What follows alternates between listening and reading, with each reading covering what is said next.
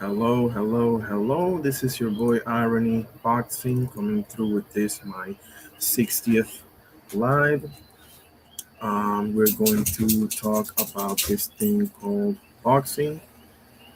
Um, First and foremost, God bless every single one of you. I hope you're all having a great day, afternoon, evening, whatever the case may be.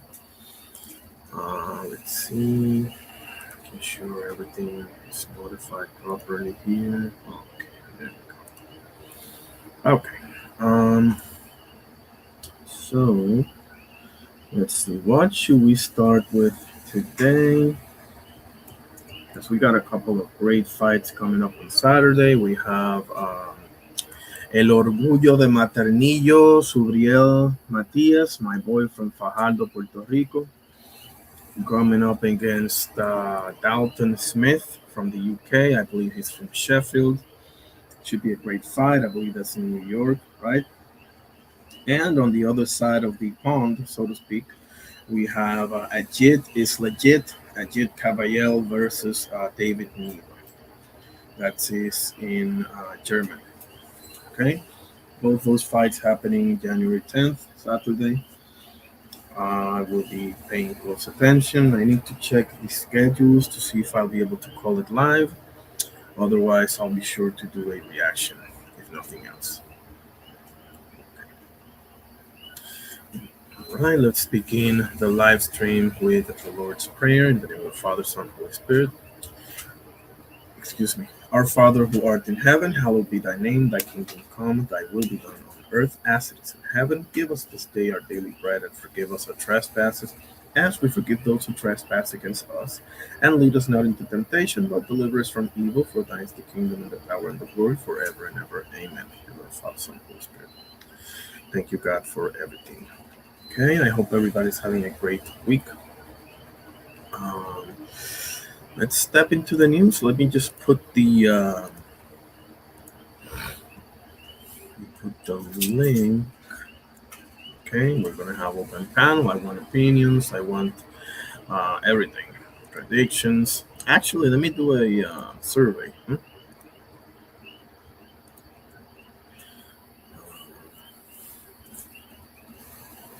Yes. Versus Smith. How do you see it?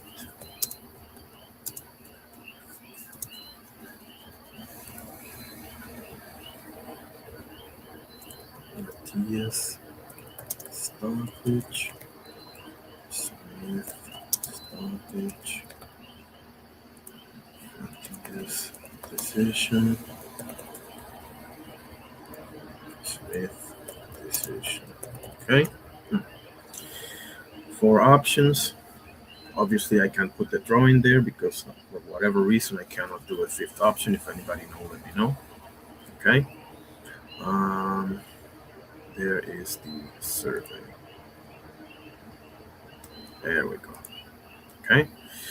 All right. So let's see what we got in the news, shall we? Let's check on some Fight Hub, Fight Hype, everything. Fight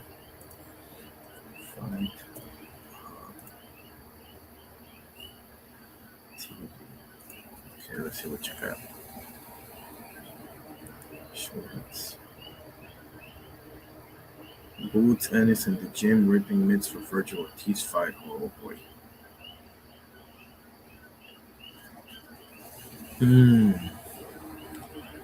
Okay, so it seems like Eddie Hearn and Subriel Matias um, are not exactly candid spirits. Okay.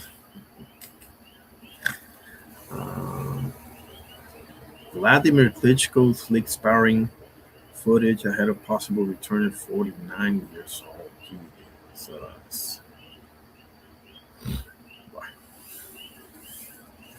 Okay. All right, let's share screen. Tech Down Dad, how you doing, sir? God bless you.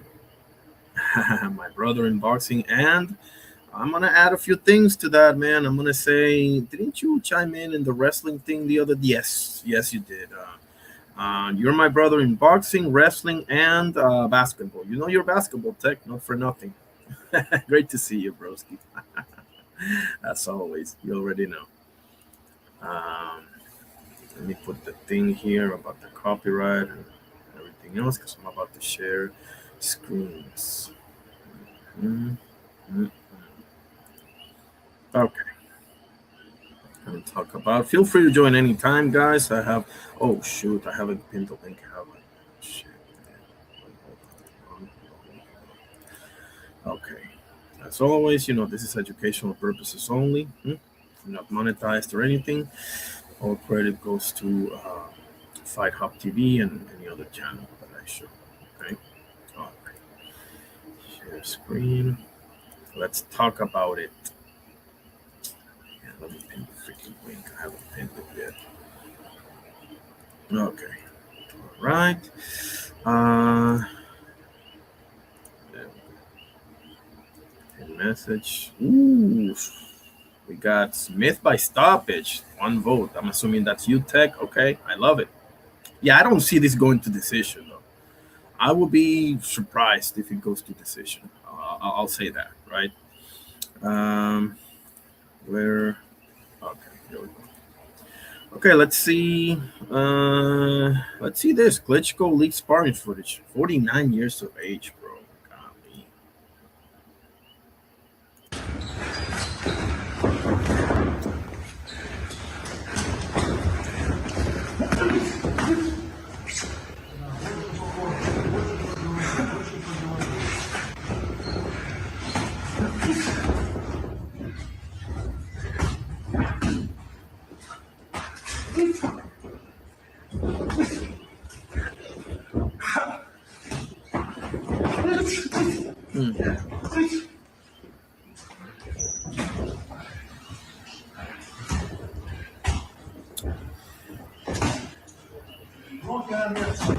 Хорошо. Сразу на нем. Сразу на нем. Ну.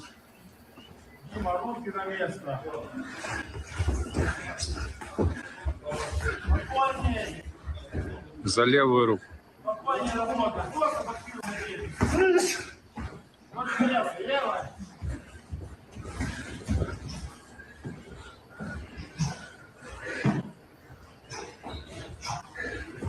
Снизу.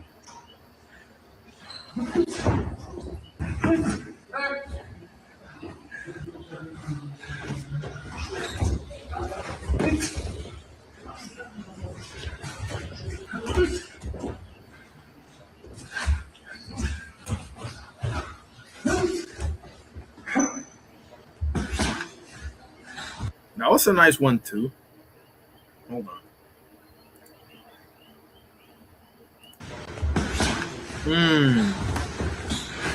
Okay. Oh.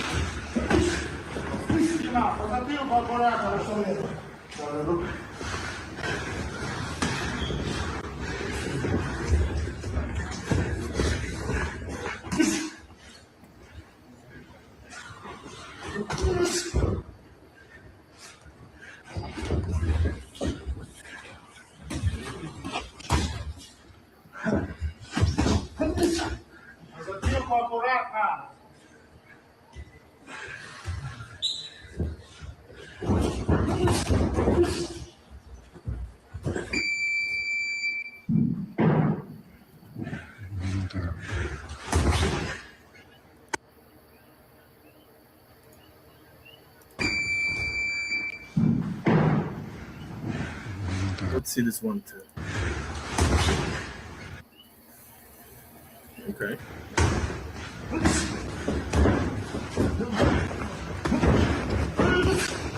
Ooh.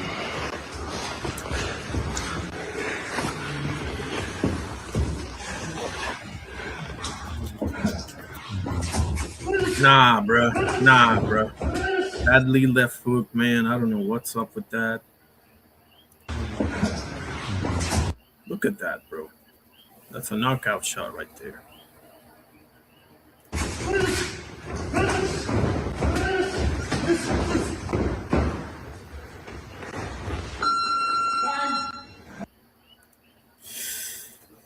Nah, what for, man? Why bother? Nothing is going to enhance your legs. You're not going to fight Usyk. I don't think so, right? I mean, I don't see it. But oh, football. Oh man, I can talk about so. Yeah, I call it football. American football, man. I can talk, but I followed it for a while. Tech.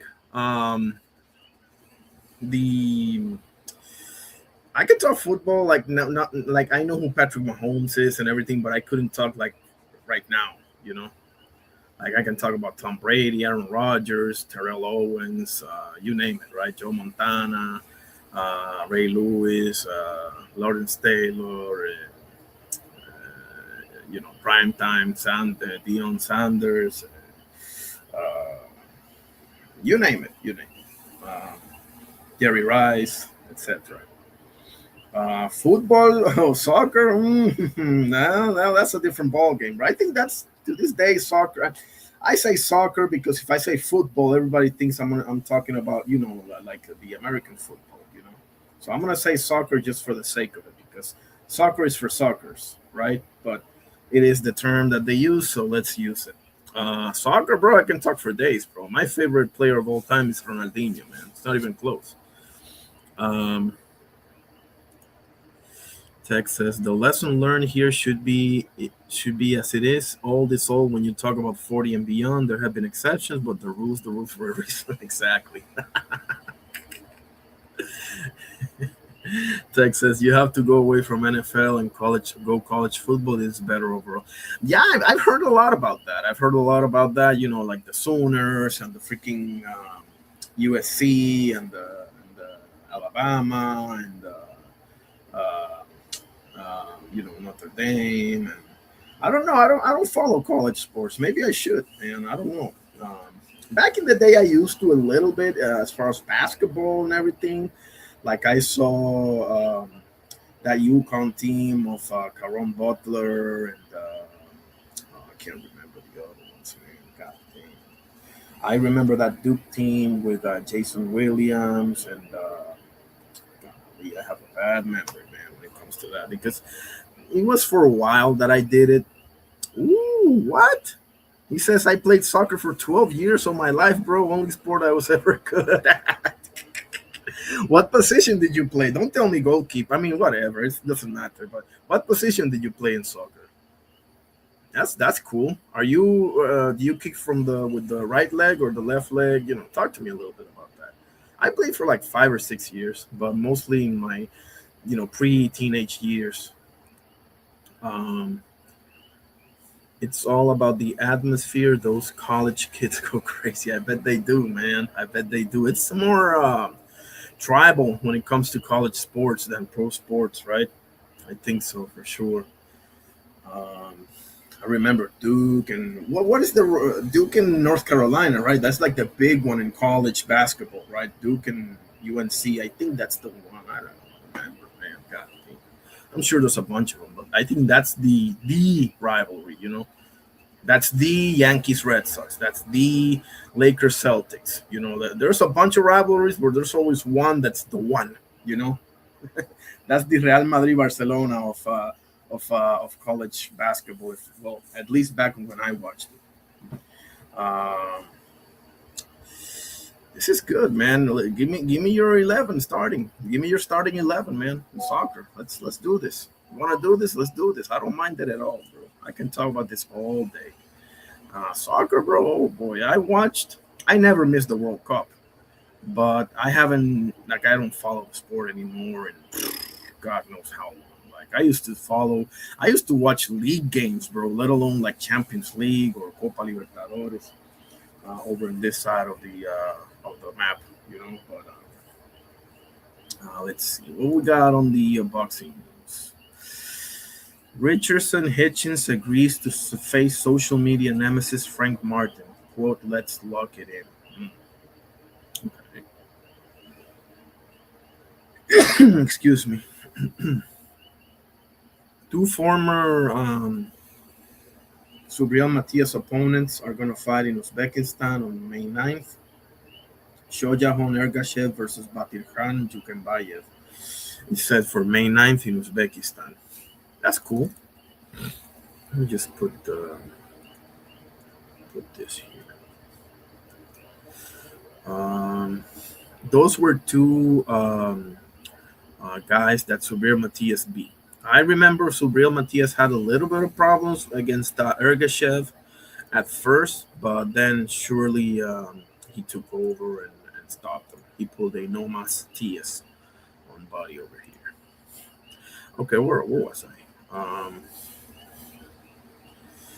What the fuck is this? Oh man, Eddie Hearn talking about the Ennis and Virgil Ortiz. Let me share screen. Same as always. You know, I'm not monetized. This is educational purposes only. Okay. Let me share screen and see what Eddie Hearn's got to say about that. Audio and everything. Here we go. Share. Okay, Eddie Hearn. Oh boy. Do you have any updates on Virgil versus Boots? No, is the answer. I mean, we kind of wait in hope, I guess. Like, we keep being told that things are progressing, but then we don't really get anywhere. You know, we will have to make a move. So Boots is due to fight at the end of March. Could that go Boots is due to fight at the end of March, fellas. to April? Maybe. We don't want it to, but we got to make our own moves. With all due respect to Virgil Ortiz, he doesn't have anything other than people saying he might be the best 154 in the world. That is some truth right there. He doesn't. We got to make our own moves. With all due respect to Virgil Ortiz, listen to this, fellas. he doesn't have anything other than people saying he might be the best 154 in the world. That's a fact, fellas. That's a fact. If you disagree, let me know. That's a fact. And that's the same for Giron as well. That's why the fight makes so much sense, because it's the best be the best.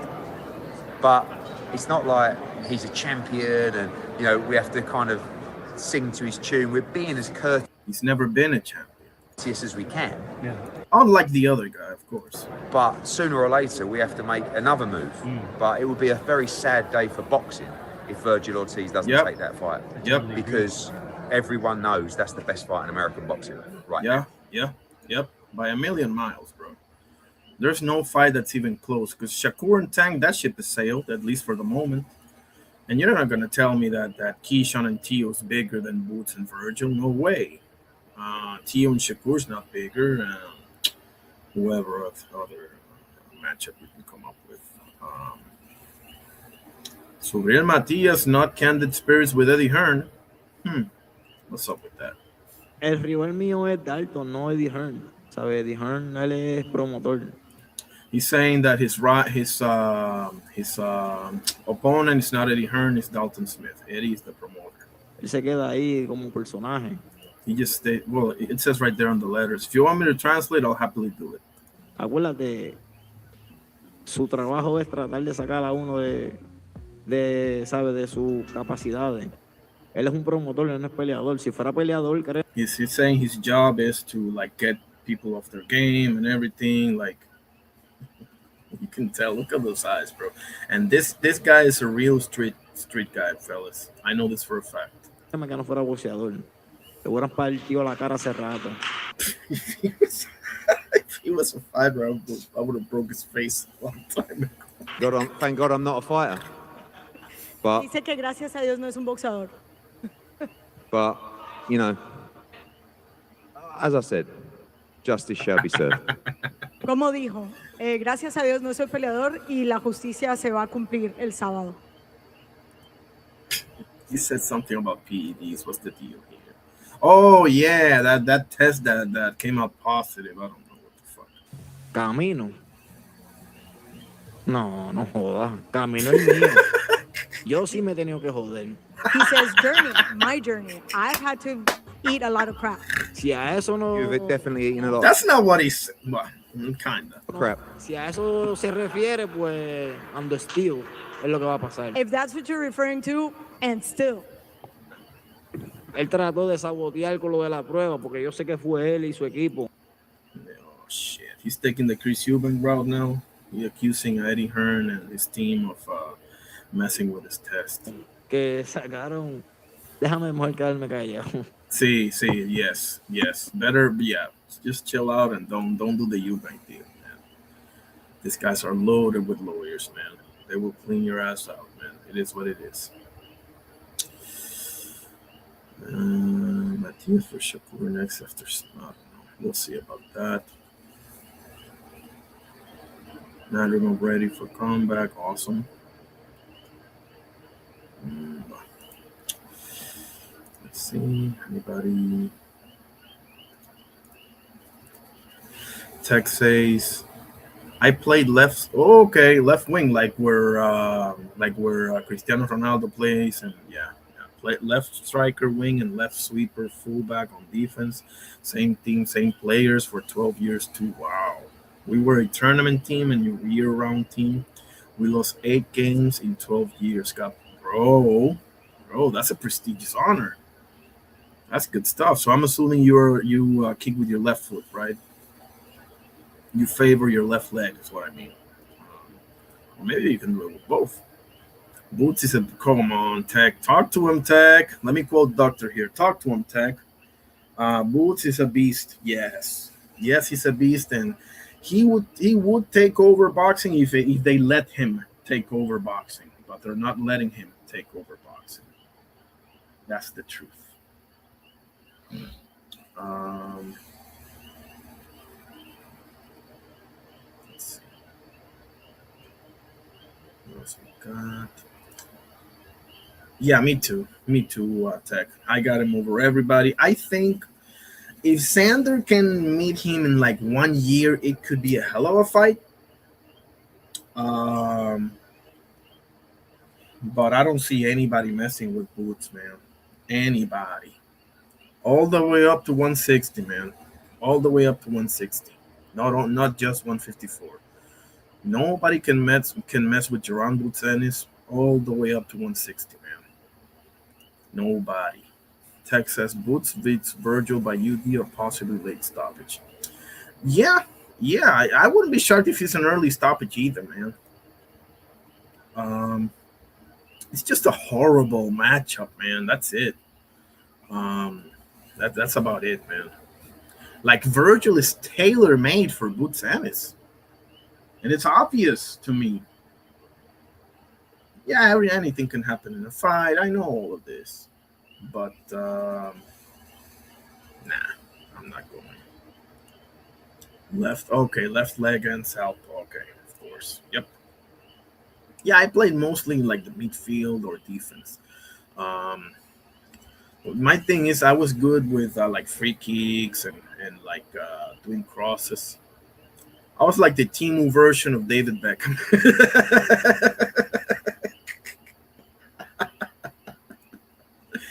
Texas Booth is like almost the perfect combo of Sugar Ray and Marvin High. I love that. I love that. Interesting. I love that.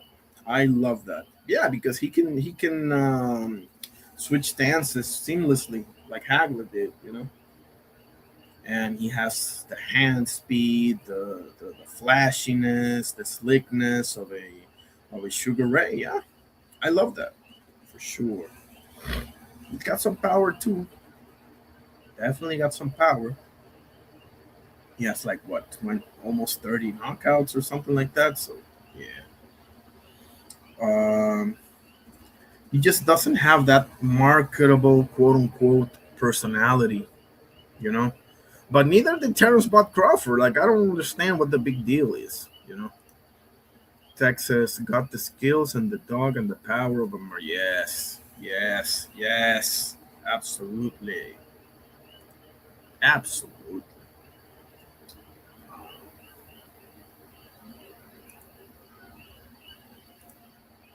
One vote still in the survey. Don't be shy, fellas. Go ahead and cast your votes. Um, let's see.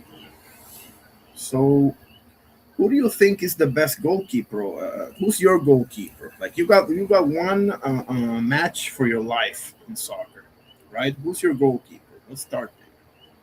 Mine is Buffon. You already know. But who's yours? Is it Casillas? Is it Neuer. Is it who is it?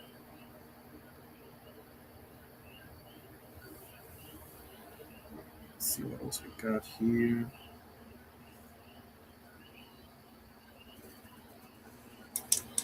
Everything indicates that AJ is fine from that car crash, which is awesome to see, obviously. Um,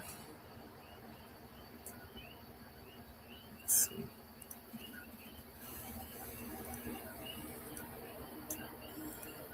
Let's see what we got here. Let me look at the boxing scene for a second here.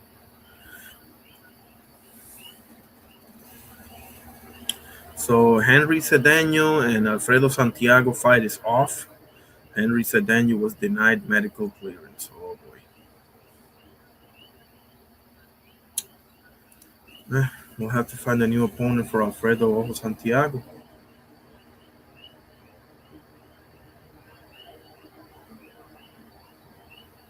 That sucks, man. That sucks. I hate it when a fight is canceled like that, but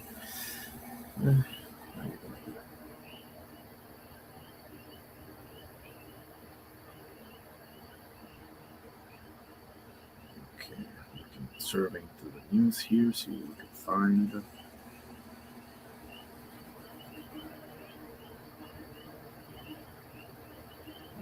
Please.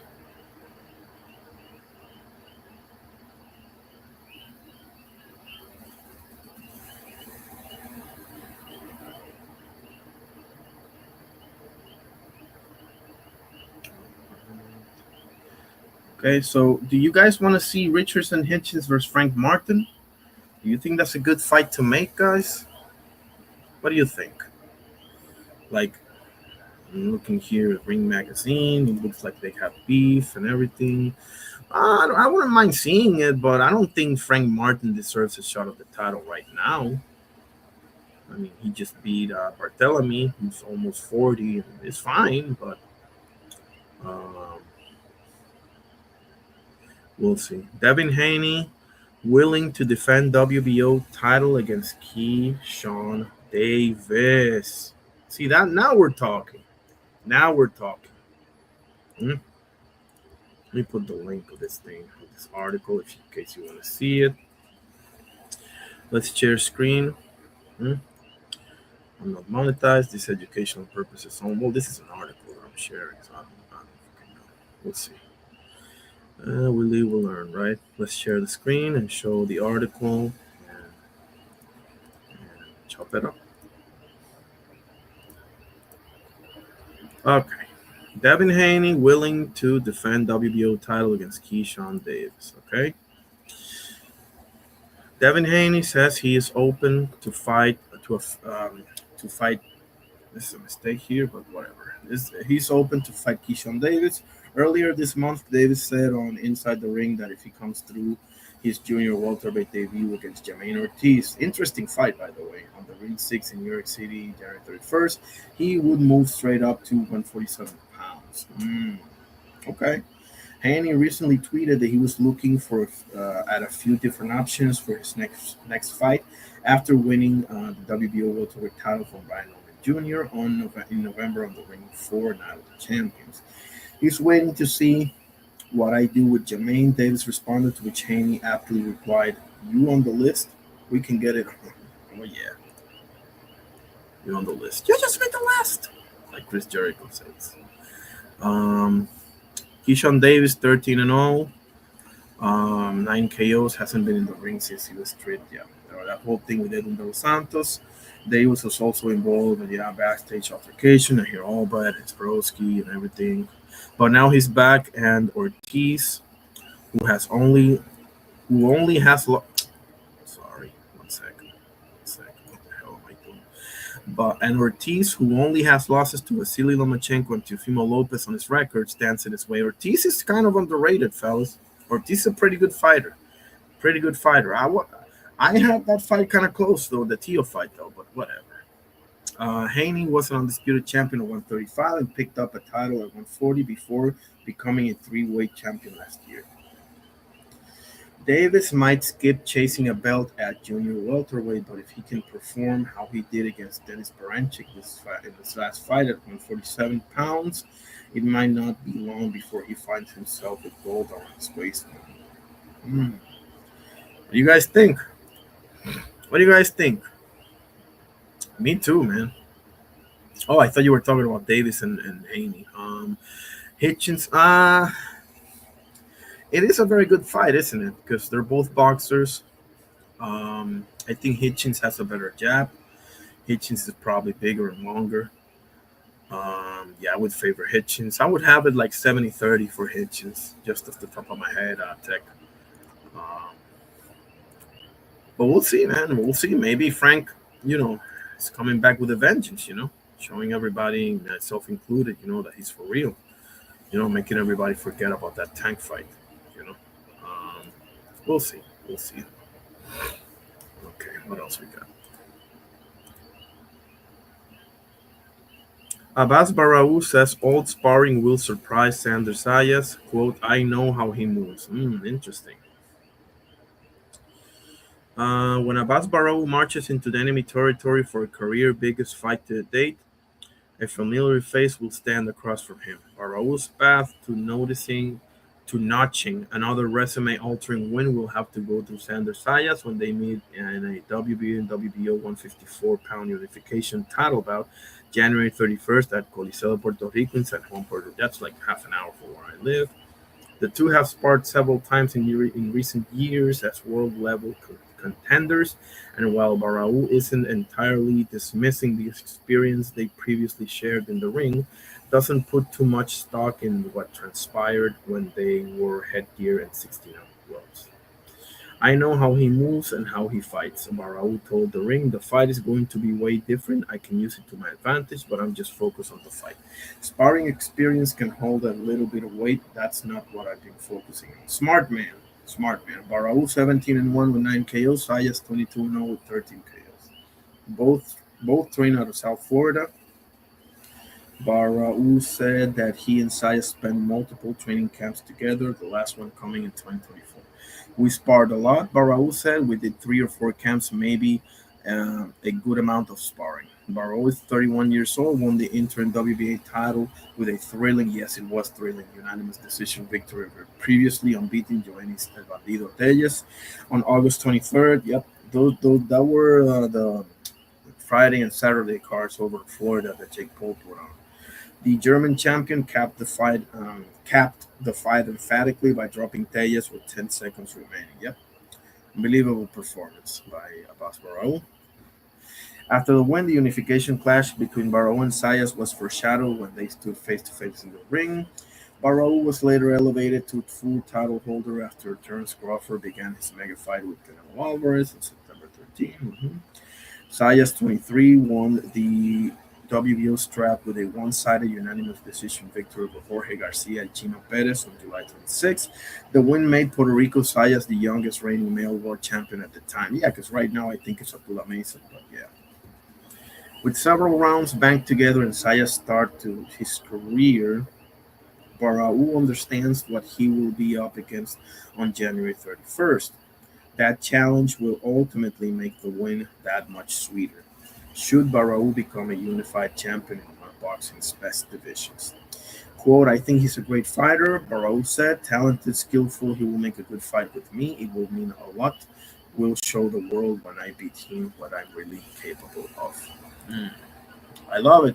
I love Abbas Barraou. Obviously, I have to go with my boy, right? But I love me some Abbas Barraou, man. I love that man.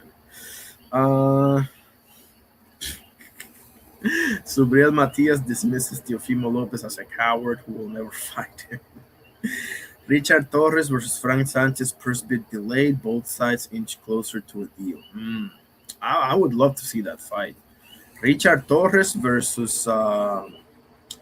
Okay. Let me take care of the comments here. 1 second. Texas. Ortiz, a solid fighter like a Barrios, does nothing elite, but does almost everything well. I agree with that. For sure.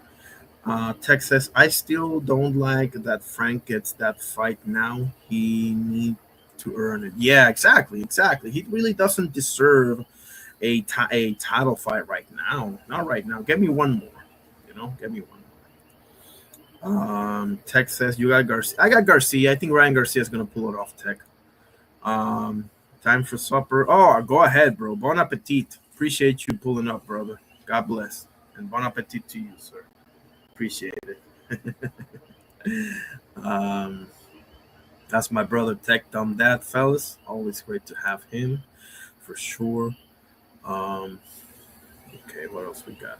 Olympian Bonifacio Avila passes away at the age of 75. Colombian Bonifacio Avila, known as Boni, fought in the 72 Olympics in Munich before turning pro the following year. He would fight all over the world until he retired in 79 with a record of 17-9-3 with 14 KOs. Rest in peace, brother.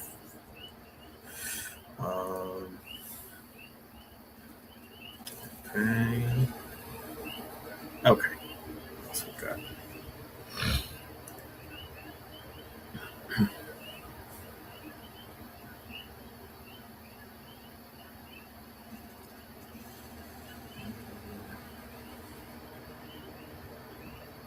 All right, let's see what Fight Hype has to say.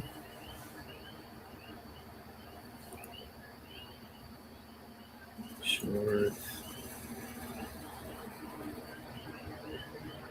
Tyson Fury explains why he's returning to boxing.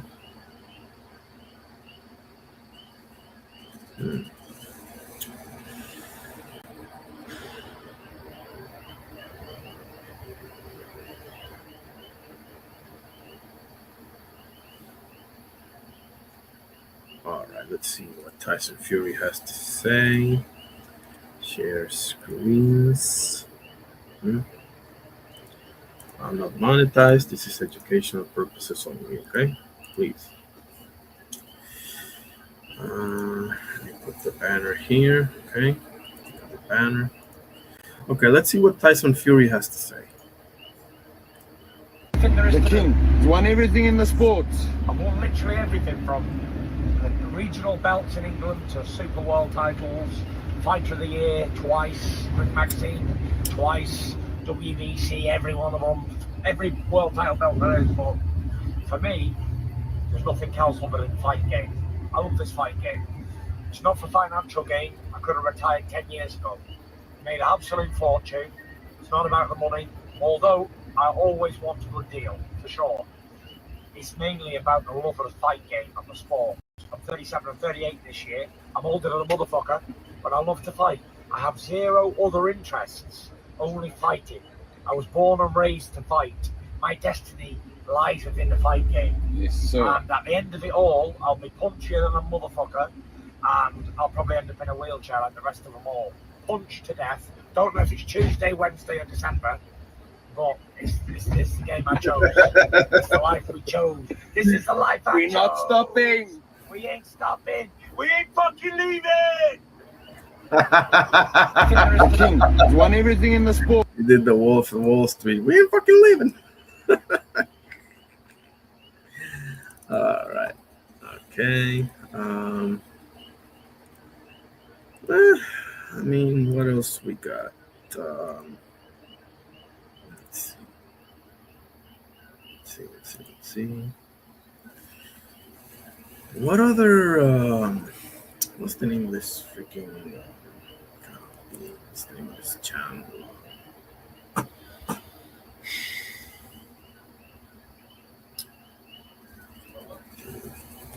right, maybe Mill City. Let's see, Mill City.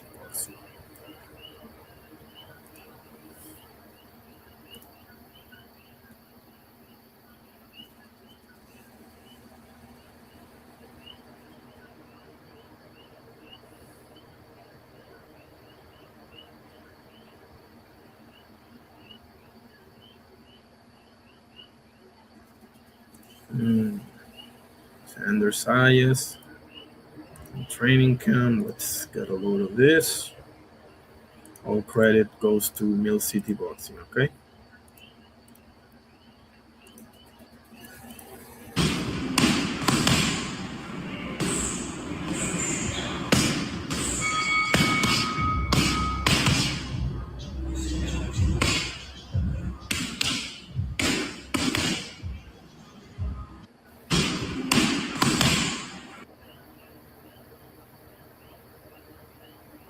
They know.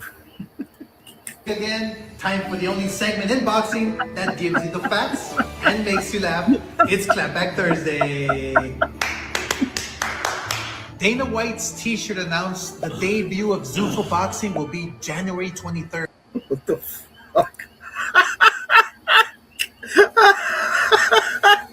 Will be January 23rd, 2026. We have no idea who is fighting or where, but it's taking place on Friday night. The undercard is stacked with guys that used to fight behind El Gordo's Tacos. So it'll be the red-headed stepchild to the UFC right off the bat. COO and president of TKO, Mark Shapiro, confirmed Zuffa Boxing is completely funded by Saudi Arabia, and TKO is taking zero financial risk. Of course. And their goal is to build a promotion with 200 fighters. Sound familiar? Look, I follow combat sports, but outside of John Jones, Conor McGregor, Ronda Rousey, or Khabib, I don't know who the fuck anybody is in the US. Bro, you're stupid, man. You don't know who Anderson Silva is. You don't know who GSP is. You don't know who Islam is. You don't know who Dustin Poirier is. Where's what are the 4 fighters that he mentioned? Hold on. But outside of John Jones, Okay. Conor McGregor, Check. Ronda Rousey, or Khabib, Check. That's it? No Demetrius Johnson. No Triple C. No. Come on, bro. I don't know who the fuck anybody is in the UFC. Who are these fucking guys? Why don't those Bro, don't be stupid, man. big names fight anymore? Because they outgrew the UFC model You don't know how, that's true. That's true, but come on. and demand more money than the pay scale offers. Show me the money. TKO will not allow anyone to become a star I'm the one selling the records. and grow That's true because the model changed. Now it's not pay-per-view. Now it's, it's ESPN. It's Paramount now. It's you put up X amount of fights, you're getting a check. So they don't need stars the way they needed them be. Obviously you always need stars, bro. The stars are the ones that make the sport and grow the sport. But from a necessity standpoint, it has diminished. Back in the pay-per-view days, bro, you could utilize some leverage if you were a Conor McGregor or a Ronda Rousey or a John Jones or someone like that, or an Anderson Silva or a GSP. to their full potential. There will be no development of Zuffa fighters because they will get thrown into the fire right off the bat and face extremely tough opponents. So if you lose, you're done. No, I disagree. There's no building a champion or a career. And how in the fuck is Dana going to manage 200 boxers? He's not gonna do that by himself, bro. For God's sake. Along with the 200 UFC fighters?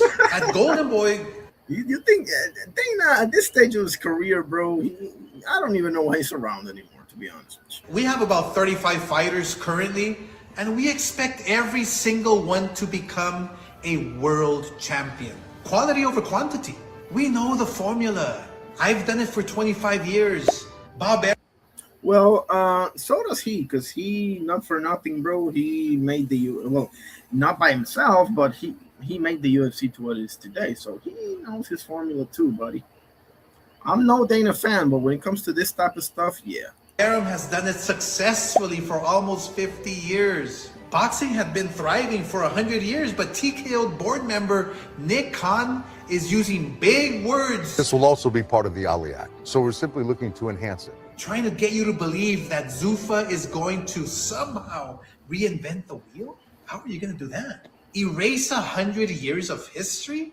You already. By the way, the Ali Act, fellas, let's be honest here. It's not like it's a foolproof jacket that you wear and nobody and you can sue a promoter and everything goes good and dandy. There's a lot more that goes into that, fellas. Make no mistake about it. They keep saying Ali Act protects the fighters. Yeah, if you have the muscle and more importantly the money to sue somebody, like if you're a Canelo, if you're a Bud Crawford, if you're a Gervonta Tank Davis, if you're an Anthony Joshua, Alexander Usyk, 5 or 6 guys you can throw in there. The rest, not really, bro. trying to change legislation that was put in place to protect the fighters. And you're actively trying Here we go again. to erase the governing bodies. Yes, I will not recognize any of the other sanctioning bodies. You said you're making your own ring. We're already working on a new design for the ring. You're making your own rules, Possibly even rule changes. your own referees, your own rankings. I mean, I What's the problem with that, man? assume this is more like a reality show. Right? You have AAA, and then you have the major leagues. And I know you're very into the development of fighters. That's what you really geek out on your like contender series. I mean, here's the fight again. Time for the only segment in boxing that gives you the facts and makes you laugh. It's Clapback Thursday. I don't know, Dana man. White's I don't know. There's some truth, but there's a lot of untruth there, in my opinion. You know. But let's see the clap. Like, let's see the full clapback. Clapback Thursday recent. No.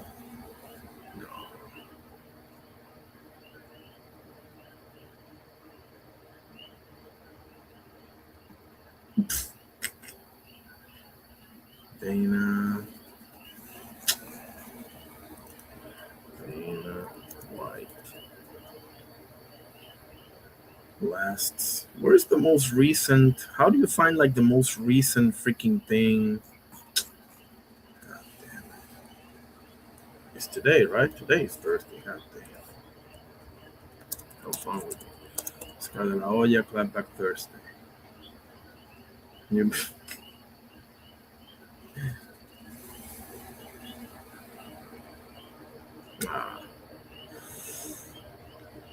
But it hasn't been out yet or whatever.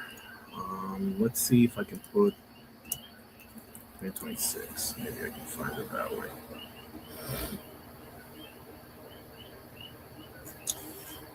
I don't get it, but whatever. Fight Hype. Let me see if Fight Hype has it. One of these has it, obviously. Let's go. Fight. Fuck.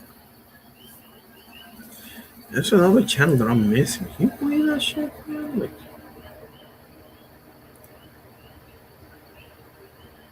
oh, let me check maybe some of the videos.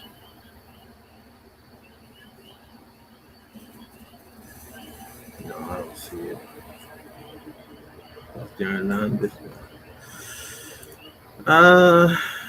Carrier, how you doing, sir? God bless you. Always great to have you, Carrier. What's the deal today? What's the word on the B3 stream? And I haven't been on B3 in a while, man. That's gonna change very soon. I promise. It's just that our schedules are conflicting right now, unfortunately.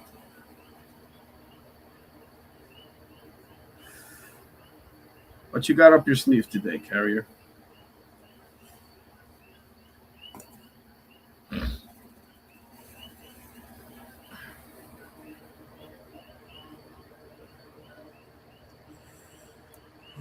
My boxing goat, only one guy? God damn. Who's my boxing goat? It's very hard to answer that question because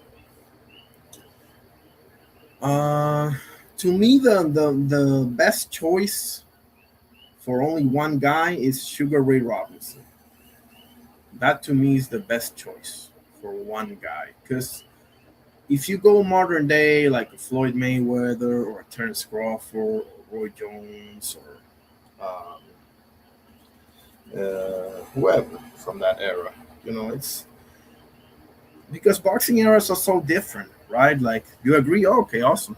Because, you know, back in the eras are so, what I mean by that is, like, when I say eras are so different in boxing, because, bro, back in the day, you had fighters with 150 plus fights, man. Like, so how do you, you know, like, like back in the, and not even that far back in the day, okay? But back in the day, bro, like Roberto Duran, Chavez, all those dudes had 100 plus fights, you know, so let alone a Homicide Hank, a Jimmy Wild, a Harry Greb, you name it, right?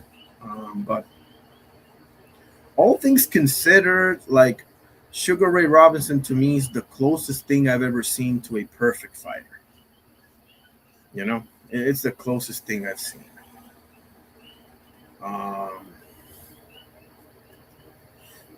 no, I appreciate that, Carrier. I mean, like if somebody says Floyd Mayweather, am I mad at them? No. If somebody says Terence Crawford, if somebody says Duran or Leonard or Roy or Ali or Tyson or Joe Louis, etc., right? Like, um, what's the name of this guy? Benny Leonard, Willie Pep. Like, phew, my goodness. I mean, there's so many of them for many different reasons. You know, somebody might pick somebody from smaller weights. You know, why not? But yeah.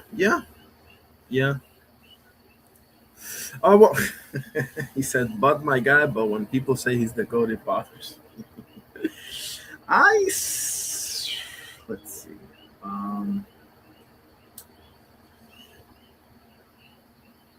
Because it's a generational thing, Carrier. You know.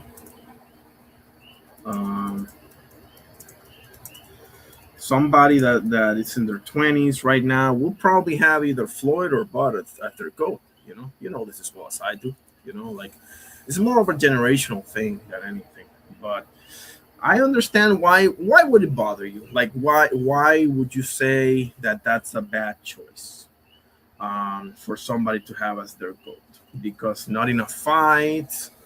Give me your reason. Just give me your reason. You know, I think I know, but he says people discredit Canelo, yeah, myself included, but say Bud the goat, his best win by. That can be debated, Carrier. That can be debated because, in my opinion, his best win is Errol Spence. That's my opinion. How he beat Errol Spence and everything, that was just shocking to me, you know. So, but if you think it's Canelo, have at it, you know, by all means. It's not far fetched, but and there's reasons why people discredit Canelo. You know, I don't know why, myself included.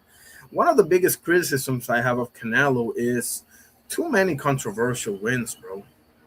Just too many of them. Floyd didn't have this many. Floyd didn't have any. Well, if you want to say Castillo won and Maidana won, maybe, because those were the two rematches that he gave people, right? But I don't. Canelo, you can find 5, 6, 7, 8 controversial wins, bro. Like off the cuff. Yeah, to me, it's definitely Earl Spence, his best win. Just how he just bulldozed through Errol Spence. Nobody saw that shit coming, bro. Nobody. A lot of people saw Bud winning, myself included, okay? But that way? No, man. No way. No way. Nah, no way. I think it's Errol Spence. For sure. But why do you think that it's a bad choice for the GOAT? Why do you think that way? What reason do you have? Let me think. Maybe I can figure something out. Like, well, he had what 42 fights, was it? Or let me look him up. But Terence Crawford, yeah, 42 fights. I mean, Floyd had 50. Really 49. I don't count Conor McGregor, you know, but Marciano had 49. So what makes you, or maybe like not enough quality opponents in his resume? The two arguments that I can find for Crawford bothering you as a GOAT pick is those two. Um, but I don't know. Maybe you have another one that, like, just playing devil's advocate here. Um, those are the only two objections that I can find for Bud Crawford. Not enough fights or not enough quality opponents on his resume. Those are the only two arguments that I can find off the top of my head um, for Bud Crawford not being in the GOAT conversation. This is just me, okay? Maybe you have something else, but those are the only two, and on both, I would push back on, but I would understand where they're coming from. You know, I would understand where they're coming from, and that comes back to, again, like, all the modern day fighters pale in comparisons to the ones back in the day. Man, they just do. They don't fight as often. They make too much money. You know, why bother? You know. He says Canelo career has, oh, for sure, definitely more significance. Um, and you say you think Canelo's underrated. Golly. Mm. What makes you think that? What makes you think Canelo's underrated? Because, man, they pushed him to the moon. Like, he might be the richest fighter of all time, right? I think he surpassed Mayweather, or on his way to. And he's not done yet, is he? So um, we'll see, right? But what makes you say that? Um, Interesting. Canelo's underrated. It's very interesting. Um, I would love to know why, though. Let me know if you can, if you will, or next time you see each other. But I don't. Why would he be underrated? Let's see. Four-weight champ, first 168 undisputed. Yeah, yeah, sure. I mean, listen, he's an all-time great fighter. I can't deny that. Um, but I don't know, man. I don't know. Like, he really could have been the Mexican GOAT, and I think he didn't want to be. You know, he just preferred to pick safer opponents and just get a safe payday. You have a cult-like following, which is fine, of course. Um, I, he has a lot of fights, but I don't know, man. I don't know. Something about him, man. Something about him. I don't think he beat Triple G off the cuff, right? Um,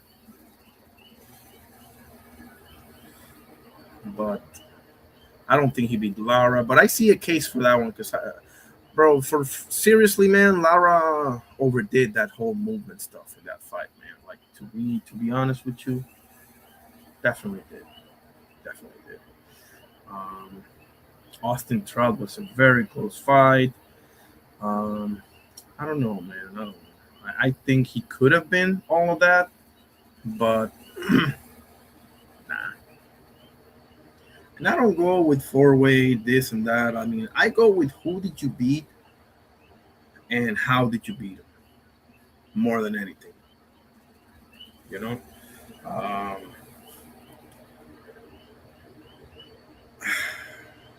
Interesting. Canelo's underrated. Interesting. I don't think I've heard that before. That's interesting. Interesting comment right there from a carrier. I'm gonna meditate on that. Meditate, marinate.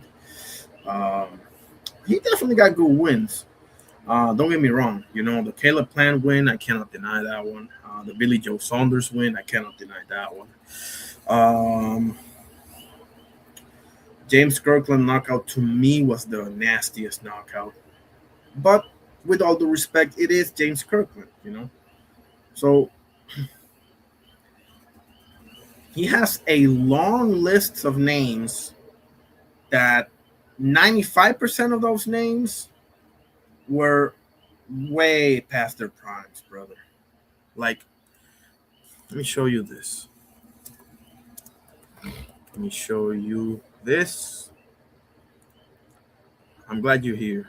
He didn't beat Triple G, Carrier. You know this as well as I do. He did not beat Triple G, brother.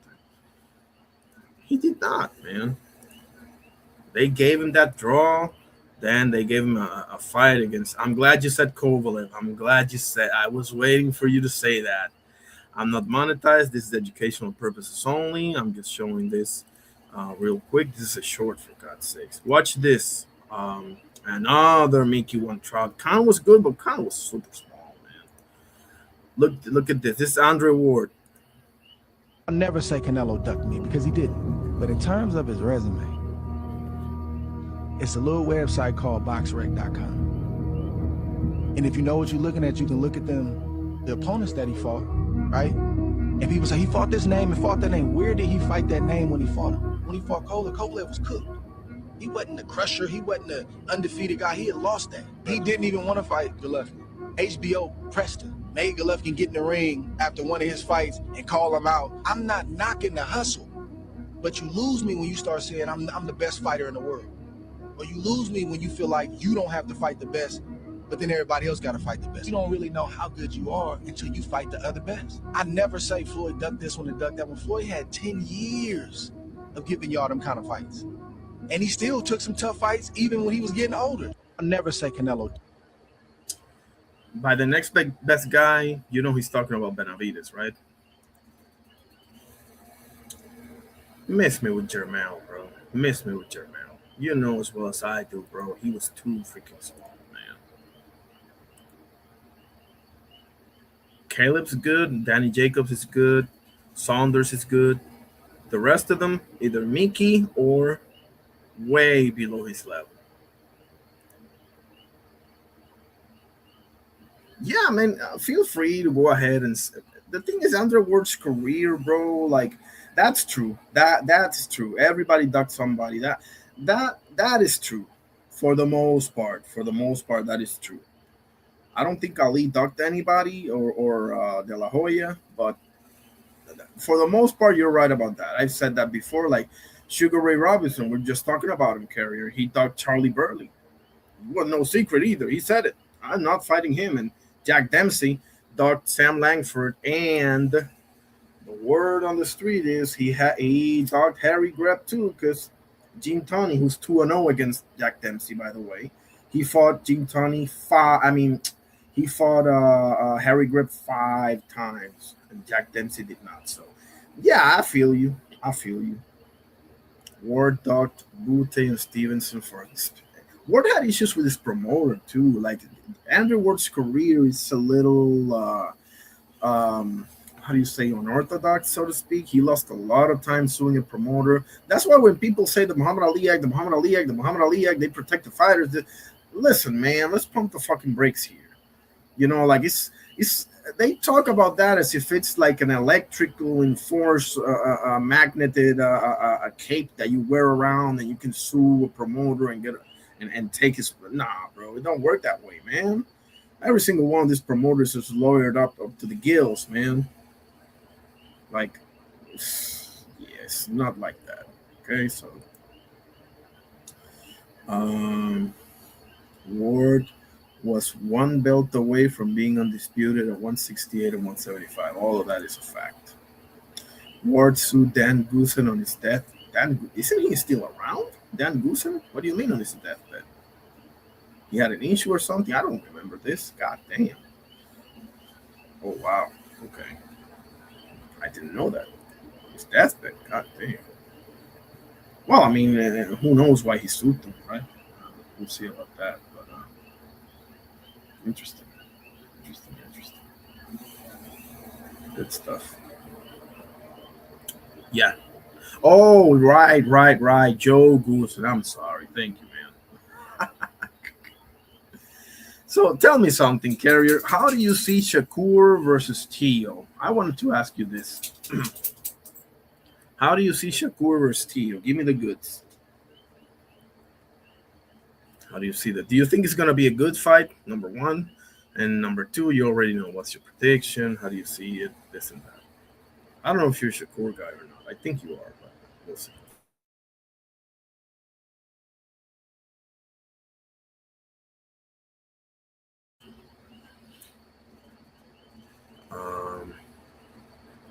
That Tio with the upset. Oh boy. Interesting, man. I love it. I love it. I love it. Um, if Shakur stinks it up on purpose, yeah. If he goes Edwin de los Santos on him, yeah.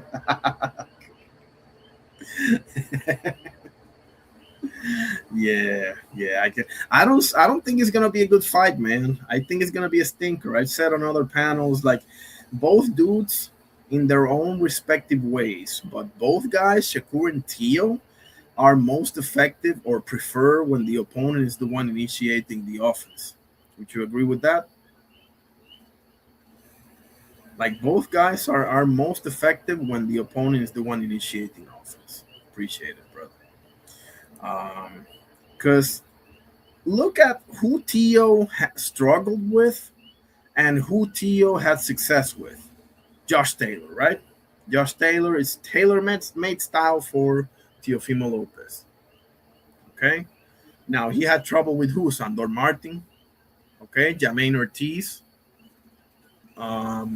So that's what I'm talking about, you know? That's what I'm talking about. I don't see Tio all of a sudden turning into William Cepeda for Shakur Stevenson. I don't. Tio is not good when it's on his front foot, in my opinion, okay? Tio is kind of like a Marquez in that sense, you know? He's way better on his back foot, you know? Without Pacquiao, Marquez ain't what he is, okay? You need that style that makes your style shine. You know, you need that dance partner to make your style. Well, some guys do. Not everyone's name is Floyd Mayweather, Terence Crawford, right, or Usyk, right, where they can just handle everybody. But certain type of fighters need a particular style. Like a perfect example is Pitbull Cruz, right? Pitbull Cruz needs you to fight his type of fight to be effective. Like if you're boxing him, he's fucked. He's cooked. Excuse me, he's cooked. Okay. So that's what I mean. Like Shakur, to me, is a horrible matchup for Teofimo Lopez because to me, Sandor Martin is the slickest fighter behind Shakur Stevenson on the planet right now. I may be forgetting about somebody, okay, but I don't think I am.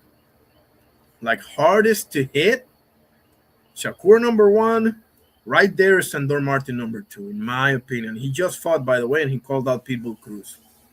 And where did he fight? In fucking Spain, obviously, because nobody wants to give this guy a fight. Okay? Carrier says, I don't like Tio antics, and I don't think he's racist. Tio's a good fighter. I don't know if he's racist or not. I don't really pay too much attention to that, bro. If he is, suit himself. If he isn't, suit himself, bro. That ain't my business. I don't play those games. I don't partake in that, bro. I'm interested in what happens I don't even cover fighters' personal stuff. I don't even cover like legal shit that happens or fighters get in trouble. I'm not interested. I'm just not interested, bro. That's not my deal. And whatever political view they have, bro, it's up to them, man. I don't get caught up in all that cesspool, brother. I'm not watching this because I think they're model citizens. I'm watching this because I fucking love it. You know? Like people need to learn how do you say, like, separate things, you know? People got to learn how to separate things. Like if he's a racist, I don't give a shit, bro. That's his problem, not mine. If he's not, same answer. I don't get caught up in all that hoopla and bullshit, bro. I just don't, bro. I don't play those games. If you want me to talk about it, I'll happily talk about it. You know, I'm not afraid of any type of conversation. It'll be Lee. Oster knows this. Oster, how you doing, brother? Great, always great to see you. God bless you, bro. You already know. I don't view Shakur. Oh, shit. He says, I don't view Shakur how fans do, and here comes Oster. Oh, boy. We're about to have a slugfest here, a chat slugfest here between Oster and Carrier. How do you view Shakur, brother? How do you view Shakur, Carrier? Let me know. Shakur is a great defensive wizard, but he can be beaten. For sure. I agree. You already answered the question. I questioned, and the next comment answered my question. What's up, Oster? I hope you're having a great day, buddy. Salud, Oster. Yeah, bro. I don't partake in all that bullshit. Don't let that shit pave you, guys. Don't let that shit pave you, bro. Just because somebody said a word here and there. Bro, whatever, bro. Do you, man? You do you. I don't let that shit get me emotional. If somebody doesn't like Hispanics or this type of people or whatever, bro, that's your problem, bro. Shit. Shakur's Oster's guy, yes, Carrier.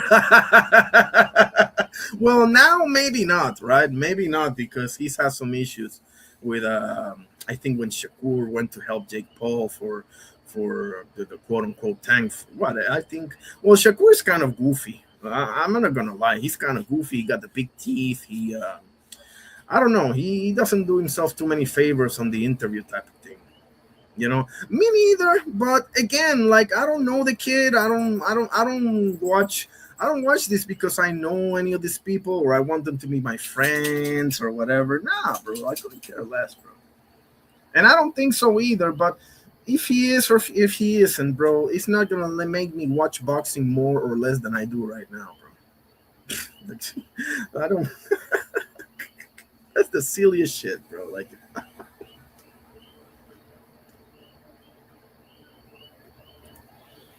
Like I don't. Anyway, if you want me to talk about this, I can. I don't mind it, but I just don't see the point of it because none of us really know. We can go by what he said here and there, or in this clip right here, or that clip right there. Bro, come on, man. Every person walking this planet is racist, fellas. Even a little bit. Myself included, okay? You want my perspective on this? I'll give you my perspective on this. Every single person from America all the way through Australia and the last Siberian point of the earth and Koreas and all that, every person walking on this planet is racist, fellas. Even a little bit. And whoever tells you, oh, not me, watch out for that motherfucker. Okay? Because let's be honest here, bro. We're all pulling for people that look like us, bro. We're all pulling for our communities. We all want our communities to do better. That don't mean we hate other communities, but we want our communities and our lineage to do better, to accomplish things.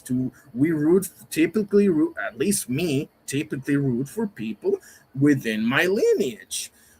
Does that happen all the time? No. Just because you were born where I was born don't mean I rock with you automatically. I have a brain, right? And I use it. But at the end of the day, in a general sense, I'm rooting for a Puerto Rican. I'm rooting for an Argentinian. I'm rooting for an Italian. I'm rooting for a Spaniard and a few other communities that I like. Does that mean that I hate somebody else, an Asian or an African? No, bro. But at the end of the day, we have our lineage, we have our ethnicity, whatever other word you want to put in there, and it's natural for us to root for people within our community. That's it, bro. Does that mean we're all kind of racist? Yeah, bro. Yeah, we are. Is that okay? Yes, it is okay, bro. I mean, what are we pretending, man? Why are we fucking pretending? Look at Oster. Hang on a second. I'm falling behind on the comments here. Oster says, irony, Shakur suspect and suspicious. Yeah, we know. Only in the ring now. Oster says, Shakur Twitter fingers get on my nerves. Yeah, they call him Shakur Twitterson. Carrier says, irony, you know I got Matias this weekend, Carrier. You know it. You know I got Matias this weekend. Hell yeah. El orgullo de Maternillo, homie. He gonna pull a no más Tias this weekend. Irony and half brain. Wait, Oster, what's up with that, man? Hey, Oster, let me ask you. I got one question to ask you, Oster. Dastardly work. What's up with that?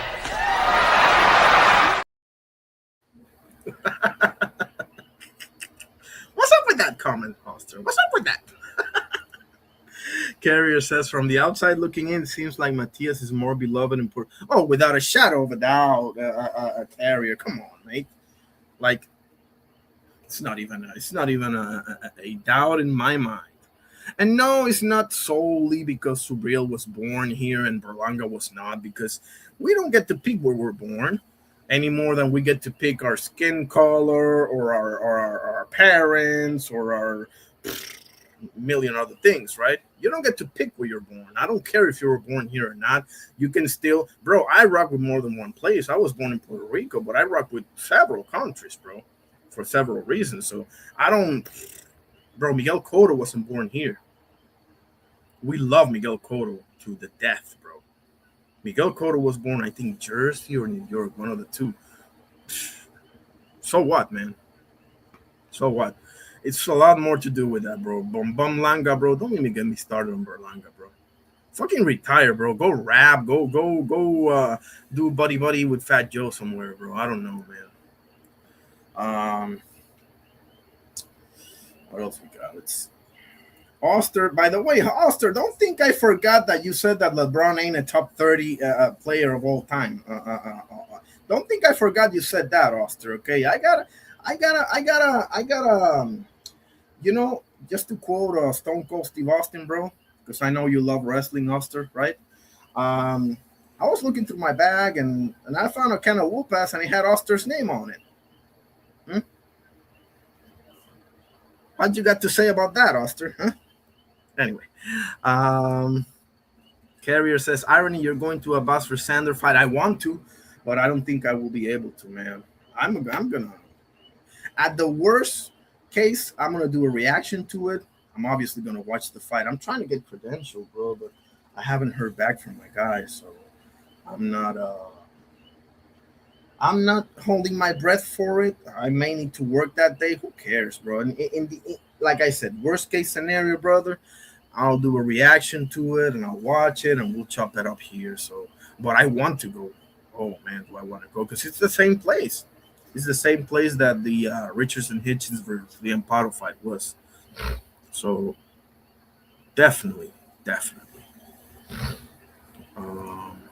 I'm so glad you didn't forget. Carrier, can you believe Oster doesn't have LeBron in his top 30 of all time? Like this, that's some serious LeBron James derangement syndrome here. And this is coming from a LeBron hater. Is the line in? You know it's in. It's pinned. You're acting like you don't see it. I know. Let me put the link again. See, Oster playing games already. Let me put the link on here. Are you in your? Oh, it's because you're on your cell phone. I don't know why the hell. Because I thought that when I put comments, it goes to both platforms, right? But apparently not. Oh, there it is. Okay, never mind. I forget what I said. Yeah, there it is. Ooh, so we got a split one between Smith stoppage and Smith decision. Nobody giving any love to Matias, eh? Golly, what the heck? Nobody giving Subriel Matias any love. If we're gonna do this, Oster, let's do this on LeBron James not being a top 30 guy. Okay, he's on the stage. Some people got Pippen top 3. Why? I don't know. Hey, Carrier, don't tell me you're a Pippen hater. How you doing, Oster? God bless you, bro. Oster's in the house. What's up, Einie? What's up, brother? I can hear you clearly. Yeah, I bet you could. I bet you could. What's going on, man? I'm good, my brother. I'm better now that you're in the panel. But we got a Pippen hater here, Carrier. Oster. Carrier said some people got Pippen top 30. Why? I don't know. Oh, now you're Carrier. Now you're messing with me. Now you're messing with me. Yeah. So you're doing too much now. All right, hey, Carrier, ask him how he not gonna have Pippen in the top. How he not? Tell me a reason why he not. Yeah, like tell me one thing that Pippen doesn't do well, bro. Like I want to know one thing that Pippen is not good at, bro. One of the most complete players in NBA history, bro. Being loved, being respected. That's one thing he ain't good at. Exactly. Thank you, Oster. You can't. No, you can't. You cannot name me 30 players better than Scottie Pippen. Forget it. He gonna be like 20 centers, Carrier, right? You're gonna name like 20 centers and Durant and MJ and Kobe and who else? Is Tell him D-Wade if he better can than name. Hey, I ain't ask him, can he name 30 small forwards better than him? impossible? You can Carrier. Can you name 30 small forwards better than? No way. You can't even name me 5 small forwards better That's than what I'm Pippen. saying. 30? What the fuck? No way. Not even Because Oscar he's a Robertson. small forward. Yeah. His entire life, right? He never played like any. I don't remember Always him. small forward. Yeah. I believe that But- too, Alex. Alex said without injuries, Yao Ming is the top. I don't know about top 5, but top 7 or 8, something like 7-6 with skill. Miss me with that, bro. Come on, bro. Like, I don't know how do you feel about Yao Ming, but I was very high on the man, to be honest with you. He's naming them. Mike, Kobe, Braun, Kareem, Magic, Bird, Steph. Wait. Slow down. You said Braun. You said Braun. Yeah. No, I know you ain't tripping. I don't here's where you and I part ways, but for Kareem, I don't mind it. Magic, I don't mind it. Bird, debatable, but I don't mind it. Steph, I'll debate that one. I'll debate Steph. He can do shit, but shoot it from the parking lot. Shaq, yeah. Duncan for sure. Bill Russell for sure. Joker, yeah. Joker, oh Lord, you're tripping. KD, Dr. J. That's a good one, Dr. J. What are you talking about right now? No, I'm mentioning all the names that Carrier is throwing like.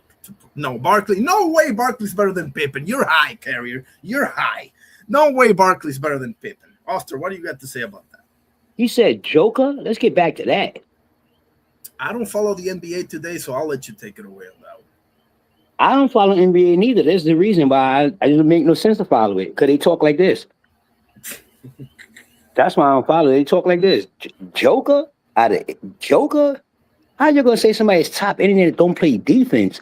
But I understand it, though, because the day is not, surrounding around defense, so I get it. But I'm going to tell you one thing. Joker is nowhere near. He's nowhere near top fucking 30 of anything. When it comes to real basketball, if you're talking about today's time, then, we can have a debate.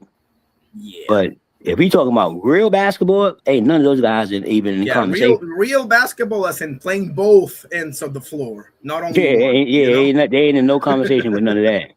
That ain't no lie. And listen, I can name you 10 point guards better than Steph Curry, bro. Every time Steph goes up against a point guard with a pulse, it's clay on them. He never picks up his assignments, bro. Miss me with Steph, bro. I can't stand Steph Curry, bro. You can't? Yeah, I'm a Steph Curry hater. I got the Steph Curry derangement syndrome. I definitely do. Wow, what happened? Barkley, I'm going to push back on that one, Carrier. I'm going to push back on that one. I think he was overrated, personally. Wade, maybe. Barkley, in my opinion. You think Barkley was overrated? Yeah. I don't like it. Every time I try to like you and agree with you, you say something crazy.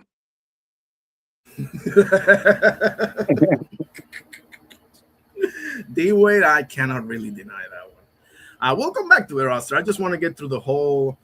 Oh my goodness, Carrier, are you okay today? Because he's mentioning some names that I don't.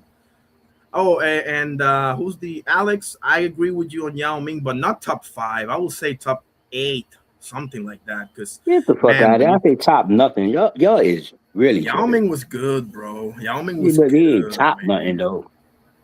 No, I get it. He got injured and everything, but he made like 5 or 6 All-Stars teams before he got injured. Yeah, Yao Ming was all right though. He ain't no top nothing though.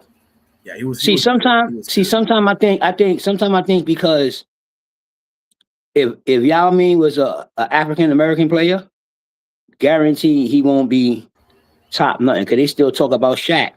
I think that people be thinking these top because a lot of these players be international, or and just be unusual. Yeah, they be like the first grade of their country. Yeah, they be unusual. Yeah, so I don't think it'd be top. I think they be more unusual. Now you got some. Don't get it wrong.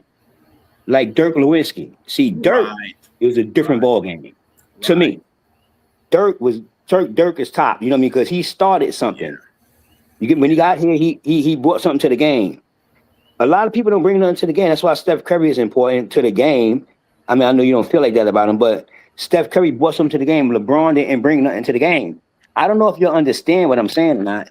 I'm saying like iconic players in the NBA.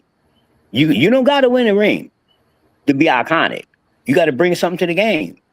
Everybody that we just named, Barkley, they brought something to the game. Scotty was Jordan man. So Scotty and Jordan, like I tell people, Scotty was, they keep talking about Scotty.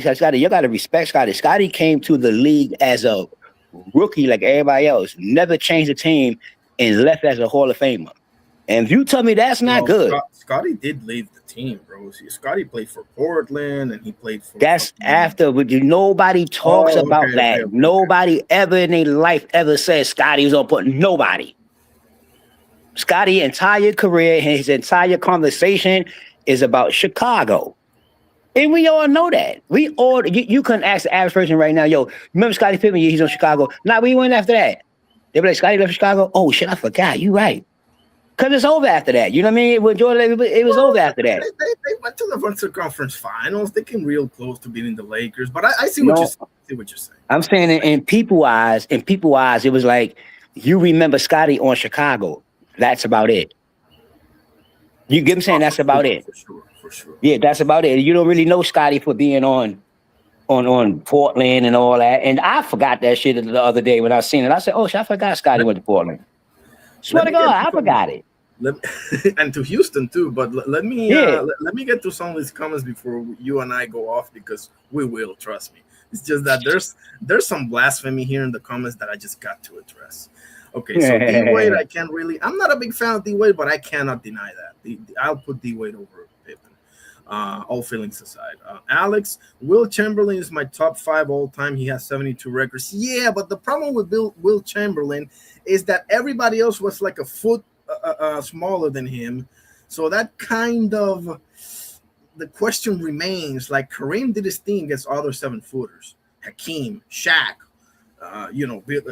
all of them. But Will had this advantage. So that's the thing with Will Chamberlain, bro. And I've heard basketball historians say this. But if you want to put him in there, go ahead and put him in there. He did score 100 points in one game. How in God's name is Dominique Wilkins better than Scottie Pippen, Carrier? For the love of mankind. How in God's name can you make... I know you didn't mean Dwight Howard when you put Dwight, right? I know you didn't mean Dwight Howard. Now, no listen. Way in God's green listen. Earth, Dwight Howard. Now, go ahead. Listen, hear me out. I can understand where Ed Carrier coming from. I can put it that way. I can definitely understand where he's coming from a perspective. Let me give you this. Comparing Scotty and Dominique, not talent-wise, but going on the whole picture, when you're talking about the whole picture to make a decision, is like comparing Kenyon Martin with Draymond Green. Because Dominique is a special, different player when you're talking about a better player, because Dominique had it all. He played defense and all that. He wasn't just like and Scotty was like that. But that's a hard question there. I mean, and Scotty, my favorite player in the NBA. I told you that before. Yeah. Until Allen Iverson came, you know what I mean? But Scotty was still like my favorite inspirational player. Mo Cheeks, Allen Iverson, and Scottie Pippen. Allen Iverson, that I will give you. If you want to put Allen Iverson over Scotty, I'll say no problem. But no, I wouldn't even compare Allen Iverson and Scotty. I wouldn't compare them because they're not in the same position. That's the problem with them today. I know, but you can't compare them. Well, that's the problem, isn't it? Because exactly, like how in God's name do you quantify what a center does, 7 feet tall and everything, versus what a point guard does? Like, yeah, you can't do that. They don't. That's why it gets like weird, because like Dwight Howard, okay, he can defend, he can jump over anybody in his heyday, he can do some things, but Dwight Howard's not. Okay, I'll go like you went with LeBron. Dwight Howard, I can give you 30 centers that I'll take before I take Dwight Howard, bro. Real talk. I don't know why you had to go through all that with Dwight Howard. Dwight Howard he was not a force like that. You got some people that's a trend and some people that's a fad. You get what I'm saying? You know, like clothes. Some clothes is a trend, and some clothes is a fad. You're just doing that because that's the fad, and some clothes is a trend. Some of these players, they really good, but they're not great. Because in today's time, and for real, man, if you tell them every player today is great, if you ask these people, y'all done took the great from greatness. Y'all took the legend from legend. You took the king from king. Because everybody is all this stuff today. Nobody's just regular good no more. You know that, right? Nobody's just regular good no more. You don't got no more good players. Everybody in the players is a star. You know, it's no more role players. No, everybody want to be. This is great. That's why I say y'all is crazy. It's hard to tell. It's hard to tell the best now because everybody's the best. Yo, they make stats up to be the best. You know that, right? They make stats up for LeBron. You know that, right? They stats. Yo, stats come up that you. No, I'm not saying that they're not real stats. You know, like the police pull you over, they got 105 laws they just don't enforce until they want to. You know what I mean? Until they want to enforce. You think it's not law, and then like, years law, you come out with a book and like, yo, you ain't never do that. Yeah, but we could when we want to. That's how I be like, man, I don't listen to them day, man, because y'all don't know what great is. No way, Carrier. No way you just said that. What about Hakeem Olajuwon, bro? He said Dwight Howard the best defensive anchor since Bill Russell. Are you crazy, Carrier? Eric Carrier. No, Eric Carrier What might about be. Hakeem Olajuwon, Carrier? What about Hakeem Olajuwon, huh? No, ask Eric. Ask Eric Carrier. Is he in the air right now, flying that carrier, talking to us, or is he paying attention to us and paying attention to the sky road or whatever? Because he talking crazy right now. See, he corrected it. He says, okay, I appreciate that, Carrier, but you're still wrong though. Like, Olajuwon's just off the top of my head. What about David Robinson? Come on, Carrier. Come on, buddy. Yeah, I'm not even going with that. Alex says, Carrier, I have Stockton over Iverson. Oh my God. I don't. Okay, so there's a debate here, but again, like they don't even. That's an unfair comparison to me, Alex, because Stock was the purest point guard ever, but AI, even though he's miniature size of a point guard, he was always a 2, right? He was always a 2. The point guard was Eric Snow, so. I don't know that that's a fair comparison. Now it sucks for AI because AI is really the size of a point guard, but he plays the 2 because he's so damn good. You know, so like I don't know, Alex. I don't know. I don't like those types of comparisons. I like, a good comparison for. What would be a good comparison for AI, man? Because you can't really compare them to MJ or Kobe because we're talking about 5-6 inches taller. They can grab way more rebounds. They're more physically imposing than he is. Who would be a good comparison? I don't think anybody. That's how great AI is. He's so unique, bro. You can't even find nobody to compare him with, bro. Like Allen Iverson is the most amazing thing I've seen, bro. The most unlikely, well, aside from Steve Nash, the most unlikely MVP I've ever seen in my lifetime. 6'1", nobody can stop him.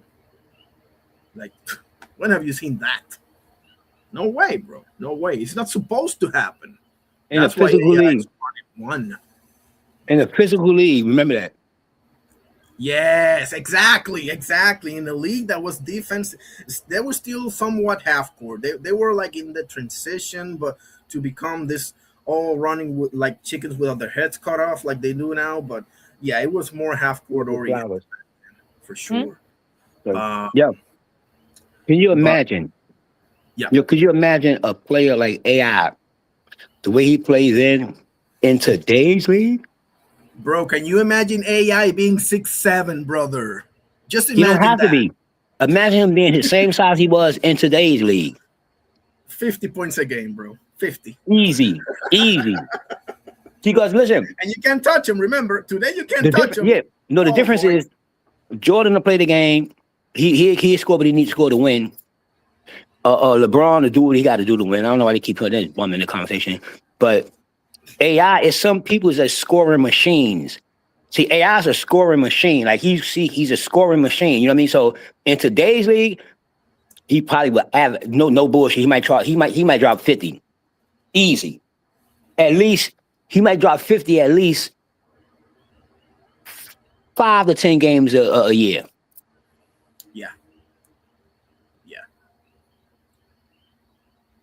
No way, Alex. No way, Alex. I'm not a big Russell Westbrook guy, man. I'm not. That triple double season, that was the most Mickey fucking manufactured seasons I've ever seen, bro. You literally see Steven Adams boxing out his man and facing away from the basket to allow Russell Westbrook to grab the board and get to that 10 board. Bro, miss me with that one. Russell Westbrook should have been a 2. He's not really a point guard. He's a 2. You know this as well as I do. Irony. Who you think? You shooting at some good point guards. Russell Westbrook is that guy. Who you give me your point guard? Top 5, sure. Stockton, Isaiah Thomas, Steve Nash, Jason Kidd, and Gary Payton. Okay. So now I don't know why you're mad at. Now I don't know why you're mad at Westbrook. It's like Derrick Rose, bro. They are shooting guards trapped in a point guard body. You old school. You like floor generators.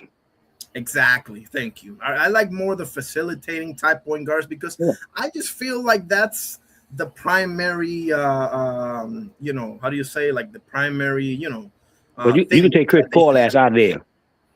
You can take Chris Paul bum ass out of that little fucking you can take his ass out of there. Chris Paul is good, but he how do I put this?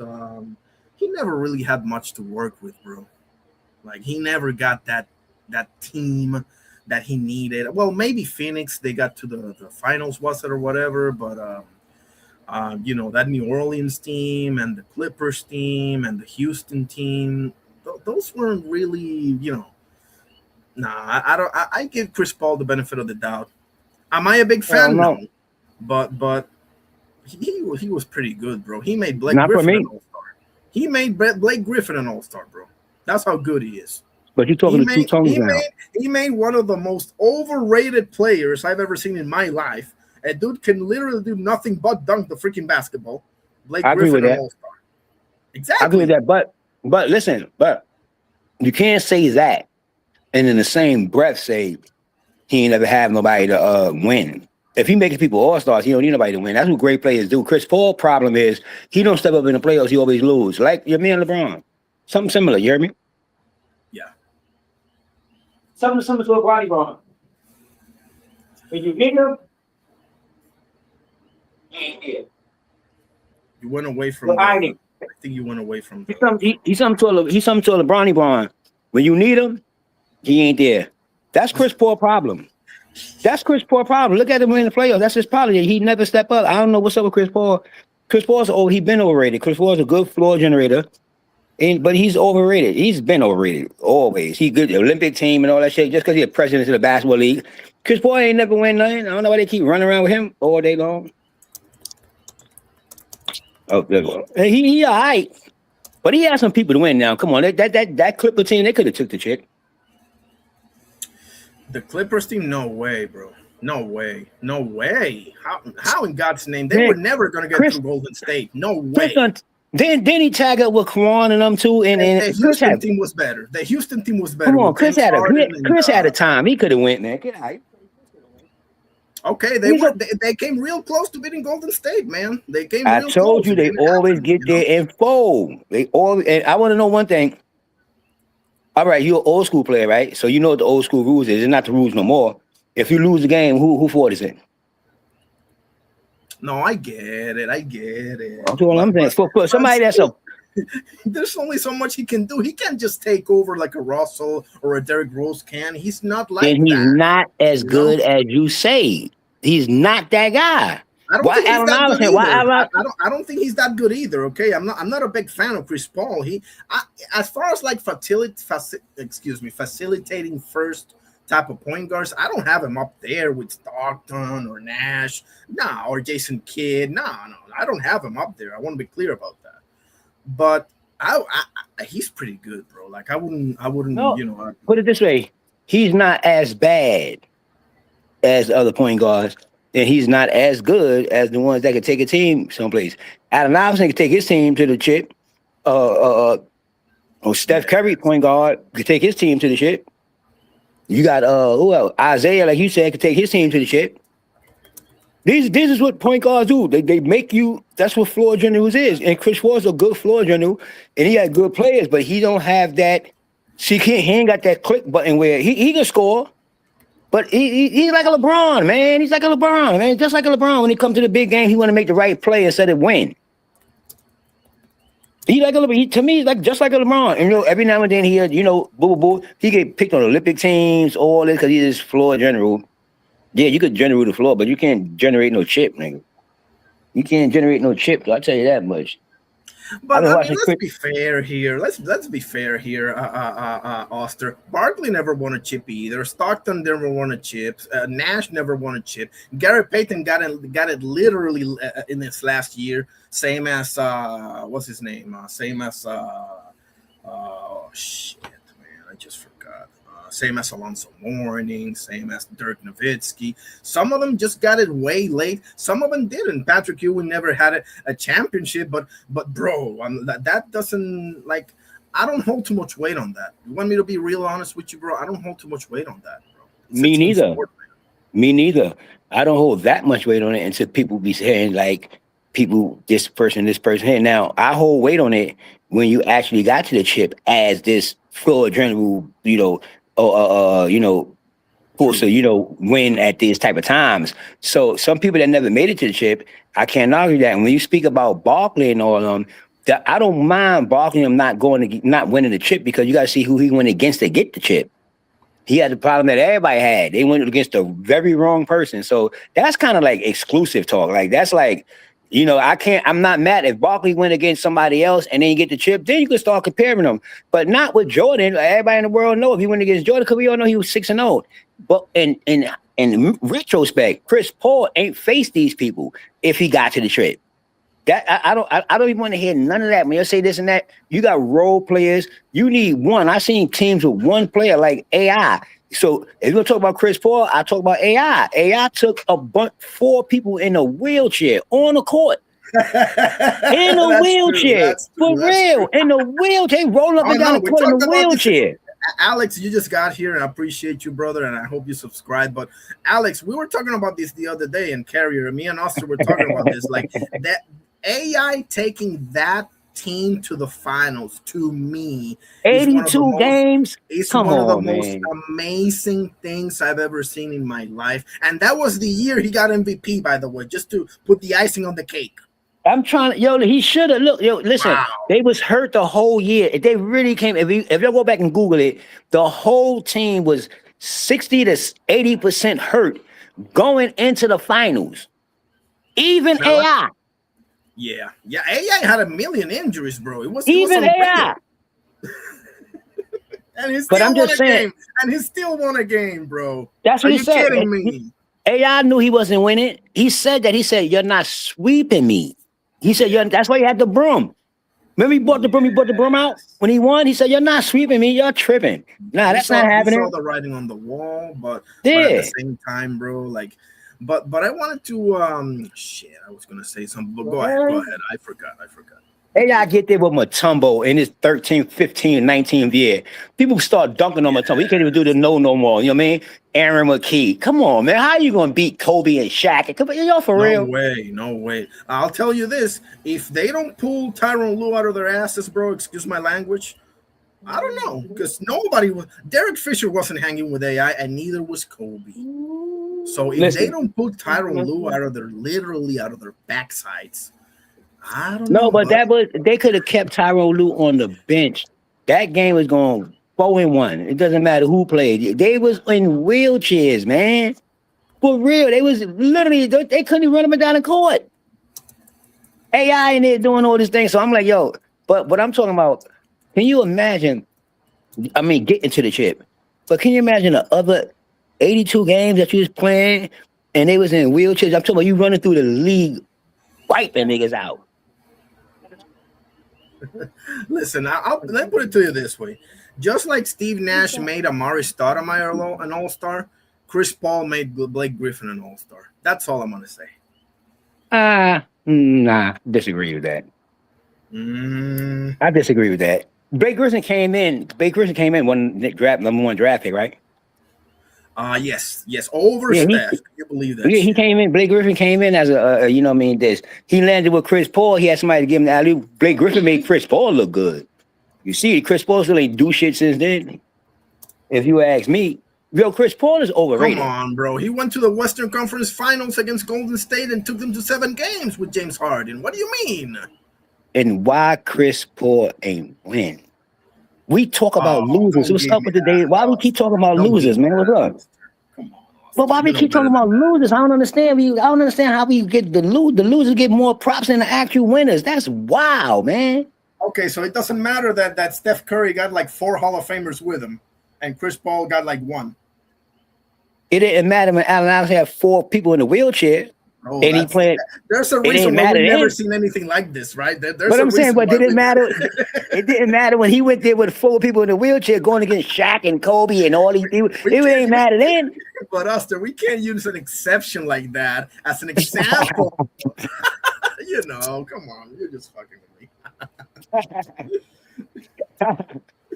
But you know as well as I do, Steve Nash and Maris Stoudemire wouldn't have done nothing without Steve Nash, just like Karl Malone wouldn't have done shit without John Stockton, and Blake Griffin wouldn't have done anything without Chris Paul, bro. You know this. Yeah, they kill me with that, man. They kill me with that. That's like saying the moon can't do nothing without the sun. That though, listen, if it wasn't him, it'd be somebody else there. If Baker was there, you don't think it'd have been Tyrone Sweet or whatever they'd have drafted? It'd have been somebody there dunking the ball, and you'd have been like, Chris Paul making him look good.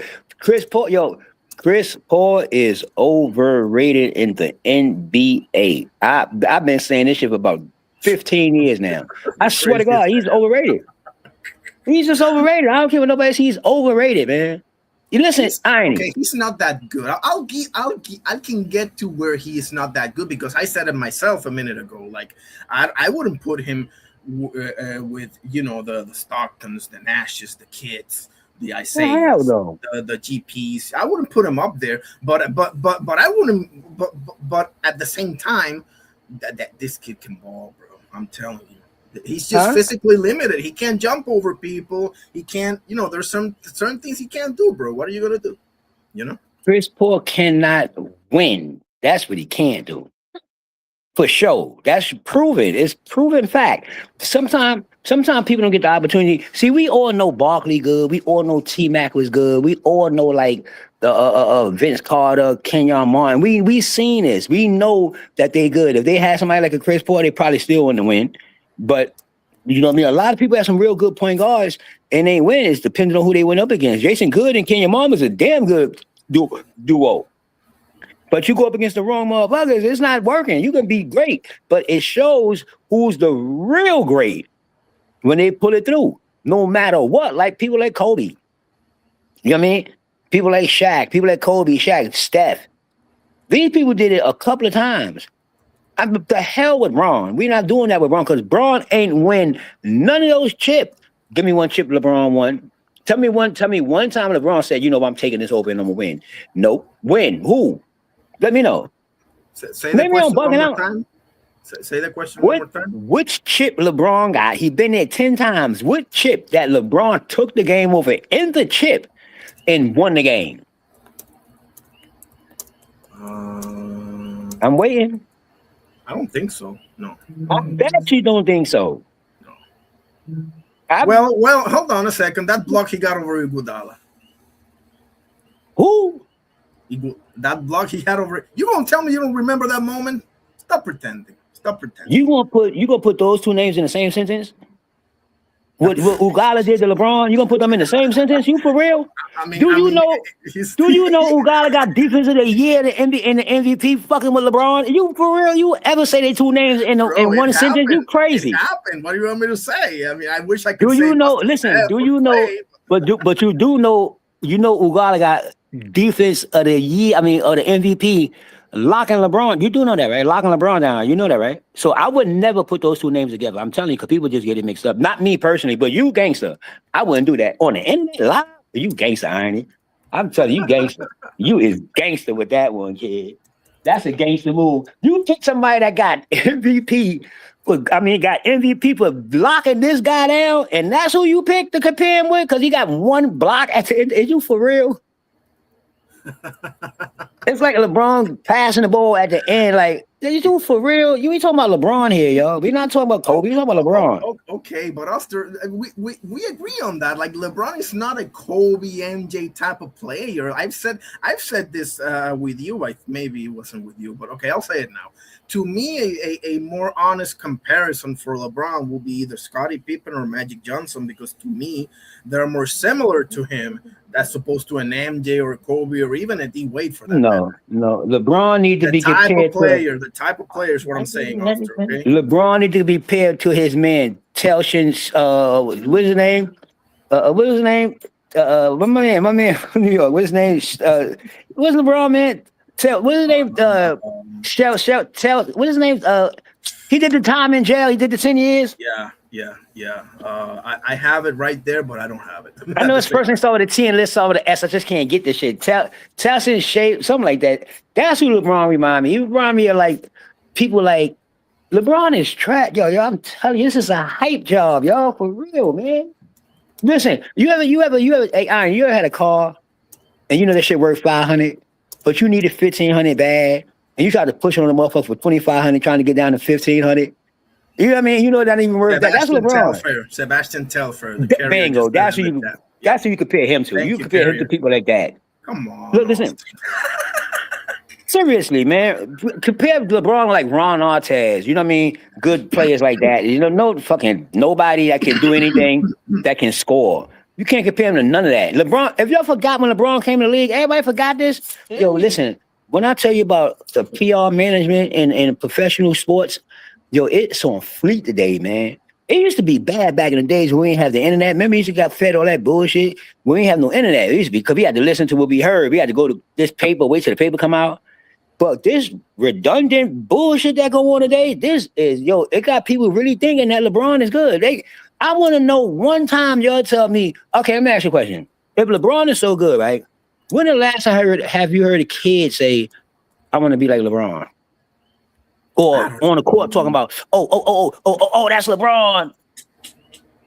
I just want to know. But Oster, not everyone's 6'8", 270 pounds of sheer muscle. I mean, come on. Like realistically, you can't say that, Irony. People to even can say that in this earth. But how, Irony, how can you say that and you got 7-footers shooting 3-pointers like a 6'1" guard? What are you talking about? Everybody's Steph Curry. So you could be 7'1" and be Steph Curry, but you can't be 6'1" and be LeBron.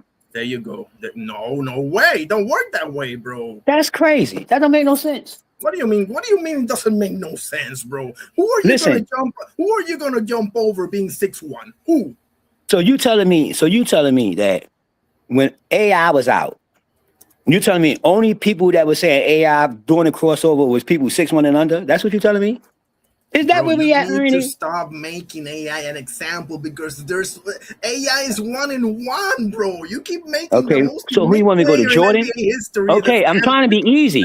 I'm trying to go to the low. You want to go to Jordan? You want me to go to Kobe? Because all these people is mimicked by people I know people that's fucking 4'11" and mimic AI and mimic Kobe and mimic Jordan. I don't see them mimic LeBron, but it ain't like LeBron running around doing all kind of crazy dunks. He do one dunk for his entire career. True story though. If you give him the lane, he's gonna go and dunk it like a Statue of Liberty for the entire career. The same old dunk the entire. He is the most made up player in the NBA history. I'm talking about in sports history. Y'all think it's a joke in sports history? I think LeBron might be cloned at this point. This might even be this guy running around. You think it ain't? You think Kodak Black and all these niggas are cloning Gucci, man? LeBron, I'm telling you, man, because for some reason. Hey, Irony, we all got the internet right now. Maybe you got a lot of money, you don't have no internet.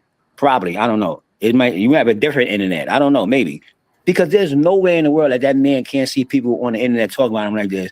I would have to say something at this point. Me personally, I would have to. Yo, come on, dog. Man. Yo, but you hear me? Yeah. No, I wasn't talking to you. I wasn't talking to you. I was talking to my man. Keep calling my fucking phone as I'm talking. No, my man keeps calling me as I'm talking. I'm like, yo, come on. I keep telling him to call you back. Nah, Carrier, I disagree. The most overrated player of all time to me is Blake Griffin, bro. It's not even a debate, bro. You crazy. Draymond Green could do some things, bro. He can lock you down. Draymond Green's the modern day Dennis Rodman, man. Yo, If you really is tripping, Iron. You is really tripping. The Nico, hang on a second. modern We got day. a new let me just read this chat real quick. I'll let you go. Trust me. We're gonna get into this, buddy. Trust me.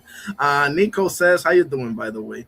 I didn't hate Patty Pimblett before, but after UST constantly giving everything on Silver Prowling, his robbery against bro, that was a robbery, Nico. Jared Gordon won that fight. I want his career to get destroyed and collapse. That Topuria will do that job. I don't think Justin Gagey will do that job. Too many. Justin Gagey's been to the wood chipper, buddy. Way too many times. Go ahead. Why am I tripping, Carrier? Go ahead, Oster. What did I just say? Oh, Draymond being the modern day Rodman. Go ahead.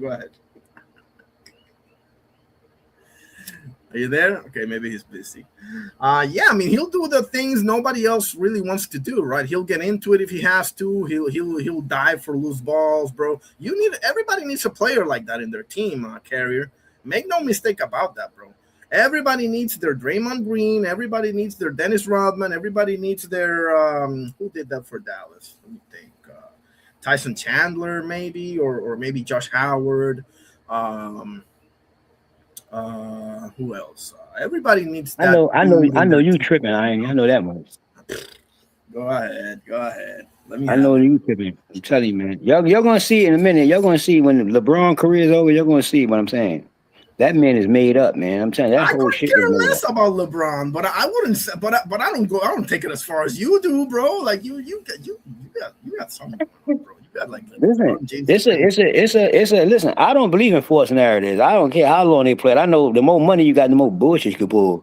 And if you put enough money in this dude, you think they're gonna come out with that? They changed every rule in the NBA. They got, you know how many stats they got now for the NBA to keep saying this guy is, they break it all down. And I be looking, I be like, yo, I hope I'm living to see the bullshit because I want to see this shit happen because he is definitely a PR founder. Yo, listen, he's so good. They PR is so good. You physically see athletes in the league better than him playing with him on the spot, and you'll still say LeBron is better than him. You clearly see it. The man can't spin. He ain't got no back. Y'all, I don't know what y'all be looking at, man, but I'm telling you right now, man, the man can't back you down. He got no post game, no nothing for 21 years, 22 years. Ain't developed anything. A jump shot, nothing. What he did develop is how to cheat the game, though. He's the flop king. How can you be the great and you be called the flop king? And how is that possible? Yeah, no. He is the flop king, and it's not even close. I mean, I'm with you on all of that, but when he beat the goal, bro, even you, Oster, even you have to acknowledge that win against that Golden State team, bro. That you might as well give him 4 rings for that one, bro. Like that was stupidly great. That wasn't even supposed to happen, bro. So can I ask you a question? So when Crawford beat Canelo, because that wasn't supposed to happen, right? Remember, that wasn't supposed to happen. So why is Canelo still great? Bro, if we going by your sense. If we going by your sense. Analogies. Go ahead. No, I'm saying if we going by your sense, right? If we going by your sense, because now, basketball is a team sport. And back to my original question was, give me a game LeBron won. Because LeBron didn't win near 3 of them. He scored, but he ain't win near 3 of them. We know this. We know who won the game.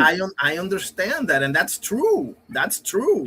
The guy to do that was not him. It was Kyrie Irving. Let's say we take Kyrie Irving off the team. If Kyrie Irving would have fouled out in the 3rd quarter, would that play out the way it played out? No, LeBron went right back to his natural Kyrie to passing the ball to somebody else to be a good player.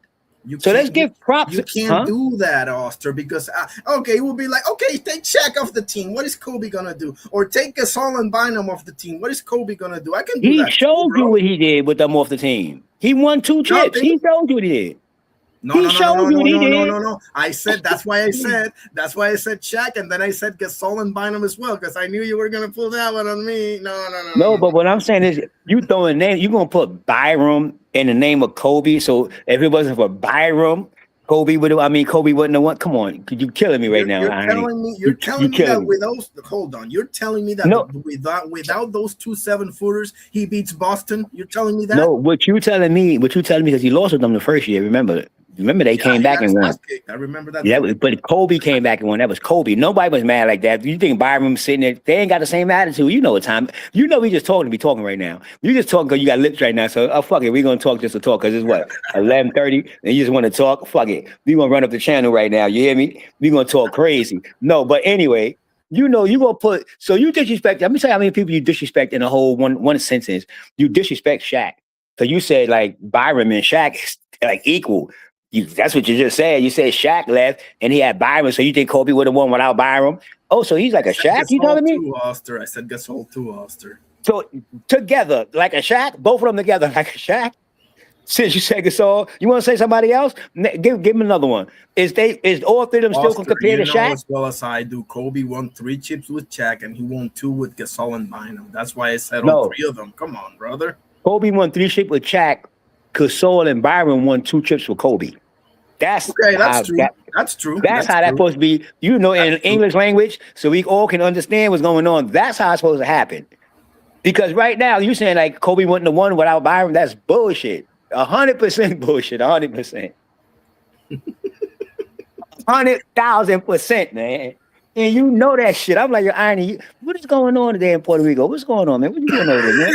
You had a drink over there, man? What's going on over there, man, Puerto Rico, man? You had a drink over there, man? Did Balagan come in town, man? Y'all was partying? What's going on, man? No. He went there. He actually went there. Listen. I mean, everybody, bro, ain't nothing wrong with saying everybody needs some help, bro. Like, even, bro, Kobe's my favorite. Bro, you know this. You know I'm a Celtics guy through and through. My blood is green. Still on Kobe. And my favorite player of all time is Kobe Bryant. And I actually think he is the actual GOAT. But that's another conversation for another day. I don't think you're gonna have too much issue with that either, because I know you love your. I could tell you 2 players that Kobe went and got and won the chip. That was more effective. That was more effective than Gasol and Byron in an 82-game series to get them to the chip. I can tell you 2 players that Kobe physically picked out himself. Lamar Odom and who else? Nope. Lamar Odom came. Remember, Lamar Odom ain't no tough guy. Kobe don't. People get drafted. Kobe. If Kobe get you, then you're a tough guy. Bonds and Meta World Peace. Yeah. That's how Kobe won those chips. Yeah. Trust and believe me, that's how Kobe won those chips. He knew who to pick. You're emphasizing my point, because I just said you need players like that, like a Draymond, players that will get down and dirty and will do the shit that nobody else will. You need players like that. See, here we go with this Draymond shit again. See, this is the problem. Here we go. Come on now. Here we go. We got to stop this shit. This is killing me. Draymond is a clown. Draymond is a motherfucker that picked his position based on some greats around him. Because honestly, Draymond really, in my eyes, he really don't have anybody can play that position Draymond played, but anybody can't play Clay and anybody can't play Steph. Anybody can sit down. You see Brooks right now going around the league, being a new Draymond. Yeah, you see Brooks, right? Yes, sir. That's my guy. You see what he did to LeBron? Yeah, that's my guy. What the fuck are you talking about? That's my guy. That's how you should have handled LeBron when he first came in the league. Remember he first came in the league, he was a little girl. Yeah, everybody forget that. I want to know what this little rage LeBron went on that he took off to the NBA that everybody is even debating that, he's the best. I think it's MK Ultra in people, for real. Bro, I mean, I think it's MK Ultra. I think it's something in the air. I'm sure it might not be in Puerto Rico, but I think it's in America. I think it's in the air. Listen, I think they sprayed some shit in the air and said LeBron is the man, and everybody starts talking about LeBron is, and they got visions of him doing all this dominant. And I don't know how can you dominate anything and you lost 6 out of 4? I mean, you lost 6 out of 10. If we was in school, you have to do this grade again. You would have failed, right? You know that, right? If you got a 40, you would have failed. You'd have to do it again. LeBron is the only one that can achieve with a 40. I swear to God, I'm not making it up, man. But you can't say that like that, bro. You're saying he lost 6 out of 10, overlooking the fact that he won up against 2 all-time great teams in Golden Oh, we State and back San to that now? Antonio, Now we bro. back to who you facing? How You many back Hall to of who you Famers? facing now? How many Hall of Famers did the Spurs and the Warriors have on their team, bro? At least 4. Okay, listen. Are you talking about when Jordan played these people, or are you talking about how many Hall of Fame people Jordan went up MJ, against? this is what I'm about to cook you, bro. MJ never faced a team nearly as good as the Spurs or the Warriors in the finals. That's undeniable. 100% bullshit. 100% bullshit. Magic didn't have Kareem, and Magic was like 100%. 93 years Listen, old. that's 100% bullshit. I'm telling you. Now, let me give you my perspective of it. Remember they said they couldn't, Jordan and them team couldn't beat Houston at the time. Remember they Damn said, right. remember they left, Houston won twice. Remember that? Yes, of course I do. That's my guy. Okay, Hakeem. people believe that, right? What I believe is this. Unless Houston was a brand new franchise that came there the year Jordan left, then it makes sense. But if Houston been there long as Chicago been in the league, all these years, and they was in the league, so if Jordan won 3 prior, and Houston is on the West and Jordan is on the East. So I don't believe that Houston couldn't have been that good if they couldn't have made it to play me until I left. And then you make the chip. So you obviously in the West, you wasn't that. I'm in the East. I'm not even thinking about Jordan until we get to the chip. When we got to start the playoff run, my whole mind is on the East Coast. I'm playing people on the East Coast. So if I get to the finals and Houston is not there, this great team that's supposed to be the only team that could beat us, but obviously you can't beat the Spurs, or you can't beat Utah, or you most definitely can't beat Utah, and you most definitely can't beat the Seattle Supersonics. So I don't know how good you are, because I beat all those motherfuckers. So I don't know how good your team was, but my team was really good, because we beat all of them every time they came to the whole chip. We beat them. We not LeBron. We Michael Jordan over here. We want to be like Mike. We don't want to be like Braun. You heard me? I need to show you something, Oster. Carrier, I hope you're paying attention. This really drives the point home to me. I need to do this. I just gotta do this. Let me Please know do if that. it's good. Please do it. Let me see, please. Oh yeah. Are you seeing this? Are you Yes, seeing my sir. screen?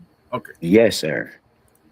Michael Jordan didn't beat Larry Bird. You showed Michael Jordan going between his legs one time in the highlights against Larry Bird. And that was the game he got 63. That's when he dropped 63 on Bird. Yes. But if memory serves me correct, He lost that game.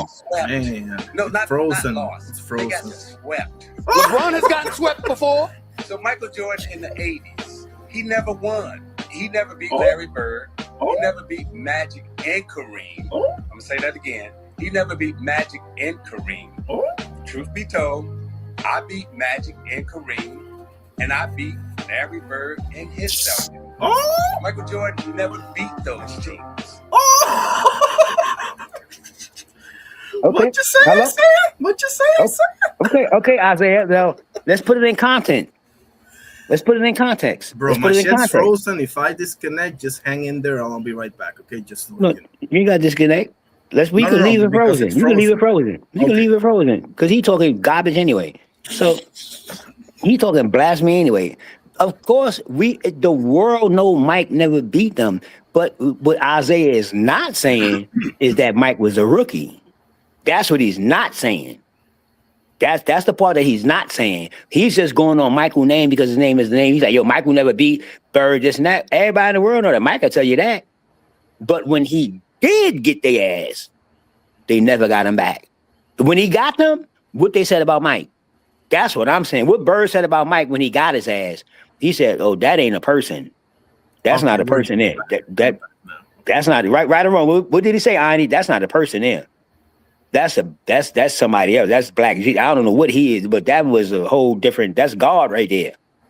He beat those teams when they were 63 years old. No, but you got to understand one thing. The thing about this is that that's like comparing LeBron to Jordan. They compare LeBron to Jordan. He retired. At least Jordan got on the floor with these dudes. At the least. But y'all comparing him to somebody that retired. So you can't even debate that now about they was this age and that was that. But they was on the floor. LeBron is being compared to a man in a suit that been wearing a suit for the past 15 years. And you compare him to him, he ain't been on a basketball court, nothing. He ain't been around the sport. You, LeBron, brought him back to the sport, to be honest with you. You started this shit 5 years ago. Now he's back on Sports Center, having little interviews. To be dead serious, because Jordan was just a legend. No, it was no debate until you brought his name up. That's what you get for waking up the dead. That's what you get. That's like me going to Puerto Rico right now.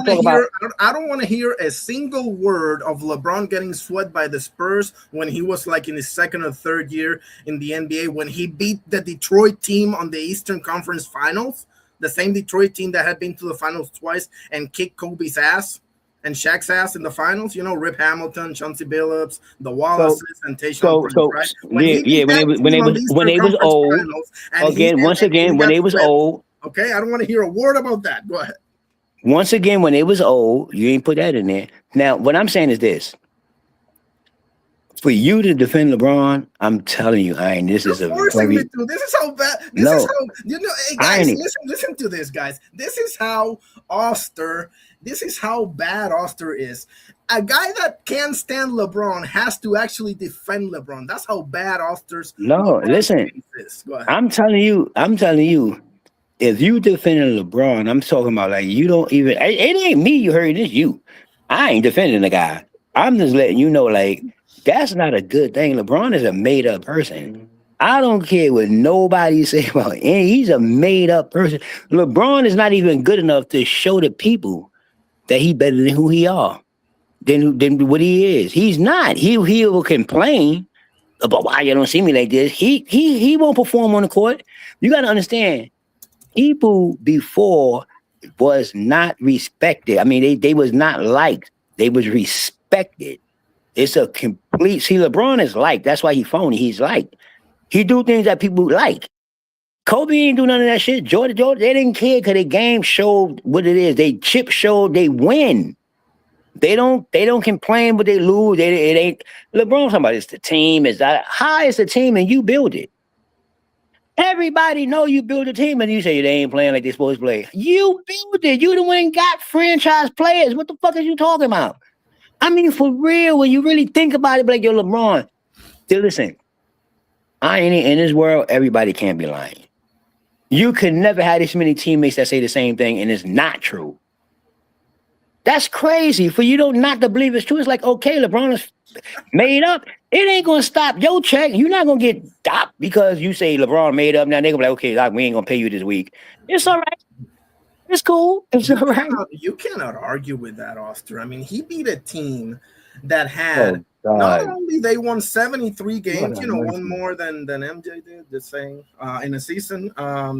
Steph, Clay, Draymond, and fucking Iguodala, and all those chumps. He beat that team. They were all younger than him, all in their prime. He beat that team being 1-3 behind in the final. And he beat the Spurs that had Manu, Kawhi Leonard, Tim Duncan, and Tony Parker. Bro, ain't no debate. The best team he beat is Seattle that had Gary Payton, Sean Kemp, Schrempf. I don't remember the center, but the shooting guard was Hersey Hawkins. And they had a good six-man. I'm not going to remember who he was. That was the best overall team because Utah were a two-man power trip. You know this as well as I do. And Portland was Clyde Drexler and nothing else. And the Lakers were a bunch of old dudes. Okay? Well, listen to this. Phoenix what you say. Nobody else. This is what I'm saying. You got to really, really make sense of this. You just named Gary Payton that LeBron beat, right? MJ. No. To me, the best team, if you want to say it's Utah, that's fine. But to me, the best team he beat in the finals is Seattle, without a doubt. Listen, MJ. Tomato. Yeah. No, I'm just saying like this. So you talking? Let's get to LeBron. Let's get back to that. You said LeBron. You can't debate that he beat Tony Parker and who else you said? Manu, Kawhi Leonard, and Tim Duncan. Beat them, right? Yes. Beat them. Four legit Hall of Famers. So how he lose to one possible Hall of Famer? You talking about Dirk Nowitzki? You got to know better than me. No, that's the best finals I've ever seen in my life. No, But no, no, let's no, not no, no, no, forget. no. But let's not forget. You're talking about Dirk, obviously. But the let's not forget. Jason Kidd was also in that team. Jason Terry was also in that team. They had two really good 7-footers, Tyson Chandler and Brendan Haywood. Page was old, but it was still in that team. And the equalizer. People forget how good how important JJ Barea was in that finals, Oh bro. God, People listen. forget. Oh no, Yo. got nothing. Without JJ Barea, they don't win. You know this as well as I do. Without Dirk, they Is don't that even because make he the choked? playoffs. We know this. But with JJ Barea, they don't pull that off, bro. You know this. Come on, man. Oh my God, man, this is crazy. Seriously? This is nuts. Oh my This is God. why. He This is doesn't why I don't like talking. remember. This is why I don't talk like. This is why I don't like talking on the internet no more. Okay, I'm telling you, this is why I don't like talking on the internet no more because this is crazy. This is the wildest. Like this is a real conversation we have, and we really conversing about this shit. LeBron is amazing. Even Carrier's seen the light, and you have. Listen. There's no way. That's like saying, yo, I ain't be having the baddest chicks in the world, like the pretty, I'm talking about model type of chicks. But everybody see you with a fat girl. With 3 stomachs. Everybody see you with a fat girl with 3 stomachs. So you trying to just make people believe something, and you don't know why these people believe this because what we see is what we see. And LeBron is made up. We can talk for nights about this, but I'm gonna tell you one thing. I'm not arguing that. I'm just answering the but I'm question saying, you told me about Dirk.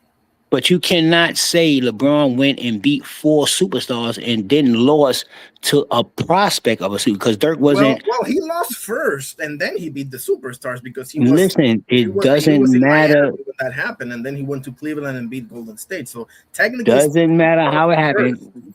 Doesn't matter how it happened. What I'm saying to this is when you know somebody is made up, is when you disregard the flaws. Just disregard them. Disregard the sweeps. Disregard the ones he's posting. Just disregard them. Though you know what? LeBron is still the greatest because look who he went against. He went against Barrera. Earlier he went against. Bro, just because somebody's not an all-time great fighter, don't mean they can't take over a series. So that's disrespect to the Spurs. You put Barrera, you put a motherfucker that's on the bench.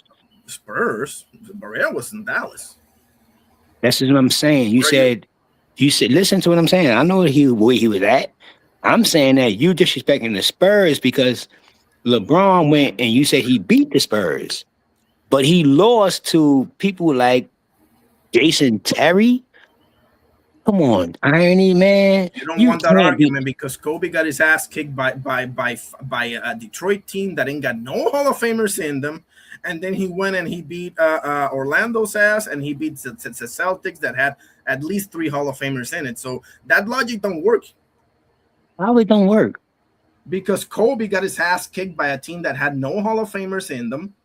And then he went out and kicked the ass of Boston. Well, that was a 7-game series, but Boston had at least 3 Hall of Famers. Ray Allen, Kevin Garnett, and Paul Pierce are 3 surefire Hall of Famers. What did Kobe do the next year? The next year after the Celtics win, I don't know. I don't remember. What did he do? That was his last championship. So he came back and kicked the Celtics' ass. He came back and kicked the Celtics' ass. That's what the fuck he did. I'm telling you. That was a 7-game series, buddy. That was a 7-game I series. wouldn't care if it was a 20-game series. He kicked their ass. At the end of the day, it doesn't matter how long the series was. It don't matter how long the series was. He kicked their ass. They could have played 20 games. It doesn't matter. See, there's a difference in attitude. And listen, Kobe played that next year. You know, Kobe type of dude that he wanted the Celtics to win many games as he wanted. Because he wanted to see them again back there. Because I'm going to show you what time it is with your 3 Giants. That's when they first did that little super team. I'm going to show you what time it is.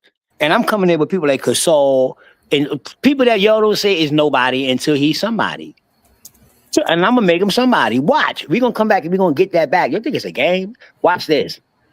I ain't LeBron. You're not going to beat me. I'm not going to run to Miami. That's not me. That's LeBron. That's not the guy. The guy gonna go there. The guy nobody going against. But Kobe gonna go. I'm gonna take you to 7 though.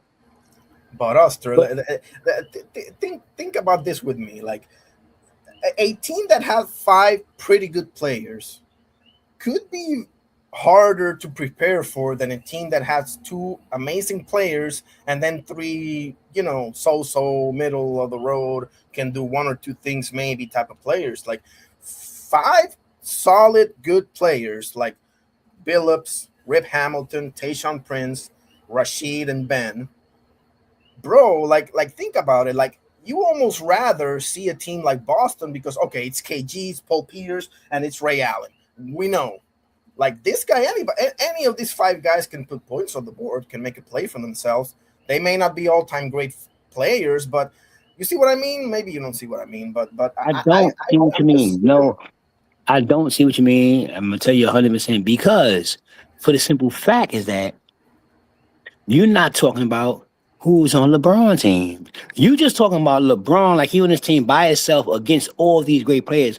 LeBron got just as many franchise players on his team to match them. So basically, that shit is about nothing. It's a one-on-one with LeBron and whoever guarding him. At the end of the day, because LeBron got people on the team that can do everything they can do. So that's what we talk about building a super team. All that shit match up. Kobe is not with that. Y'all can keep your super team. Okay, I'm gonna take you to 7. I already know how to beat you. I took you to 7. I'm gonna make y'all just better make sure y'all win. Cause I'm gonna make sure I win over here so we can get back here to this showdown again. And I'm gonna show you what really time is. It is, and I'm gonna keep the same people. I'm not going to get no motherfucking franchise. I'm not doing none of that. I'm gonna come back here and kick your ass. Y'all think I'm playing with y'all? Watch this.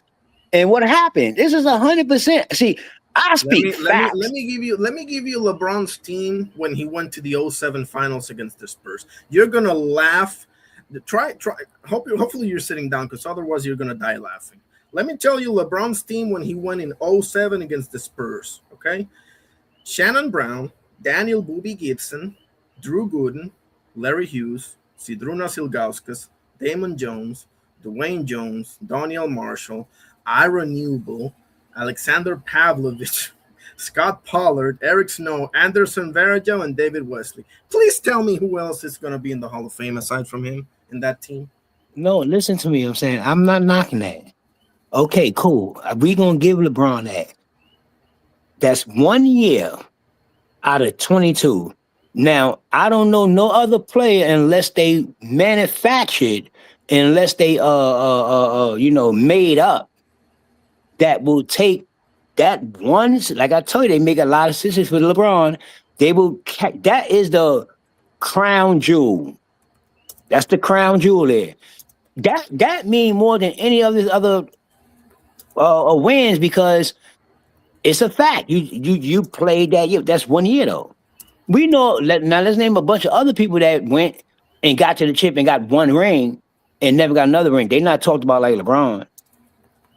So, but because LeBron got all these extra accolades, man, it's a complex of a bunch of bullshit that you ain't gonna never get around the end of it because you're gonna do things like this. Like, so you telling me but look at Jordan team. Jordan won 6 straight chips with no Hall of Famers, no superstars, no all-stars. Only developing. No all-star ever got drafted to Chicago. Dennis Rodman did not come as an all-star. Scottie Pippen was drafted, so that's what you call a developing Hall of Famer. That's not a Hall of Famer getting drafted. That's not that. It's a completely different. That's true, but by the time, okay, I'll give you the Lakers. I'll give you the Lakers series because Scottie locked Magic Johnson down, but offensively he wasn't what he became later. So I'll give you that one. The first championship, it was Jordan pretty much by himself. I'll give you that one. But no, it was never Jordan by himself. Exactly. That's where I was going with this, but go ahead. No, Carrier. I don't have LeBron as the GOAT. I got Kobe as the GOAT. You got me wrong. What I'm saying is this is that, like, it's like, okay, put it this way so it makes sense. Say you got a son, that's your son. You seen him be raised, you raise him straight up from the infant to the man, and he a good guy, good man. You take like 100% of that, 100%, because you know you did that. That was developed. But also, your son is 18, but when he was 13, you adopted a kid. And he was good, just like your son. Just like your son, good. Probably even better.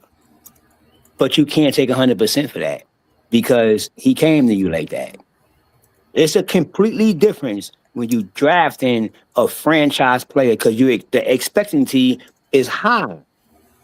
Of then a developing player like Scottie Pippen, no one expect nobody that walk into well, some people, but not people that got drafted like Scottie Pippen. Like you wouldn't believe Draymond Green would go to Hall of Fame getting drafted 55 in the second round. You don't think this type of shit until later on. Then you're gonna act like, oh, he was drafted, he was that good. No, stop, slow down. It's okay for people to develop. It's okay. The same way it's okay for somebody to come in there at ranking 55, pick 55, than a first round draft pick. They ended up in the same place, a different payment, but the first round draft pick might not get no chip. That motherfucker might get 4 of them. Facts. It just happens because some things just develop that way. You know what I mean? If shit was the way it was supposed to be, people picking first round draft picks, we'd be some mad motherfucker in sports. We'd be mad because the first round draft picks would win a chip. So whatever team, and it's stupid because if you get the first round draft pick, I mean you did the worst last year. So you the last one they expect to get a chip. Yeah. This year, it just don't make sense. That's why when people build teams in between the draft, that's why that's the only time you can steal first round draft picks is when the league started and you start to try to get in these drafts. And you could take somebody franchise player like LeBron do. And I don't know when they left that hole up to let you just take a franchise player. A franchise player? Come on, that shit is unheard of. Listen, you a franchise player, you think you slick. You went to Miami to another franchise player and then grab one friend. You ain't want to see him too doggish, and you grab one franchise player. But it's in your blood because when you went back to Cleveland, you grabbed Love, another franchise. LeBron, you gotta stop. I mean, I don't mind him doing that because, I mean, come on, man. Bet you don't. What is he gonna do? Get Eric Snow and Sasha Pavlovich again? I bet you don't. I bet you don't. I bet you don't. Because listen, people need help. You didn't see AI. All your favorite players don't do it. Jordan, AI, back in the days, nobody, Kareem, none of these people did this, or Olajuwon. Nobody did this. Everybody took their draft pick. With AJ, we work with them. Everybody. This is deep. I'm just speaking facts. Now we can say it's okay in today's time because LeBron need help. So everybody talk that way, like you ain't nothing wrong with yes, it is something wrong with it. However, if you believe in nothing wrong with it, then it's fine. Do you get what I'm saying? It's cool. If you think that that's how it goes, it's really not how it goes. But in today's time, people believe like it's cool to just be taking draft picks and all that. We not in the park when we ain't in the park when we was a kid, and I get to the basketball court and I get the best dude. You know, you got the best dudes on the court. I got all of them on my team, and I'm sitting there bragging because we won 5 games in a row. We supposed to win 5 games, but we know nobody could beat us. We got all the best players on our team. We not spreading it around. You know what I mean? But in your guy, no, certain things I cannot defend. Like the decision, bro, that's one of the worst. I cannot defend that. So, bro, you go ahead and have a field day with that one. I'm right there with you. And people's eyes is just like, you know, it's cool. It's like, but that's just not what the game is. And then, ironically, you still lose. So you think you madder than the franchise dude you grab from over there to come over here, think he gonna run on Braun Chamber, we gonna win, not knowing you manufactured. We over here taking the last shot, doing the last play. You just giving the last good pass. You could give a good pass and somebody get the hidden shot. When I grew up, the one that hit that buzzer shot all the time got all the recognition. Nobody gave a fuck who passing the ball. Technically speaking, when Hodges is in the corner and Steve Kerr, how you think Steve Kerr get a coaching job? Steve Kerr sitting over there popping those threes with Jordan. All of his only job is one job. Steve Kerr have another job. One job. We're gonna go up 9 points. We're gonna send Steve Kerr in there or Hopkins or Hodges or whoever it is. He gonna hit 2 threes. Now we up 15. You know what I mean? Scotty, we gonna juice him. We be up 20 points in a minute. That was a chemistry. Because you got a scoring machine. Woodson, you got Jordan. You got a scoring machine. We got to go up 9 points, go get about 2, 3 points. Because remember, back in the days, it wasn't about this. In today's time, they trying to go up 20 points, and they all gonna shoot threes. See, Jordan gonna go down 2, 3 times, get fouled. He gonna score, get the and one, hit that boom, boom. They can come down because remember, Chicago got defense, so they got D. So it's not guaranteed you scoring when you come down here. It's more of a guarantee they're gonna get a steal or get some kind of block, and it happens. Chicago run these motherfuckers. They on the West Coast. They run down, get up 9 points, and here comes Steve Kerr. You see Steve Kerr come right in there, slip his little ass right to the corner. Everybody paying attention to it, and hits Kerr, bam. They up 12. Come down some good D, bam, they up 15. Yeah, I'm glad you said that because Steve Kerr and John Paxson won Michael two championships, but nevertheless, go ahead. You said they won Michael 2 championships? John Paxson won it against the Suns, and Steve Kerr won one against Utah. You know this as well as I do. Go ahead. Listen. See, this is the point. This is why I hate talking to people, especially on the internet. But now you're talking about the result. But the result don't matter in LeBron losing. You just asked me, give me a game that LeBron won.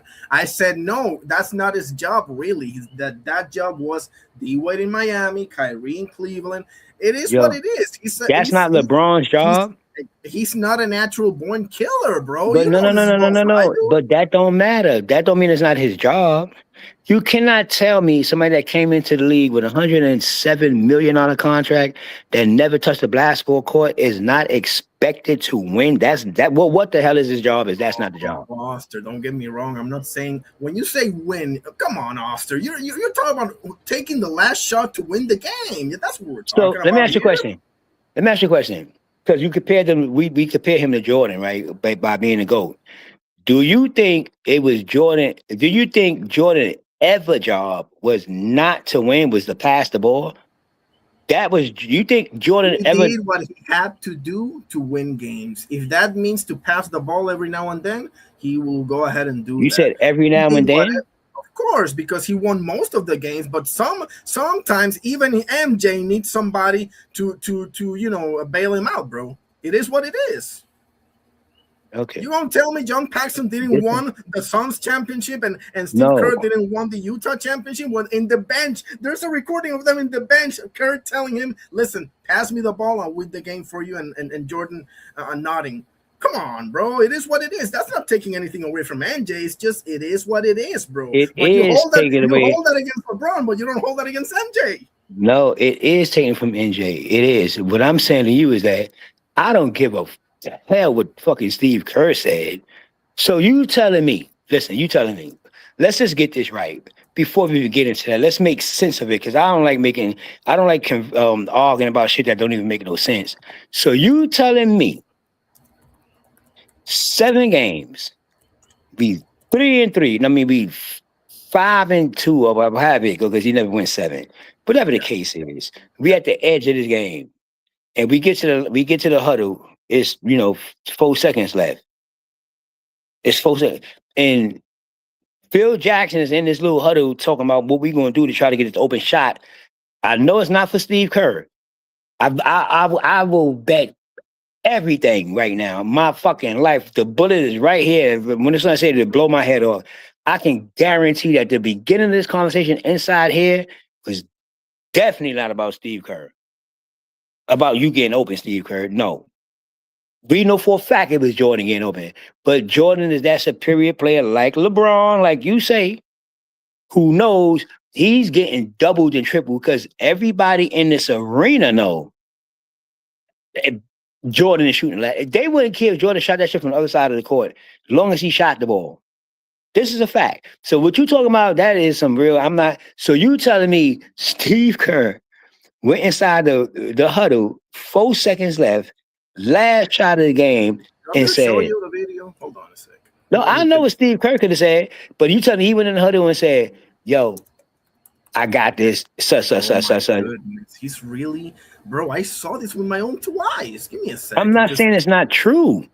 I'm asking you, do you think Steve Kerr could have said what the fuck he wanted to say? Do you think it's true that he told Of course, Jordan? I think it's true. So, That, bro, if you really look at this, this actually enhances Michael Jordan. If you really look at this, I think because he that Steve trusted his Kerr, teammate, bro. I think Steve Kerr could have said something like, I'm open. I'm open. If you know Jordan, I'm open. Because there's no way in the world I don't think Steve Kerr would ever open his mouth to tell Jordan, no, surround this play around me instead of you. And let me get the because I can win this. If that's not even a debate. I'm not even debating because I know for a guaranteed fact that shit would have never happened. Ever, ever, ever. That's like them telling Kobe to miss the shot because Jordan in the All-Star game, remember that? Missed the shot because they wanted Jordan, whatever. You saw Kobe look that fucking thing like, is you fucking serious? That's not me. I'm with all that shit y'all on. I'm trying to win the game, man. The fuck is you talking about? Missed the shot on purpose, nigga. I play basketball. I don't play media, nigga. I play basketball. For real, man. And this is why you get respected. These niggas is media. These niggas is, I'm telling you, made up. I don't care. You would never tell me about LeBron. That motherfucker is made up.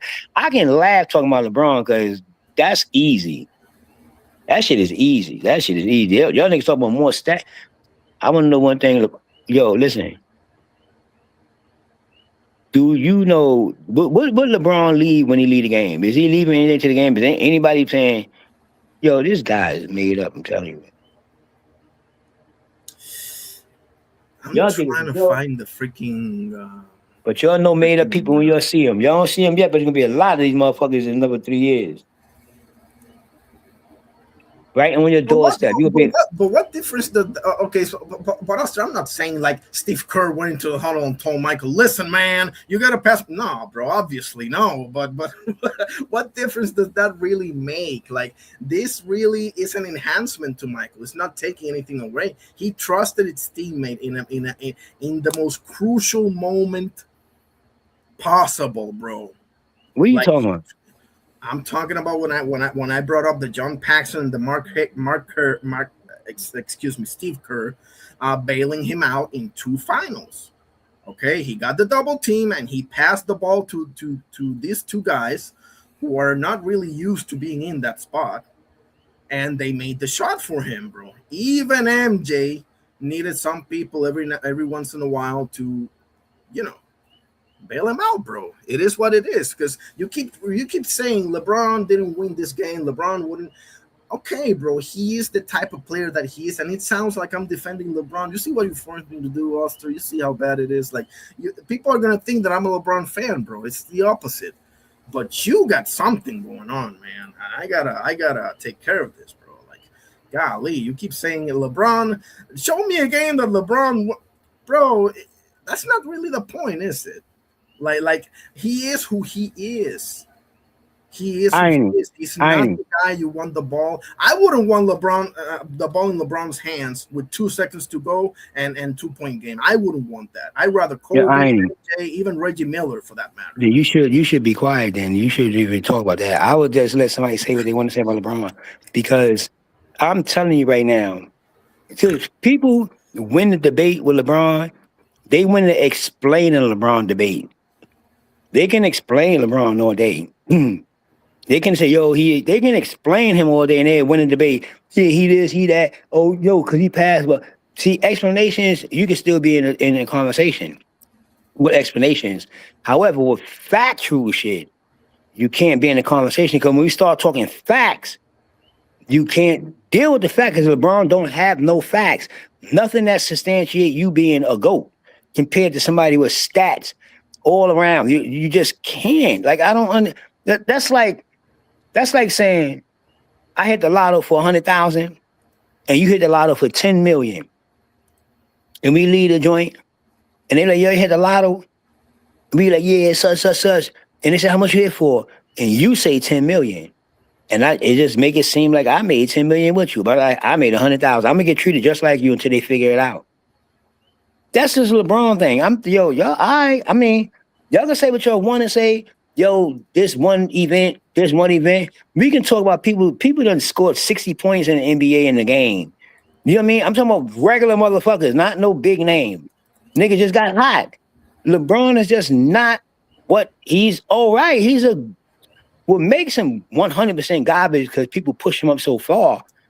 It makes you just a straight because to me, LeBron, I don't even know if he in my top 30. If I can remember 30, LeBron can't listen. I'm not gonna say LeBron can play basketball. Not to the day. But when LeBron first came in the league, he could have been doing a lot of shit places or whatever the case is. But when you got this name and you come into this league, it's different, man. Like I'm just a friend. I seen Jordan and Kobe AI talking about little dudes, big dudes, when the league was really against the players. I'm talking about getting it beat. was a more center-driven league without a shadow of a doubt back then. Without a shadow of a doubt. Yeah. So that's why you can't respect.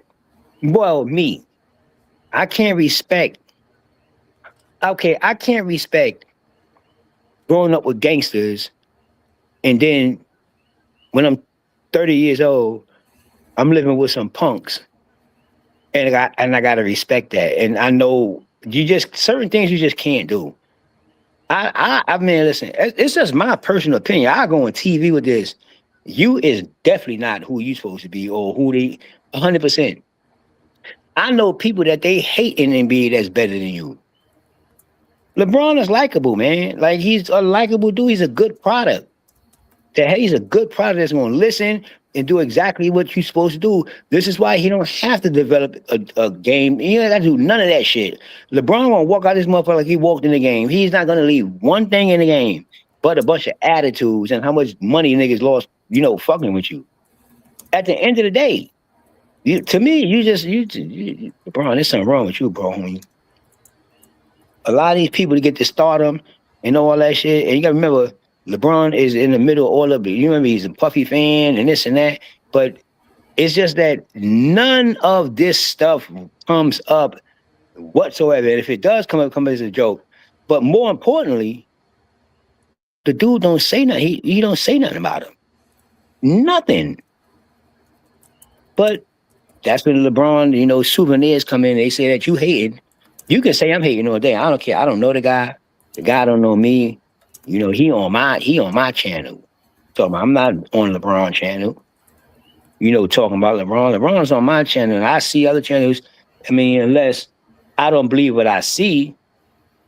You know what I mean? Like if you love soccer, you love boxing, ironing, whatever they say, you used to play soccer when you was younger for years because that was your dream, and whatever happened, broke your leg, or if you was boxing.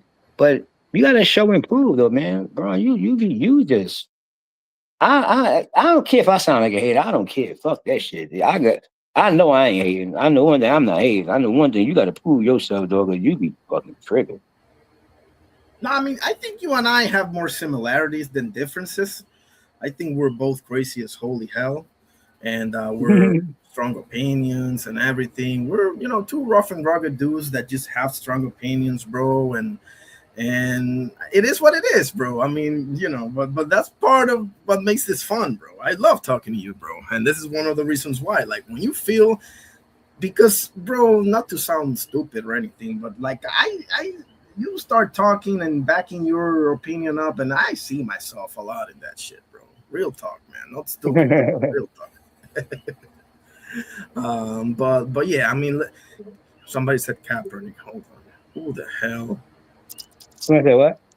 I believe Kaepernick should get another chance, but I don't know, bro. Kaepernick's a whole different deal. I don't know that much about football, but yeah. To get back at the so okay.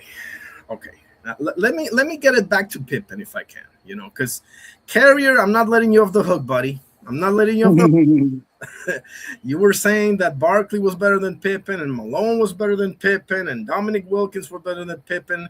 No, Robinson, yeah, I subscribe to Robinson, Olajuwon, obviously KD, all of that. Kawhi, all of that. But nah, you're not going to convince me that Barkley, Malone, and okay, if I can only take one and you put Pippen, Barkley, Malone, and Dominic Wilkins, bro, the answer to me is simple. Give me Scotty, bro. Give me Scotty. Like Malone, bro. Malone is the all-time leader in turnovers in the NBA, fellas. Can you believe that? The irony, he's like second or third all-time scoring. By the way, he should still be sending checks to John Stockton for that one. Just saying. But he's the all-time leader in turnovers, bro. What are we talking? And Malone defensively wasn't shit. Okay? LeBron couldn't stop. Malone couldn't stop anybody defensively. And neither could Barkley. What are we talking about here? It's not even a debate, bro. Malone's career was Stockton, man. 90% Stockton. The male, man. Miss me with that crap. Go ahead.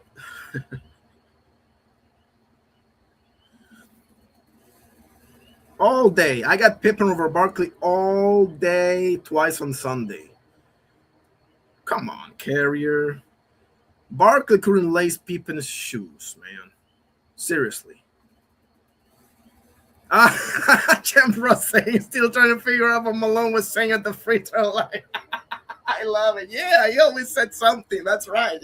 He took like 3 bing bing bing dribbles and flipped the ball, whatever it's called. They flipped the ball over and then took like 3 seconds to say some stuff and then squished that stuff off the bro. Malone couldn't lace KG's boots, couldn't lace Dirk's boots. Don't even get me started on Tim Duncan. He couldn't even lace. Bro, if you push me hard enough, I'll tell you I'd take Pau Gasol before I take Karl Malone, bro. Seriously. What can he do aside from hitting that little middle-range jumper that Stockton got to him every pick and roll? What else can he do? Seriously, this is like the Blake Griffin talk, guy. Like, what else can he do aside from this one thing that is created by his point guard? He doesn't even do that. He just stands, does the pick, he rolls, Stockton does all the work, he bounce passes to him, 2 points. Okay, beautiful. But take Stockton out of the equation, buddy. I mean, you will be Al Jefferson or somebody like that. Come on, man. Nah. Nope. No. You're muted, Oster. I don't know if you're talking or not, but you're muted. You say you'll be Al Jefferson. Yeah, Al Jefferson never had anybody to play with. And this is a habitual 20-10 dude, bro. Played on every bad, horrible team there is in the NBA. Never got a break, bro. Never, ever got a break. Poor guy, bro. Kind of like an Elton Brand type or something. Or Zach Randolph. Zebo. But, yeah. Well, actually, Zebo got to the playoff a couple of times. Forget about Zebo. More like an Elton Brand or something like that. It's always on putting up numbers, but always on a bad fucking team, bro. Can't catch a break. Oh, he was saying something for sure, Ross. Huh? I would love to know that, though. Yeah, you remember Karl Malone always on the free throw line had this routine where he said a couple of things and then he shot it. Like Ross was joking, saying he's still trying to figure out what he was saying. That midi, yeah, it was nasty though. I'm not gonna lie, like it was pretty much money.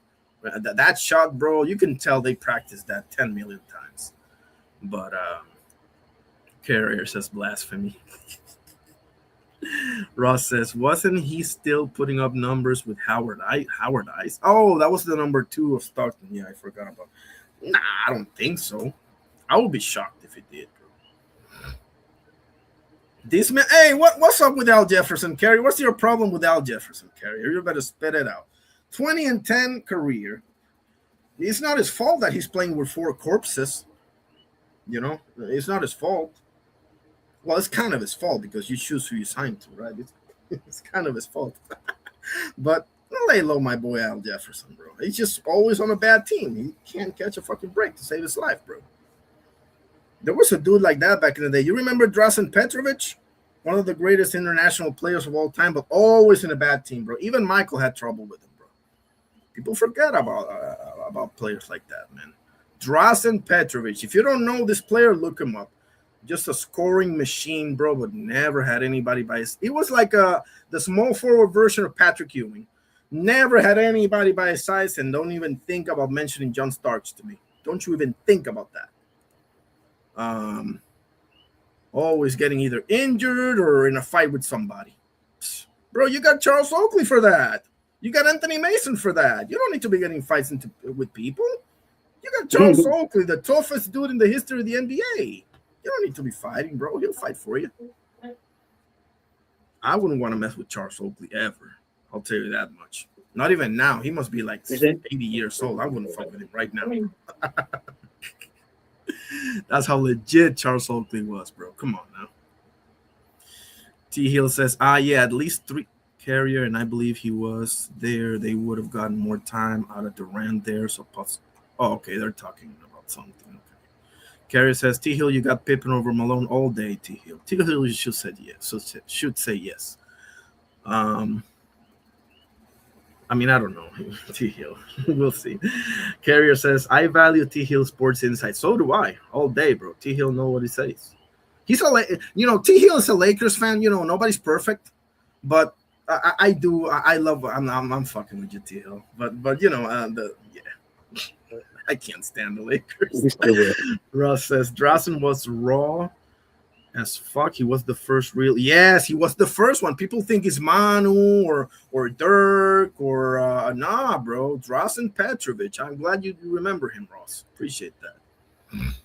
Al Jefferson was a good. Yeah, he was. You're damn right he was. Carrier says Drazen, great player, great shooter. Yeah, that was the thing. He was more like a one-way player. He didn't have the defensive prowess that MJ had. You're not even close, bro. Ross says Kenny Anderson, Drazen, and Derek Coleman. Yeah, Kenny Anderson and Derek Coleman, great college players, but just could never, bro. I'm not saying it's as bad as Jimmer Fredette or something like that, right? But they just never panned out. Kenny Anderson had a couple of good seasons, but Derek Coleman, bro, like Larry Johnson. Remember Larry Johnson? He came in number 1 over, I think, Alonzo Mourning and like 3 other Hall of Famers, and ended up being damn, bro. He just never got over that hump, Remember, he and Alonzo Mourning got into like a million fights. That famous fight where Jeff Van Gundy gets like trapped between those fights of the fighters of the players. You remember?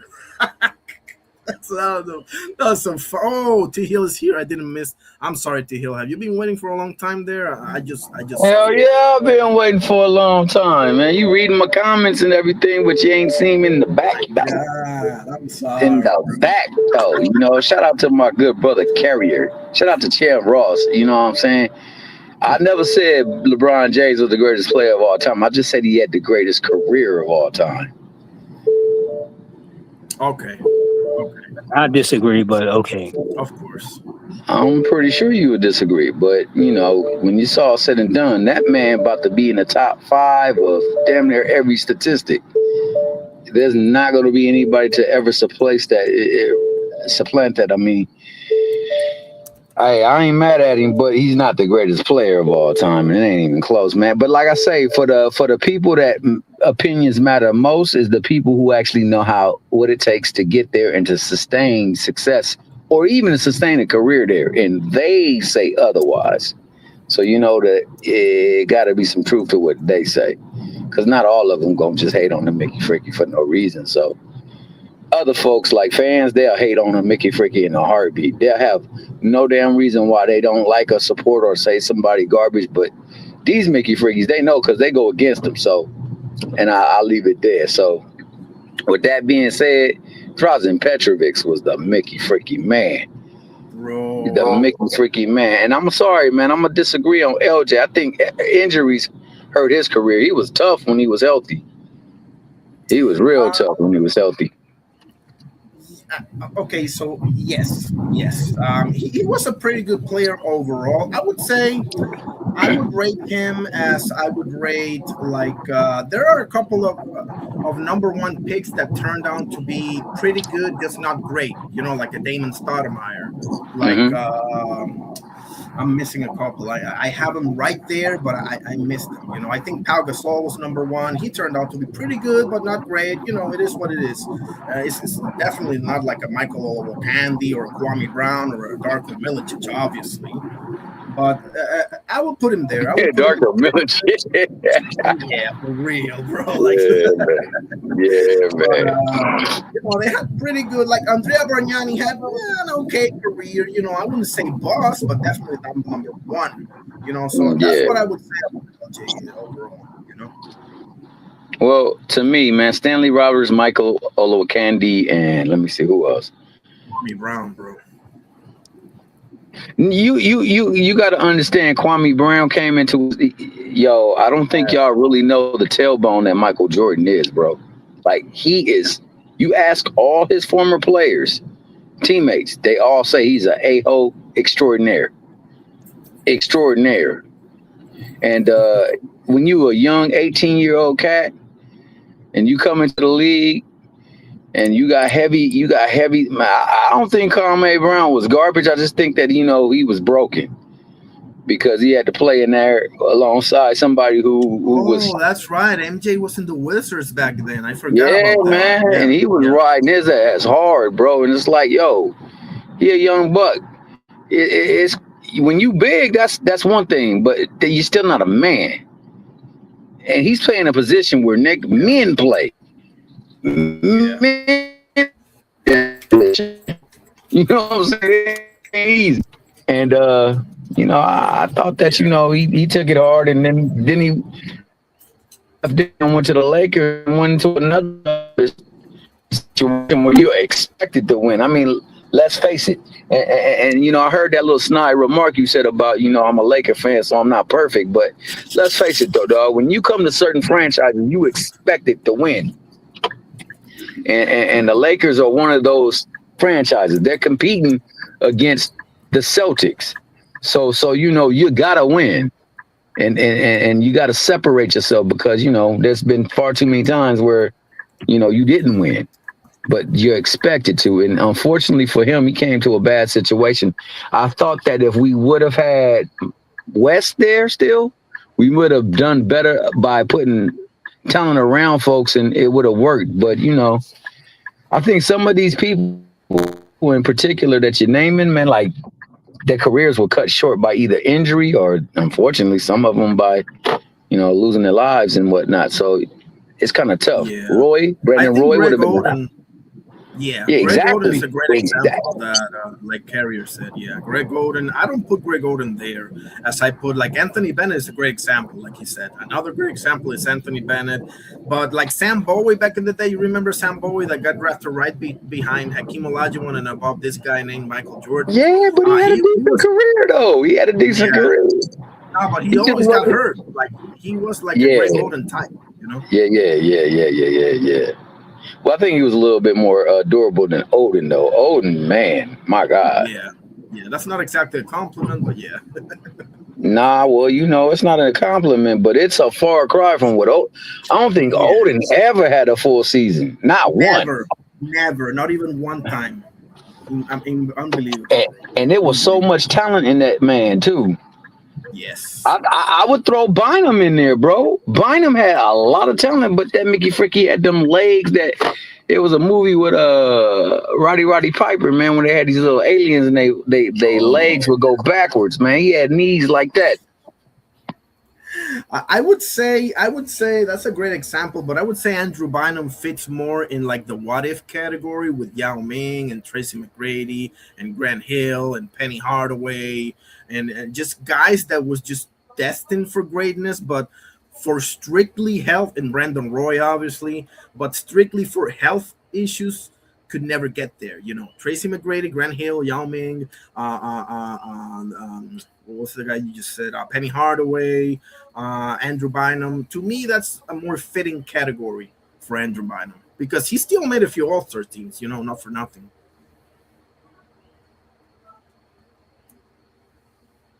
Now, you're more than correct. Yes, please.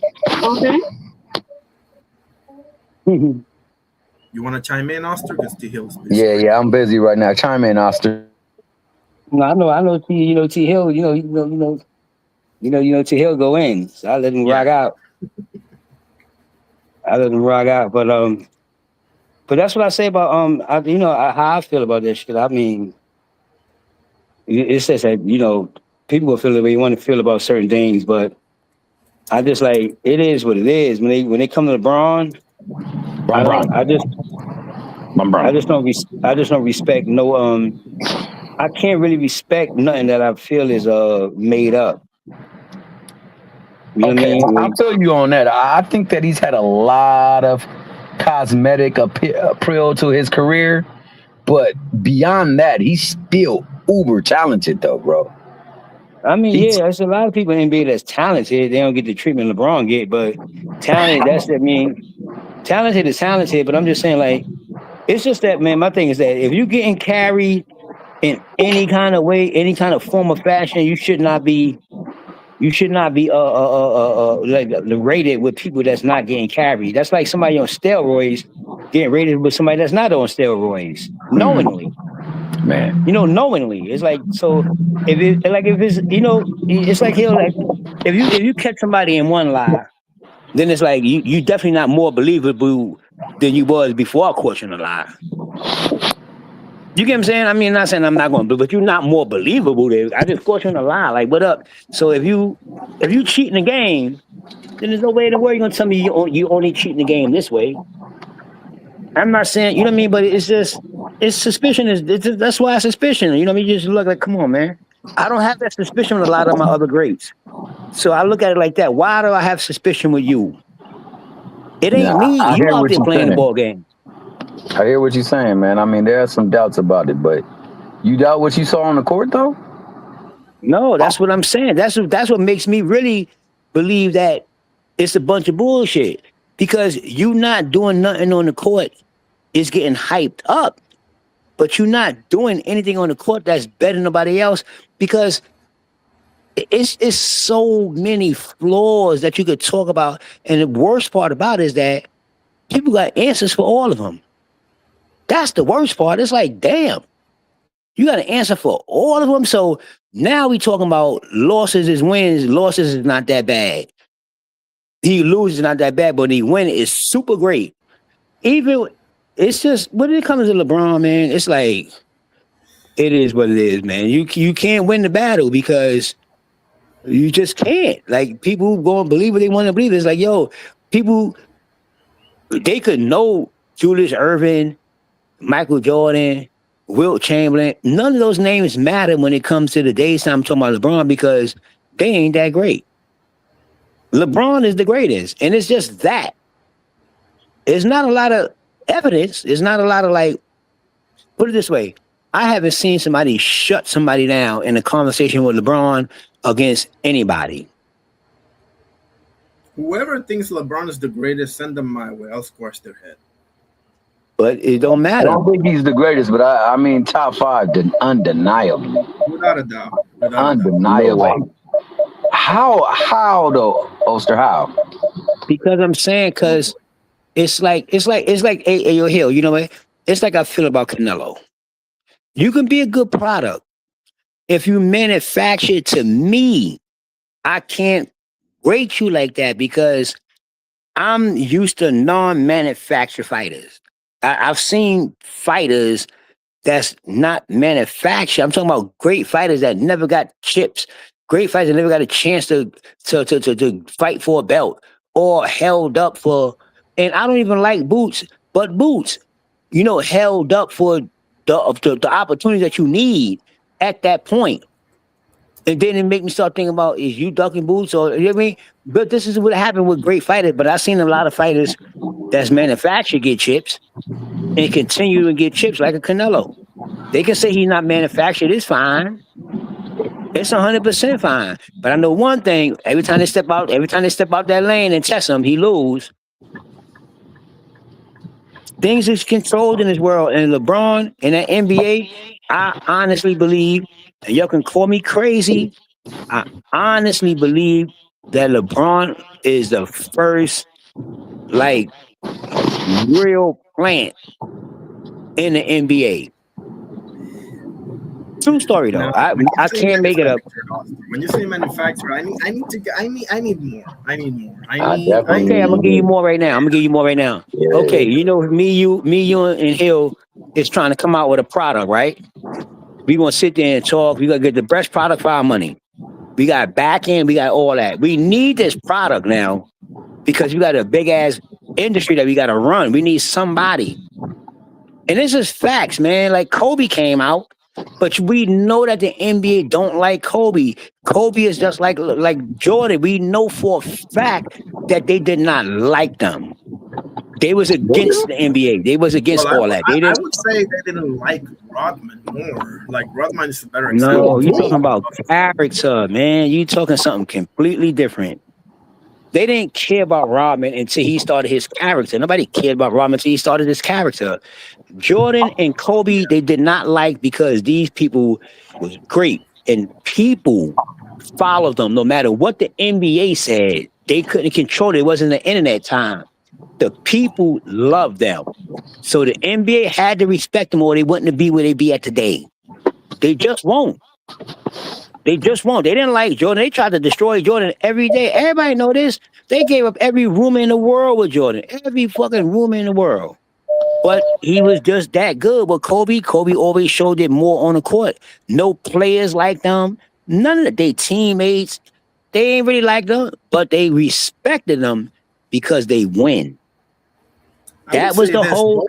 Both Chicago and the Lakers front office at one point tried to screw them over without a doubt. Because I remember when they traded Shaq away, bro, and he had like Smush Parker and Kwame Brown and freaking Caron Butler could never get healthy.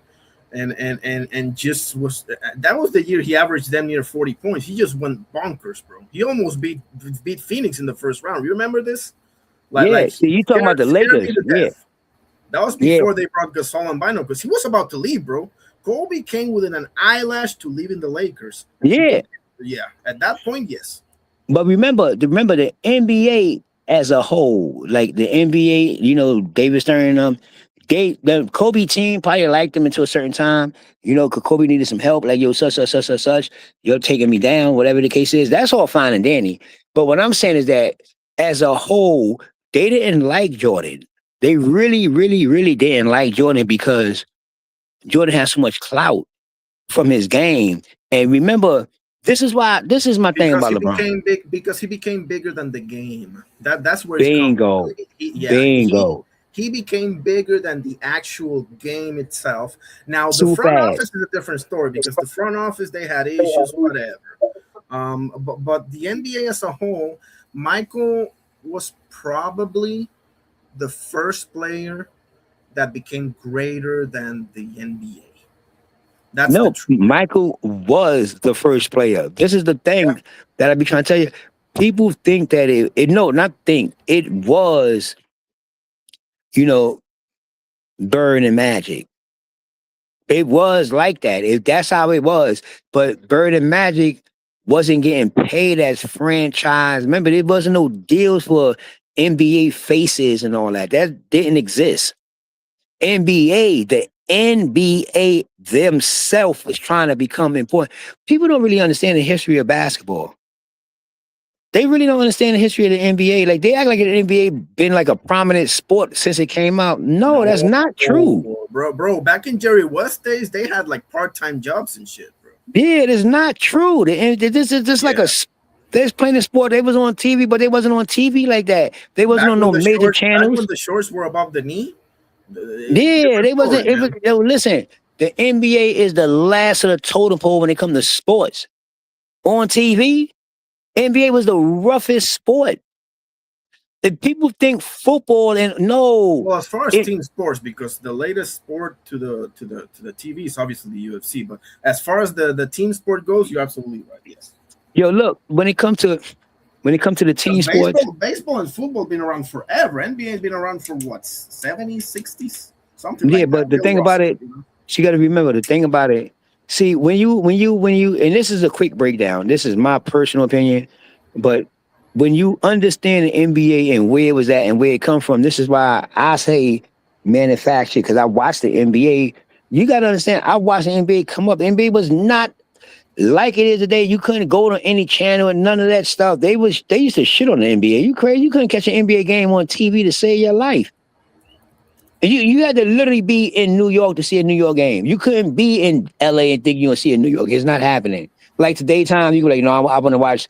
You in California, you talking about I want to watch New York and Chicago. You wouldn't have seen that shit on the West Coast. It would have never happened. It would have never happened. But what I'm saying is that the NBA is a real rough sport in the beginning. Remember, you running up and down with no pads, no nothing. You used to get clothesline, punched in your mouth, broken noses, poked in the eye. Oh, yo, NBA was out of control, man. Yo, the NBA was out of control. People used to come to the game with casts on their arm, like a whole cast. Goggles and shit. Yo, for real, you like, yo. Yo, can you imagine getting like clothesline, the low bridge? Yo, you used to jump, motherfuckers would bend down and just low bridge you. For real, just on purpose. You busting your head on the floor. You remember that? Yeah, of course I remember, bro. Remember that? Rick Mahorn made a career out of what's the term? Underbridge?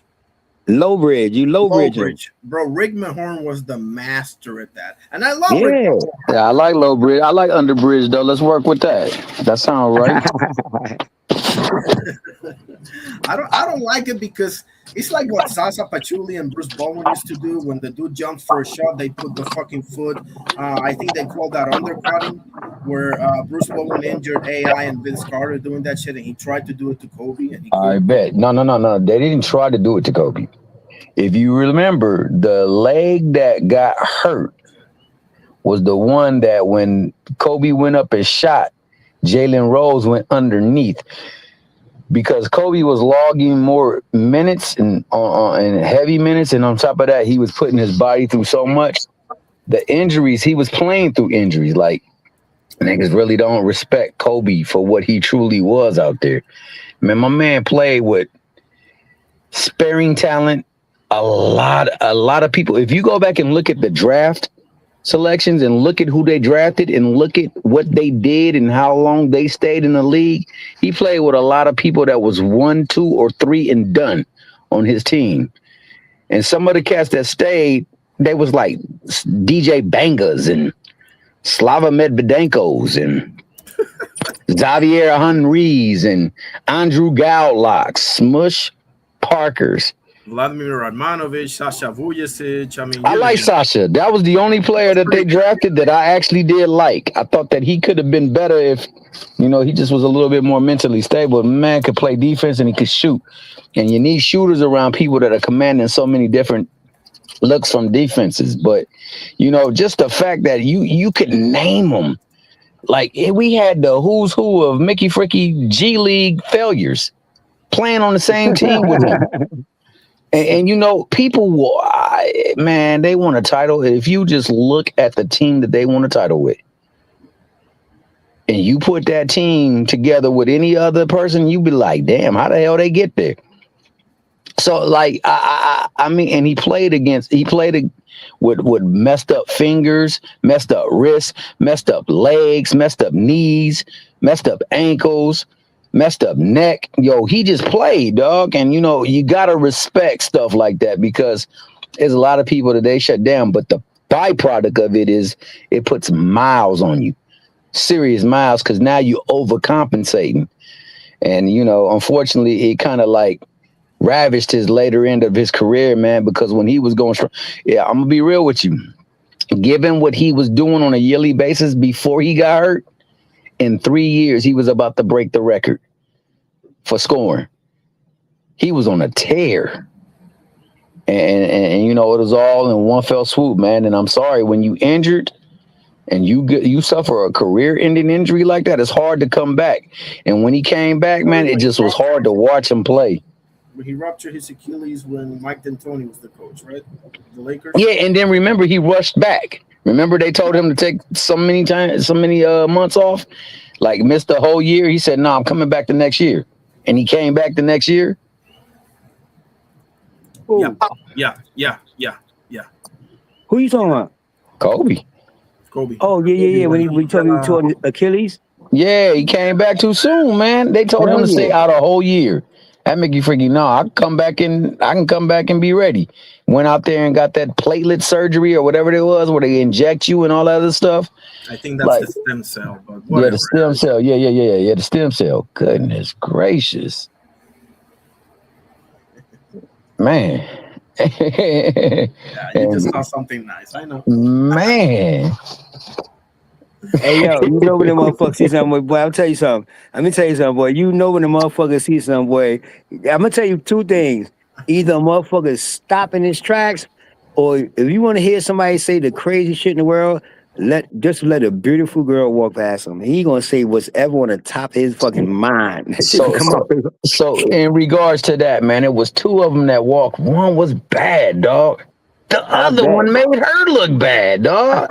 I'm like, damn, that's crazy. But yeah, man, you know, and I understand, like, to get to be a champion is not easy. It's not. But when you got the Joker and the big Joker, you supposed to win titles, bro, like mad titles. And they messed that up. They had a situation where they could, and that's why I say the carrier, man. You know, I think with Mark Jackson there, I think that Durant don't have the problem with your boy, what's his name? Draymond. I think he's so much better than what he is. But they don't have that problem because Mark Green he command respect.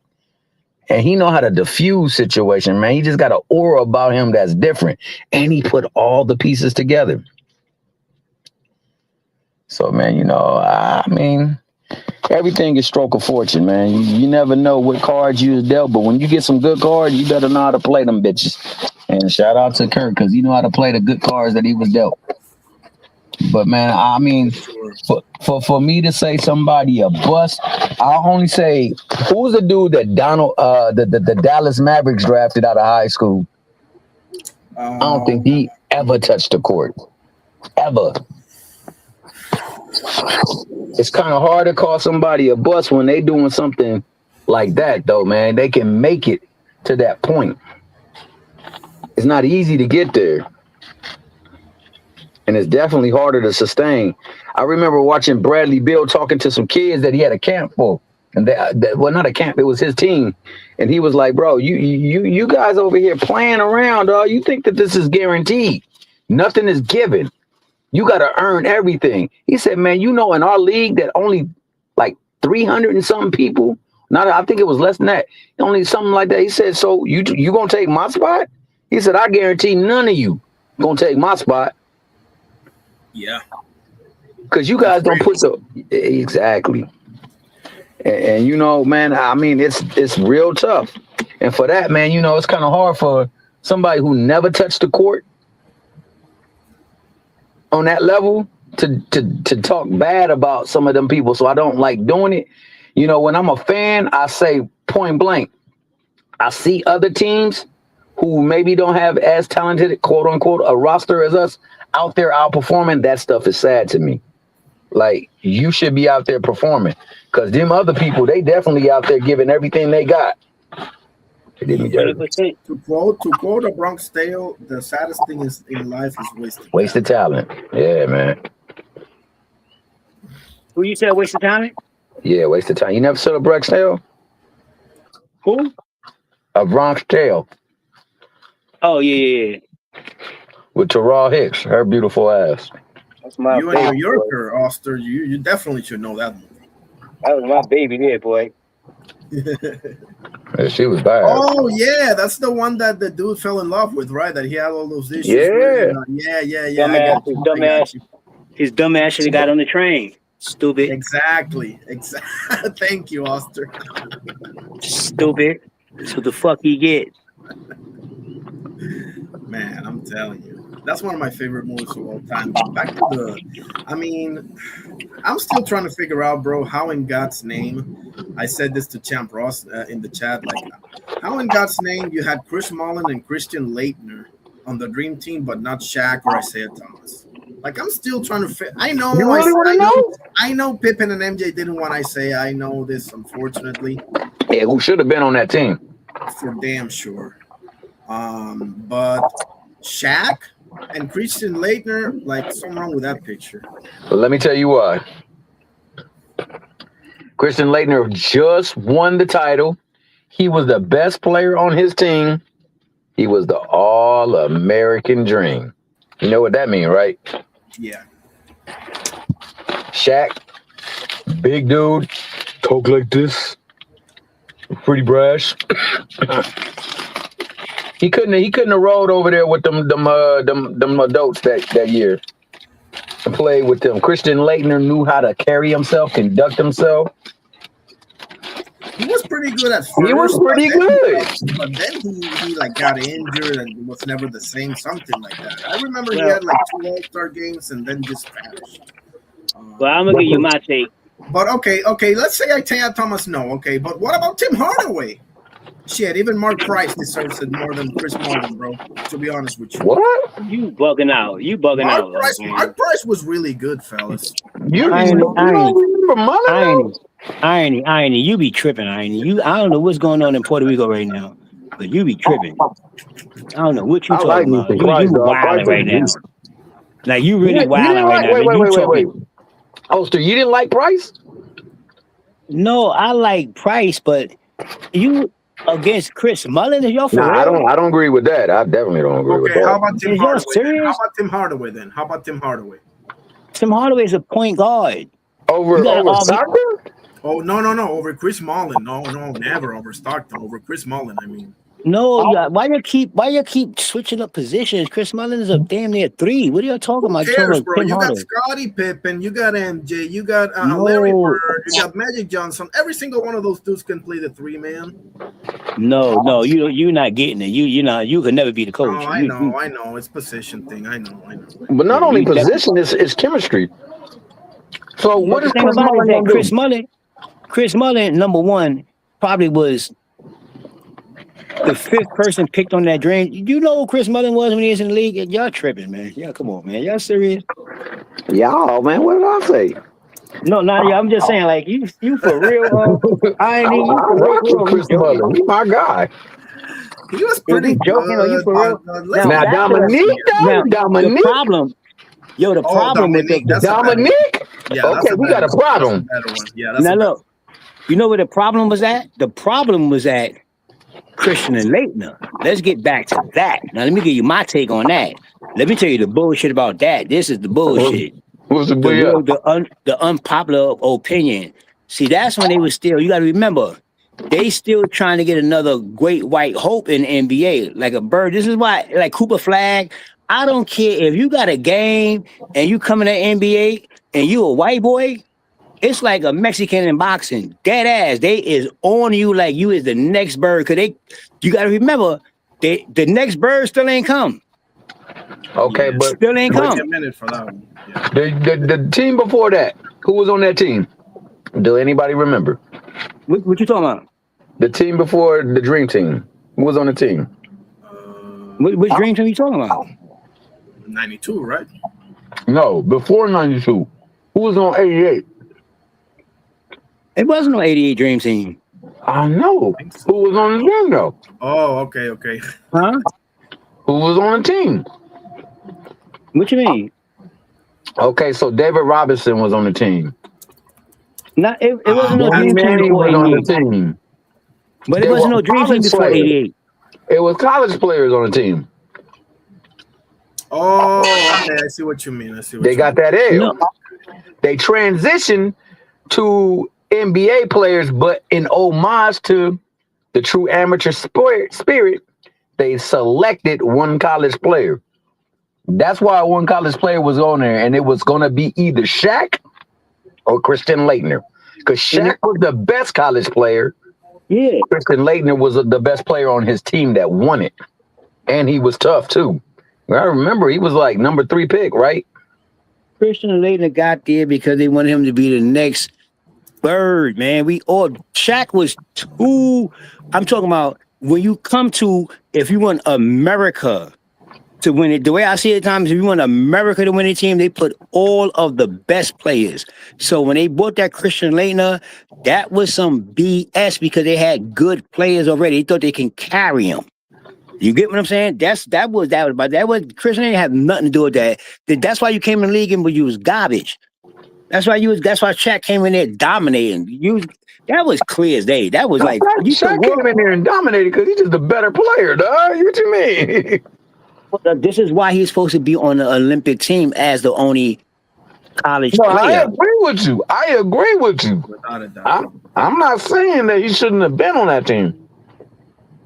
I'm saying for the team and what they need, he would have been a better selection because he wasn't going to play that much. Shaq wasn't going to play that much. But Man, that was a felonious move. That whole move was felonious. That's probably true, T Hill, because between Patrick Ewing and the Admiral, bro, in their prime, yeah, at that time, yeah. I mean, and if you want to go by the numbers and you look at the numbers, man, watch the career numbers, centers versus centers. Look who's at the top of those names. Hey, David Robinson is at the top of those names and matchups, dog. It is. That's one of my favorites of all time, the Admiral. I love me some Admiral, man. The only thing that I don't like about David Robinson is that he did not love the game. Had he had the love for the game and desire to work on his game, what you got was just pure athleticism, pure raw talent. That man wasn't up in there working. He wasn't adding to. You got the dream. Every day he working on something. Yeah, you don't get footwork like that without putting in the time. That's for damn sure. But Shaq, I mean, to heal the irony of this is that the same. That's the biggest problem that I have with Shaquille O'Neal. All in all, is that you had it all to be literally the GOAT. Yeah, for sure, easily. And if you would have just taken this shit half as serious as Kobe did, oh my goodness, that's what stung Kobe so much. I was like, bro, if I had your size with your athleticism, man, I would dominate these fools. If the dude could have hit a free throw or added something beyond 5 feet of the basket, exactly, what would you have done with him? Nothing. There's no answer, bro. They barely had with all his limitations. He still was able to literally dominate like we've never seen anybody dominate before. So imagine if you added just a few more layers to your game, bro. I mean, seriously, like wow. You talking about mass destruction? Yes. Because the dude had the ability to move like nobody's business for his size, and then he started getting too goddamn big, dog. Like, dog, you could have been 285 killing folks. Ain't nobody is that big in the league. But I tell you one thing, that Sabonis gave him fits though. Sabonis was tough. Sabonis at 40 could something, shoot the three, man. Imagine that. Like, damn. yeah, at 40 something years old, that boy came over to the league. What, 39? Yeah, real late. He had a great career in Europe. Like Yeah, a wonderful career. Yeah. Only one probably with a better career is Oscar Schmidt. The dude for Brazil, that dude was like amazing. Oh, Oscar Schmidt. Yeah, I know exactly who you're talking about, bro. I was so happy that they enshrined him in the Hall of Fame because they should have. That to me made the NBA that much greater in that sense because they were basketball, not just NBA, but just basketball. Exactly, the Basketball Hall of Fame. Yes. Oscar Schmidt is a great player. For sure, bro. I remember. Yep. That man was like 46 years old in the Olympics, giving people buckets. And balling, and balling. like what I said about Drazen Petrovic just a minute ago. Drazen Petrovic was my guy. Yeah. He played hard. It was tough to guard him. Bro, even Michael had trouble guarding him at times. That's how good he was. He just wasn't the two-way player that, MJ, Kobe, and all those greats were. But offensively speaking, oh my goodness. He give you buckets. Yeah. He was going to bust your ass. He was, because now Europeans have gotten more American in the style of play. Like they can do the crossovers now because for the longest time, this as well as I do, guys. Let's be honest here, right? For the longest time, Europeans had that rightful stereotype that you were either a spot-up shooter or, a pretty good role player. Basically, the Peja Stojakovic, the all those players you just named, Vuasic, Radmanovic, and then Manu comes in and everything, and they were all part of breaking this mold and Luka, obviously, and all of those that are more developed as players. But you know as well as I do, Drazen was an American type of player back then from Europe. So that to me is what enhances him, in my opinion. Drazen was an effing problem, dog. I don't know. There's no other way to describe him. He was just like the Tasmanian devil out there. Yeah. And you know, he used to bust the Lakers' ass, dog. That nigga used to cook niggas. You crazy? And they said he didn't smell so good. So he didn't smell good and he sweated a lot, dog. So they said he didn't want to really touch him. But what he could do was pull off of the dribble with nobody's business, come off of a pick like nobody's business, go to the bucket like nobody's business. The dude was legit, man. I love me some Drazen Petrovic. Yes, sir. Well, he got into an accident, right? Yeah, and I don't think he's with us anymore, unfortunately. Yeah, no, he passed away. He been passed away. He passed away on the way to the game. I think in his 6th or 7th year. Oh, we're on the way to the game, to a game? Yeah, it was in an accident, right? Yeah, he's on the way to the game. Oh, shit. I didn't know that. That's bad, bro. This was back in the day. We're talking like maybe even 80s, right? Not even 90s, right? Or maybe. Yeah, he had no seatbelt on. He had no seatbelt on in the passenger seat. You know, Boston had a good one, too. I forgot his name. I think it was number 20. Oh. Boston, they had a tall Mickey Freaky, dog. Oh, Manute Ball? No. He was I want to say he was like from where Petrovic was. He was on Boston's team, though. It's not Potapenko, was it? Vitaly Potapenko? You talking about? No, I don't think so. Maybe I'm getting them mixed up. Maybe. You know what the nigga with the start with a P? You talking about the one start with the center? Yeah, he was a big man. He was a big man. Whoever it was a big man. He started with a P. He started with a P. I forgot his last name. Oh, man, you must be thinking of Potapenko, too.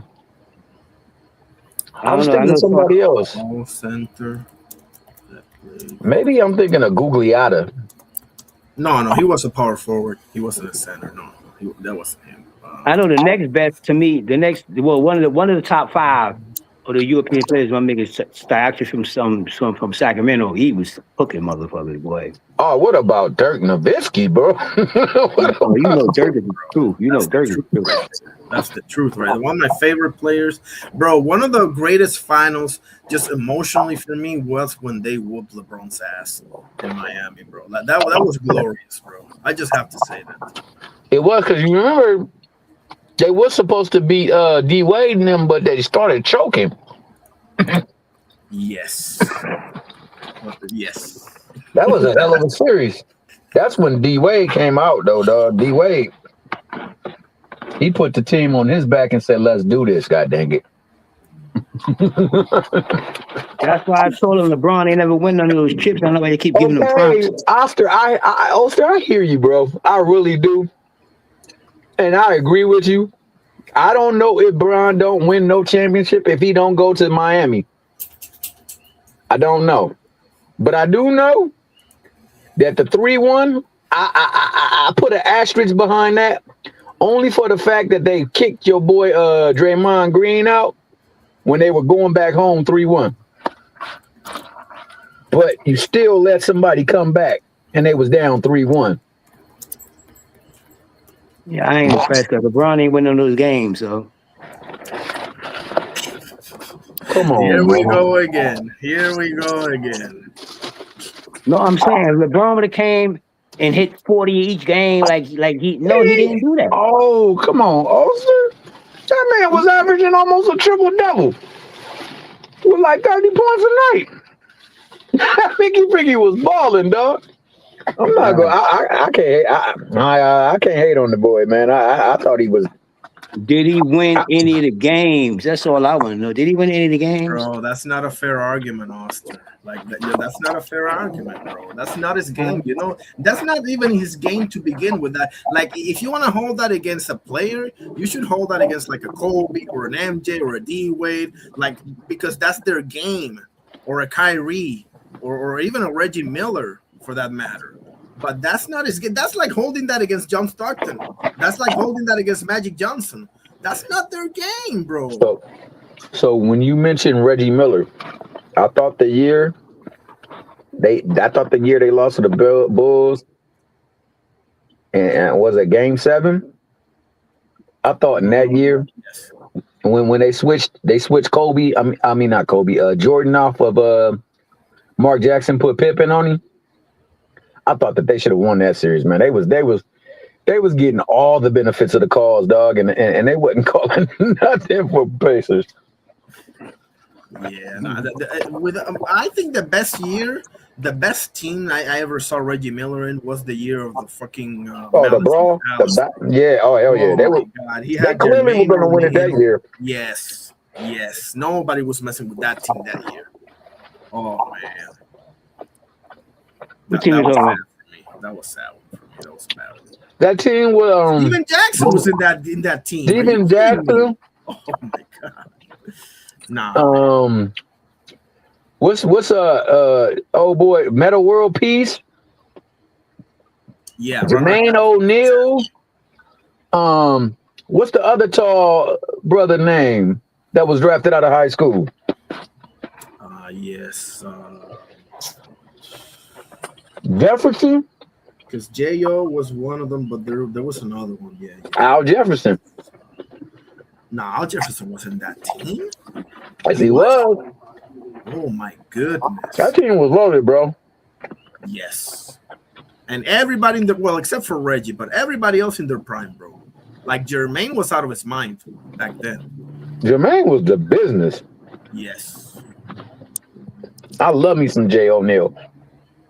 Me too. He just didn't last that long, you know.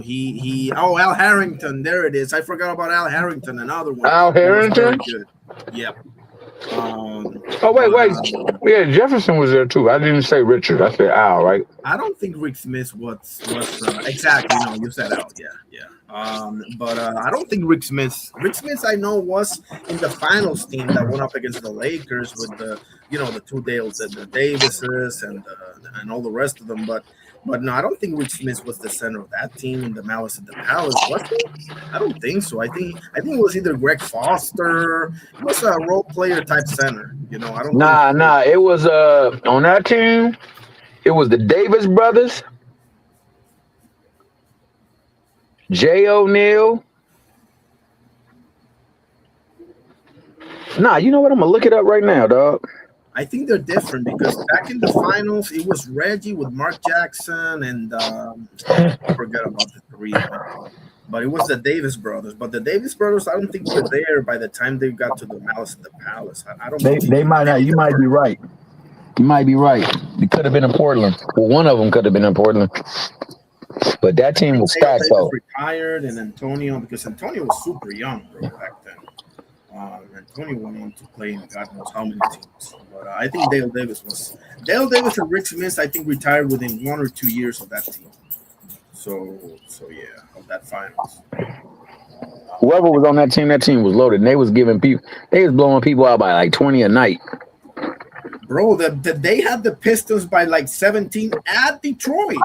That's where the whole hell broke loose because Artest decided to swat the hell out of Ben Wallace, and then all hell broke loose. You know? Yeah, but the dude threw a cup of ice at him and stuff like that. Yeah, that was bad, bro. That was bad. And it wasn't even the dude that he punched. It was another one. Fucking weak. It's the direction, bro. It came from this direction, so somebody in this direction getting it. Exactly. Yeah, you don't even have time to think when you're in that state like that, bro. Hell no, somebody got to get it. Yeah, we'll talk about things later. Right now, we gotta do. Yeah, we got some business to attend to. I don't know what the fudge you thought, homeboy, but yo, you better sip on that drink. That shit don't come on me.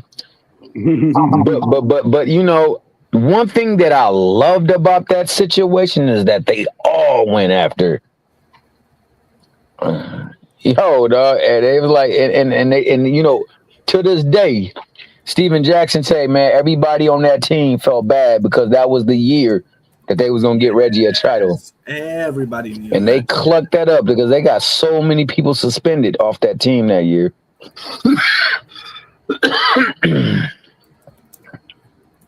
And they still was good even after all the suspensions. So with the Indiana team? You know, I've always said that Indiana team was legit. yes. Man. I always said that. I always thought that Nash's Suns were the best team I ever saw to never win a title, but I think it might be that Indiana, bro, to be honest with you.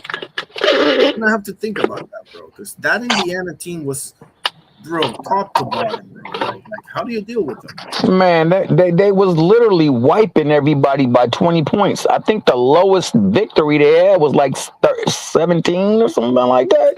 They was killing folks, bro. They was just mollywopping. Man, that team was legit. And they had nothing but athletes. They had nothing but athletes. Somebody had the Dell brothers and all that. Hey, did you look it up? Did you look it up? That's the one that went to the finals. But look it up though. Look up the team that got suspended. Yeah, that was 03, I think. That was Steven Jackson and them, right? Yeah, Steven Jackson and them. It was Steven, but they had a lot of people on that team. They were playing like 9 people, and they all was giving people buckets. I think they had like 7 or 8 people average double digits that year. Yeah, until that point, up until that point. We got Ron Artest, Steven. The Mouse of the Palace team had Jamal Tinsley. That's the point guard. Jay Tinsley. Reggie Miller, Ron Artest. They had a house. And what's the freaking center's name? Where is it at? Wait a second. Roster basketball reference there. That wasn't Rick Smith, right? They had Rick Smith name, right? He was gone by then. Yeah, no. It was it was Jefferson. Jeff Foster was Jeff Foster. He was no. It was Brad Miller. I'm sorry, Brad Miller. Brad Miller. That's who it was. I forgot about Brad Miller. You right. I forgot about Brad Miller. You right about that. You did say it was some regular Joe, dog. You right about that. And bro, off the bench you had Steven Jackson, Jonathan Bender, Austin Crozier, who was a pretty good bench player, Al Harrington, and Ron Mercer. I mean, are you kidding me? Freaking Tim Hardaway, bro. What are we talking about here? Like, geez. They had a squad, bro. They were literally serving. They were housing folks. Yo, look, you can't say nothing. Jordan won with niggas like Bill Wilmington. Fuck is you talking about? It did. See, but this is the thing for me though, man. Like Bill Wilmington was an excellent shooter, man. If you had to worry about somebody and you left him open, he was banging that shot, dog. And he played. He had a 12-footer. No, he had a 12-footer. Mean. You ain't lie about that shit. You can't leave him open. But I'm just saying, like. I hear what you're saying, dog. I'm not this. You better go with Will Perdue. Also. You better go with Will Perdue or Luke. Now, Will Perdue. Listen, no, I'm just saying, like, if you say Will Perdue, Chicago never had a center ever. No type of center. I'm talking about any center Chicago had. They probably was top 35. Luke Long. That motherfucker was like top 40. Is you for real? Luke Longley, come on, listen to the names. Listen, hey, yo, can you imagine me and you telling the story? Yo, who you went to the chip with? Yo, me and my man Luke Longley, we won it all. They be like, Luke Longley, like what? Bill Wilmington, like what the fuck? And you listen to names like David Robinson and Olajuwon. How the hell you win with somebody like Bill Wilmington? Like, what are you talking about? Like, how is that possible? You know what I mean? Like, how's it possible? Tony Kukoc, Ron Harper, That was a ball. Scottie Pippen, Michael Jordan. But I'm John just saying how. Paxson, Hey, yo, DJ Armstrong, Craig Hodges. Oh yeah, no, he had listen. Bill I'm saying. Cartwright first. Hold on, he had Bill Cartwright first. I mean, he wasn't so bad. Bill No, but Cartwright, I'm who was saying. averaging 15 in the league, dog. Yeah, he wasn't so bad. Come He was pretty on, good. dog. You, He was hey, the one with the man. glasses, right? He was the one Yo, with the y'all kill glasses. me, man. Y'all kill me. That's why I hate the internet. Y'all kill me. Hey, what you mean? Look at Y'all Cartwright, kill me. dog. Cartwright was legit. Horace Grant. You know what I'm saying? Horace Grant is one of the greatest role players in my opinion. We But talking about the sinners. We talking about the name. We talking about naming. We talking about naming sinners. You know what I mean? Like, yeah, we in a league with Olajuwons and Shaqs and David Robinsons and. I feel you. But I'm just saying, hear me out. I'm just saying, hear me out. We in a league with all these people, all these dominant sinners, all star, and they ask you, Thomas, yo, who was your sinner when you won your chips? Bill Wimington. You like Bill Wimington? What? Well, I'm gonna be honest. When they won the chips, at first it was your boy starting center was Cartwright, and then Yeah, come when on, he was man. no longer the center, it was Luke Longley. Yo, I'm just Wimington and saying, yo, Purdue listen. came off the bench. Oh, and Bryson Dele, Brian Yeah, Williams. you come on, man. Yo, you didn't hear about these people in the subs. You talking about you want to chip with who? Who was in the league? Olajuwon and Dave Robinson. Who was your center? Bill Wimington. Who the fuck is Bill Wimington? This guy Nicky Simpkins. Who's this guy Nicky Simpkins? Is that another center or? Oh yeah, Simpkins. Yeah, he was a big dude. He was like 6'11" or something like that. But you know what's the crazy shit about it though? Is because back in the days, the league was revolved around your center. Yeah, you're right about that. But what they had, they found a way to displace the center by going with the triangle, and then having Pippen, bro. Pippen was a Mickey freaky dog. He never gonna get the respect because he played alongside Jordan, but he was a Mickey freaky dog. That Mickey freaky was tough. Scottie Pippen was the truth, and he got to the conference finals without MJ. Yeah, on a bad call too. Remember they gave the Knicks the game. Hubert Davis. Yeah. Hubert Davis. That bullshit. Bro. That bullshit last shot 3-point. Hubert Davis bullshit. He should have been him against Houston, bro. I said it. But I'm gonna be honest with you. It didn't matter who was gonna go against Houston. They was taking that L. Oh hell yeah! But think ahead. about this, T Hill. Not to cut you off, just real quick. Just think about this, T Hill. Think about how would that look on MJ that Pippen was able to get there without him. Think about that for just 2 seconds, because Jordan never did jack shit without Scottie, bro. I hate to be the asshole and say it, right? No, you not being an a-hole. Like, boy, I'm gonna be honest with you. When my man was the man, and there was no Scottie, my man got bounced out the playoffs 6 times. Of the 6, 5 of them were sweeps. Exactly. Monsters about to get pissed, but exactly. But once Pippen came into his own, man, that was a force to be reckoned with alongside Jordan. And Jordan is the man, dog. Like, and on top of that, you breathe on Jordan. It's yeah. That Mickey Freaky going to the lane, and he could finish too. So like it's and one. You know what I'm saying? It ain't just a foul. It's and one. Jordan was the man, dog. Where it's 0, like he will drain them too. Like it wasn't so easy, That was that you could play damn good defense on Jordan, and it wouldn't even matter. He got that shot off. It was a bucket, dog. And that damn series against Portland, boy, was one of the greatest series I've ever seen a player have, with the exception of the one that LeBron lost. Right.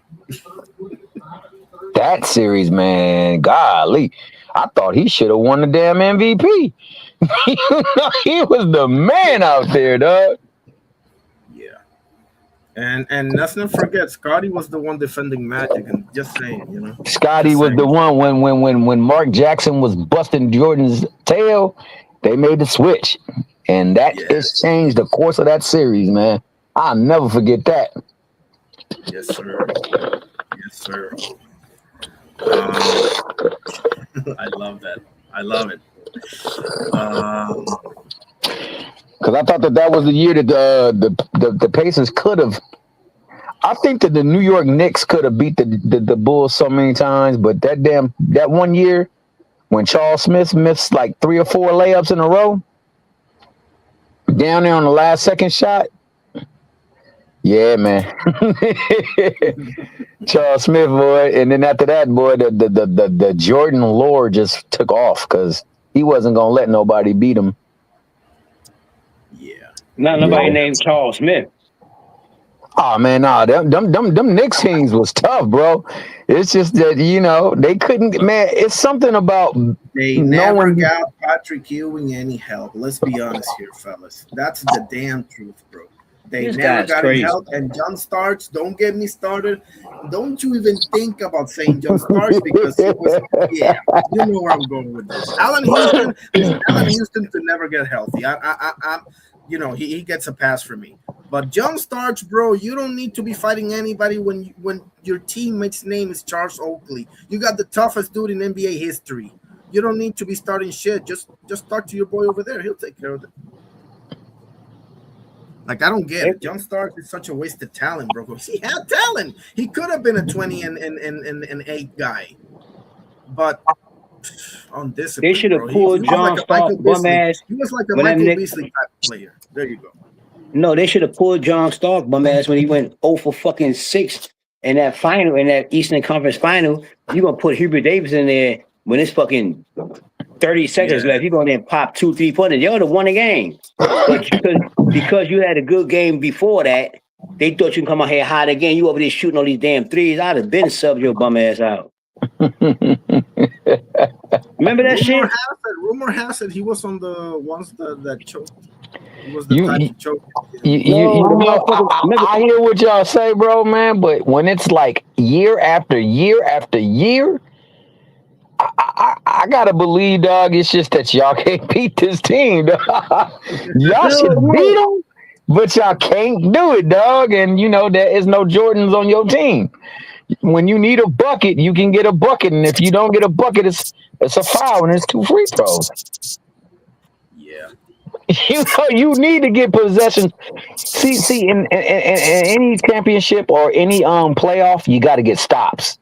If you can't get stops, you can't win a game. True. No, the thing about this is I become they say defense wins championships. That's it right there. What you saying, Ulster? They say that you could beat me. One of you beat me in a 7-game series.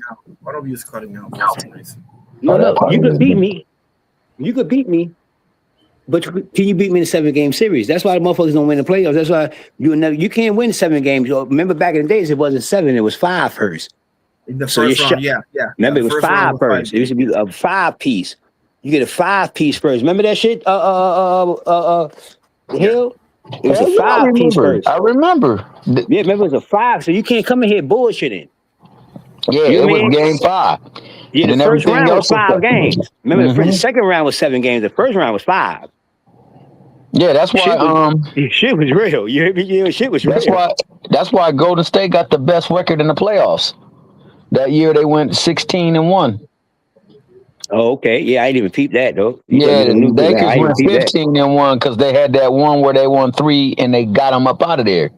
Oh, When Iverson punk ass beat us, dog, I was hot, dog. I thought we was gonna go perfect through the playoffs. I was about to say, ain't nobody could say that, dog. Nobody. And then that fool Iverson went up there and just went ape snaps on us, dog. I was like, golly. I was hot at Tyronn Lue. Tyronn Lue saved your lives in that finals. You know this is raw side. Against who? The Philadelphia 76ers?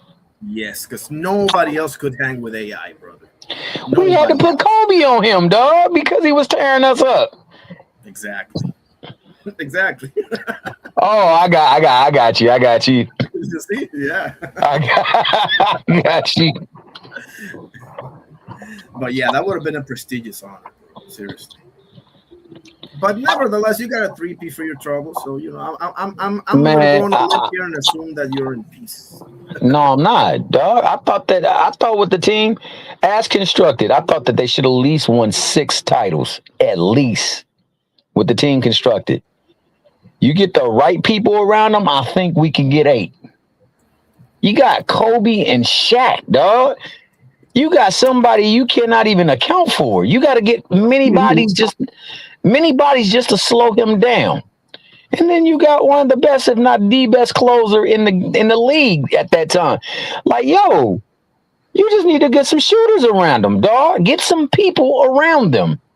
Back then it was Rick Fox, right? Rick Fox and Rick Fox, Green, right? Or AC Green? Which one of the two? I'll never complain about. We had AC Green too. I'll never complain about Robert Horry. I don't think he's a great player, but a great role player. Like one of the greatest role players ever. Yeah, you're absolutely right. Yes. Ever. He could defend. He could hit a clutch shot. He could hit the 3. He wasn't afraid of anybody. Yeah, you're absolutely right, bro. Man, he could play the power forward. I mean, it was tough on the center, but if you need minutes there, he can give you a couple of minutes there. He could play the guard position. He just couldn't play the point guard, man. That dude, man, I love me some Robert Horry, man. 6'10" or something. But he was lean. I remember he won with Olajuwon. He won with Spurs and the Lakers, bro. That's one hell of a career right there, if you ask me, bro. Hell of a career. Got to play with Duncan. Bro, think about it. He got to play with Hakeem Olajuwon, Tim Duncan, and Shaquille O'Neal. It doesn't get much better than that, man. Like, golly, what a career, man. I just hate him because he fucked over Steve Nash that one time. I just hate him for that. But Cheap Shot Rob, Big Shot Rob, whatever the name is, bro, he's aces in my book, man. One of the greatest role players I've ever seen.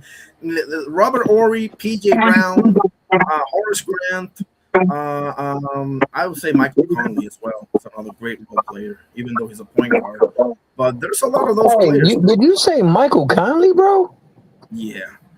Damn, dog! I didn't know you watch basketball like that. Michael Conley is a G. I follow basketball religiously. Yeah, Michael Conley is a G. That boy is tough, dog.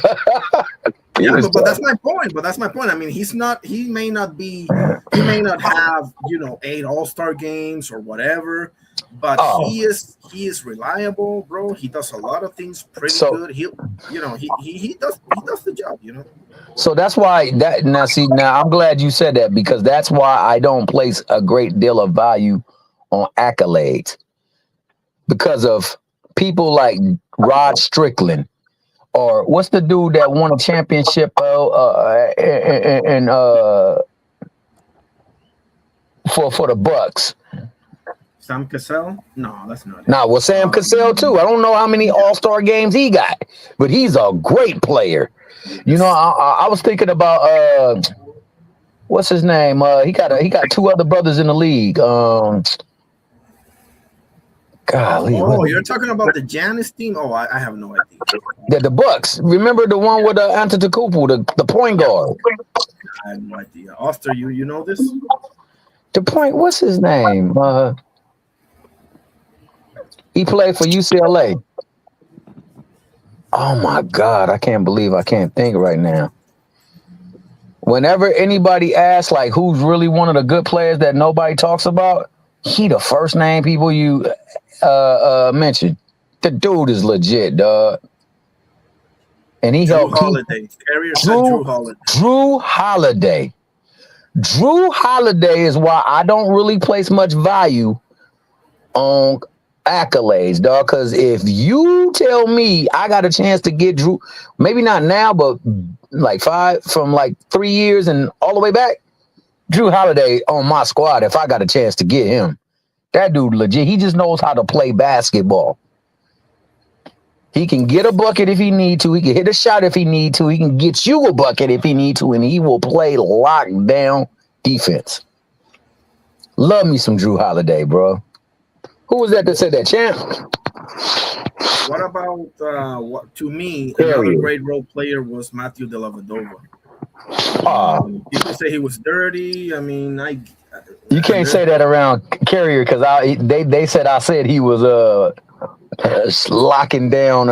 What's the name? I didn't say he locked down on. I said he made it difficult for what's his name? Steph Curry.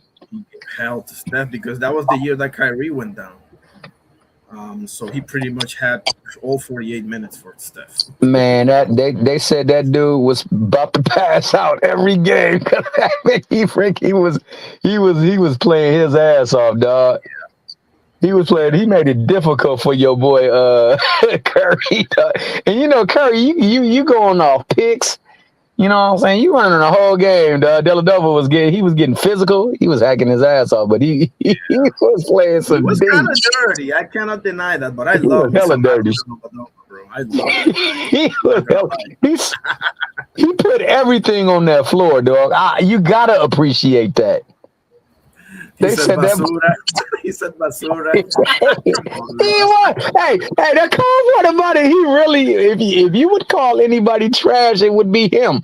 But that trash was hot garbage. He was that French version of trash, dog. Because that Mickey freaking was making your boy work. Yes. That nigga needed that Avion because he was working hard to get some stuff off on there.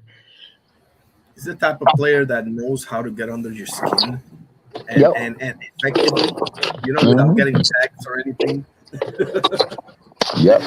Man, I gotta like Manu was as high as I am on Manu Ginobili.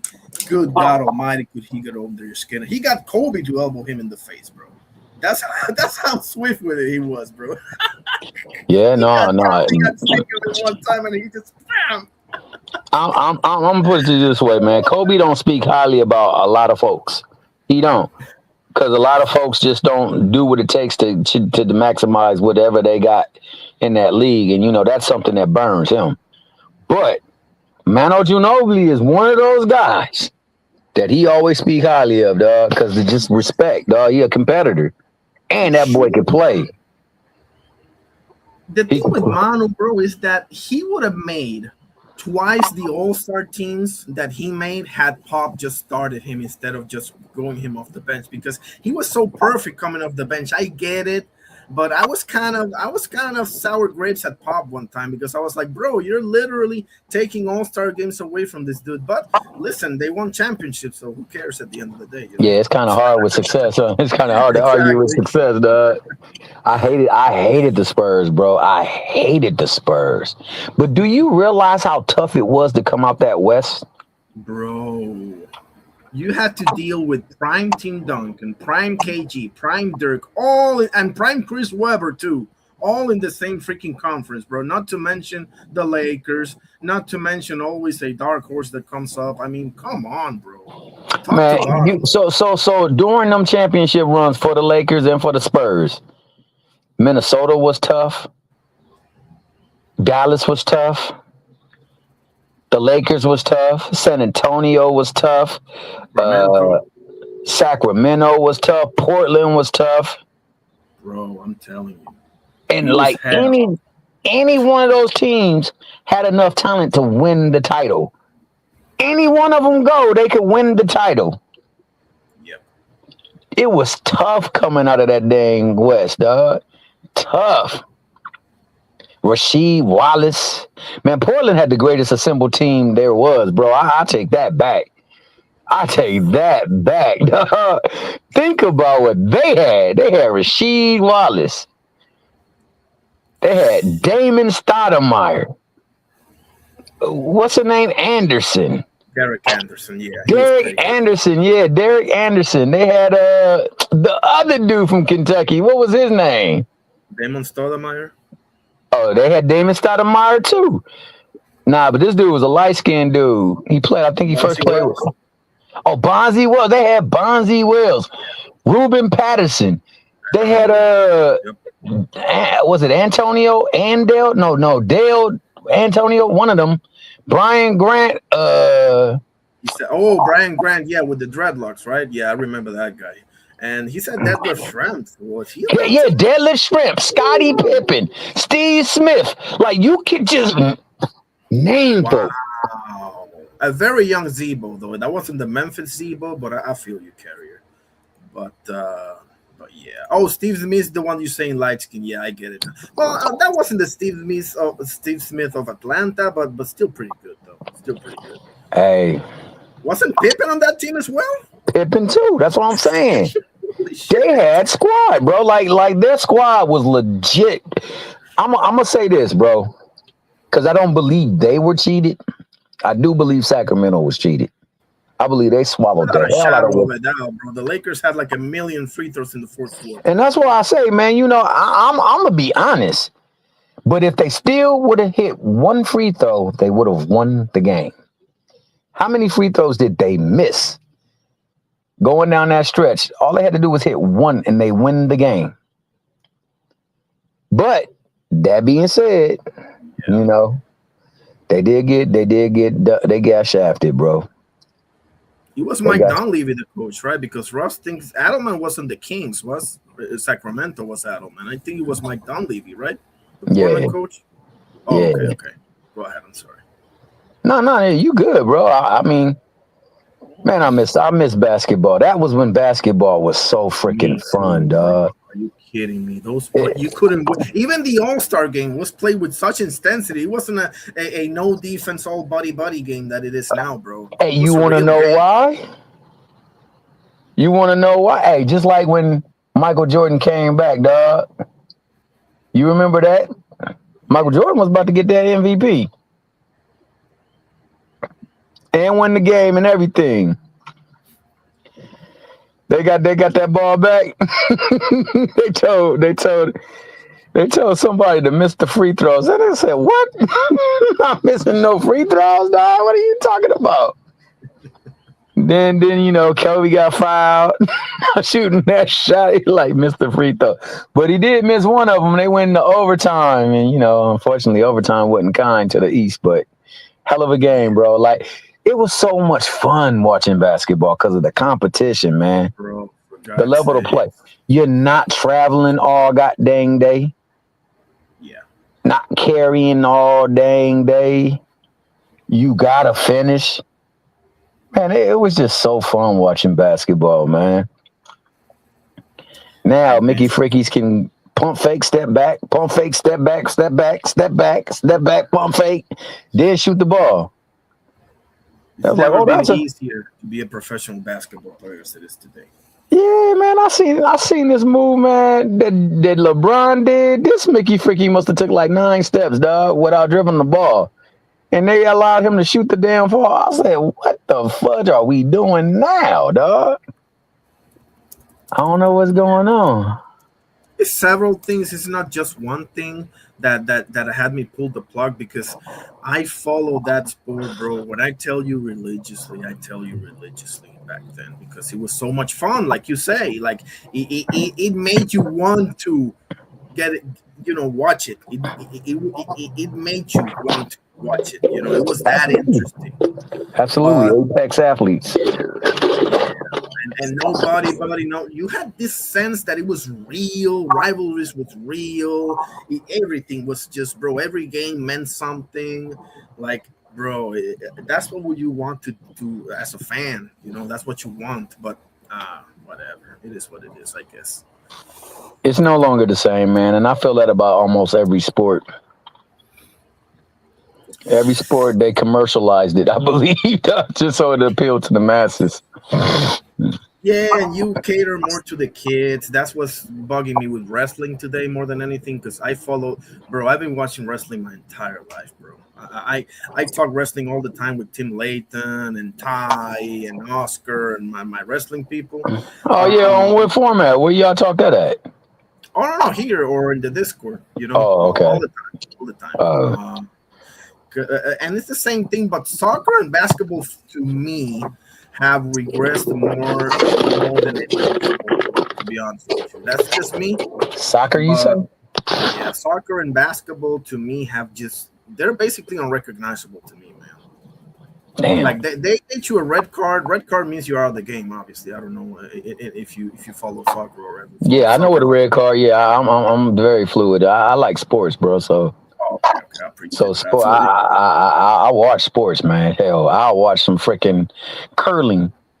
I'll watch anything that's competitive.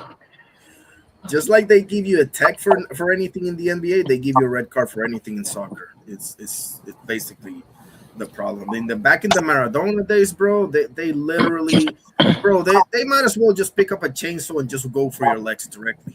Back in the day, So that's my thing with the whole Maradona and Messi thing, and to an extent, it's the same logic that I use with people when they try to pull the MJ, Kobe, and LeBron thing on me. MJ, Kobe, and LeBron is easier for me because I'm a Kobe guy, and I'm not the biggest fan of either MJ or LeBron, especially LeBron. But Nah, you don't like LeBron? I mean, nah. I mean, okay, so let me put it to you this way: when he's in Cleveland, he's my guy. Like Cleveland, like I can't. But after Cleveland, when he went to Miami, he was no longer your guy. No, it's a lot of people that don't respect that part of it. Yeah, like he's dead to me pretty much if he's outside of Cleveland. But that championship that he won against the Warriors, I will, if nothing else, you gotta love that, bro. That's one of the greatest things I've seen. You do, man, but come on, irony, bro. Like the same ish existed when Golden State was down 3-1. Golden State was down 3-1, right? No, the Cavs were down 3-1. No. That was the Golden State versus the oh my God. They used to be the Sonics. They are Orlando. No, not Orlando. Who? Oklahoma. There we go. Oklahoma. They down 3-1. Guess what my man does? He knees 3 times somebody in the nuts. Guess what they don't do? They don't suspend him. They up 3-1 this time. Your boy LeBron is standing over him. All he does is get him off of you. Like something you would do because you're not going to let somebody stand over you while you prostrated and they got that Johnson all over you right there, right? So you going to get that Mickey Fricky up off you. They gave him the T, which gave him the boot, which gave him the suspension, and they're going back home up 3-1. Dog, I'm sorry. He's there at their home, 3-1, closeout game. I don't believe they lose that series. That being said, they still should have won the series. Exactly, because if you got to remember, that's the year they won 73 games. Yeah, you're right about that. But this is what I will say. When you think of that team, who was the heart of that team? Yeah, it was Draymond. Draymond, dog. When you need that grit, you got to push through that because none of them games was blowouts. No, wait a minute. Game 6 was a blowout. I think Game 6 they beat the Warriors handily, but the Game 5, man, they barely lost that game. And Draymond out there, they probably get a couple of stops or they probably get a couple of better looks. But I'm not gonna discredit them. I just don't like the fact that when they were down 3-1 and he was doing all kind of nonsense, they didn't give him no text.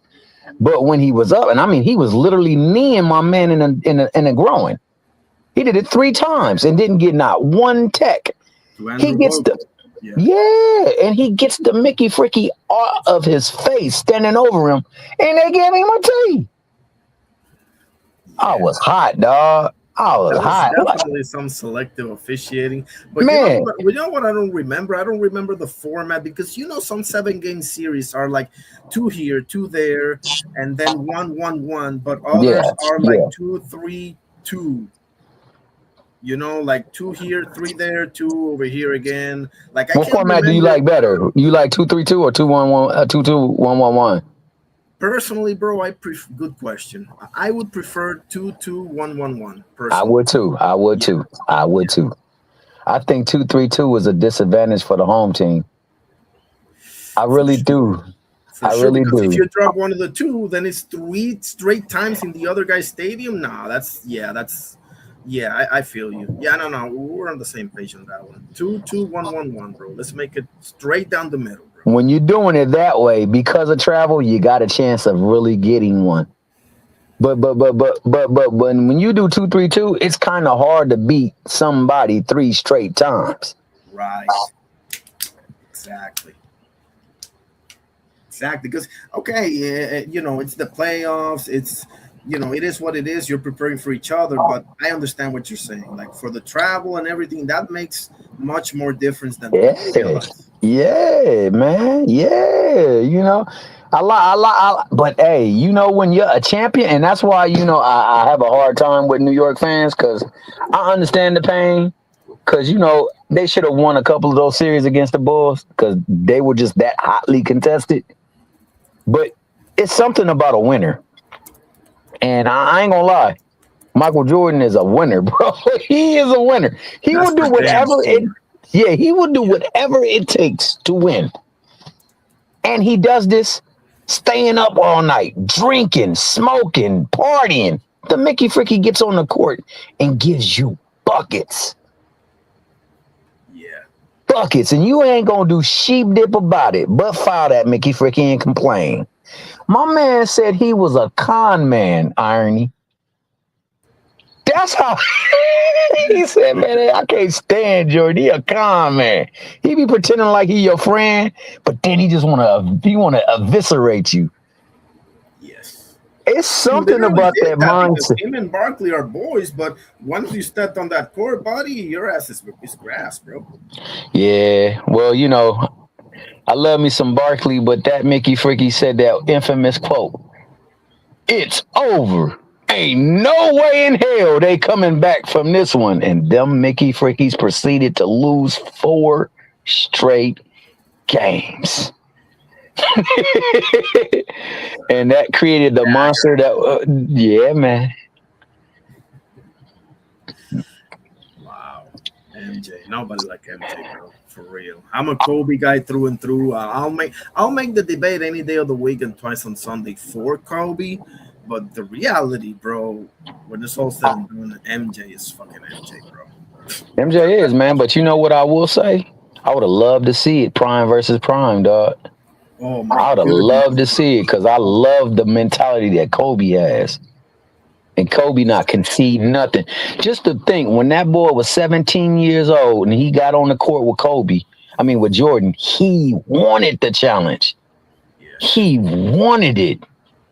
Like, it's something to say about somebody that everybody else is revering, everybody else is fearing, everybody else wants no smoke. This little Mickey Freaky said, you know what, bring that my way.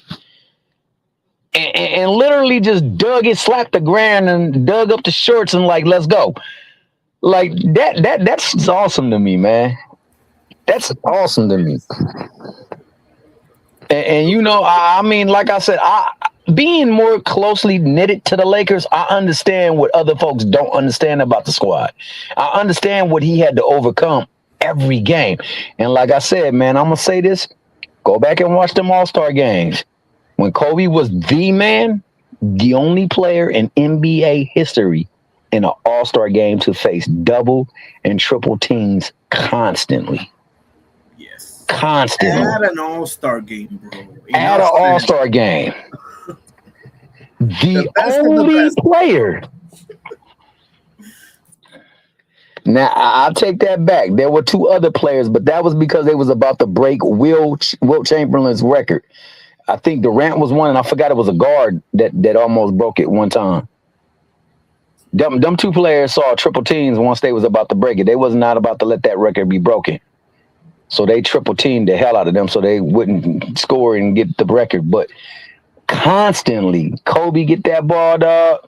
The only player, Irony, to ever sell out opponents' home stadiums. And I say that arenas, my bad, arenas, because there were teams who didn't sell out a game of their home stand. Whenever the Lakers showed up, boom, that bad boy sold out.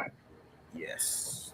Yeah, Kobe was a Mickey Freaky, dog. Can't nobody tell me. And I couldn't. Cheered in every single arena, bro. In MVP in Boston, dog. Even in Boston. In Exactly. Boston.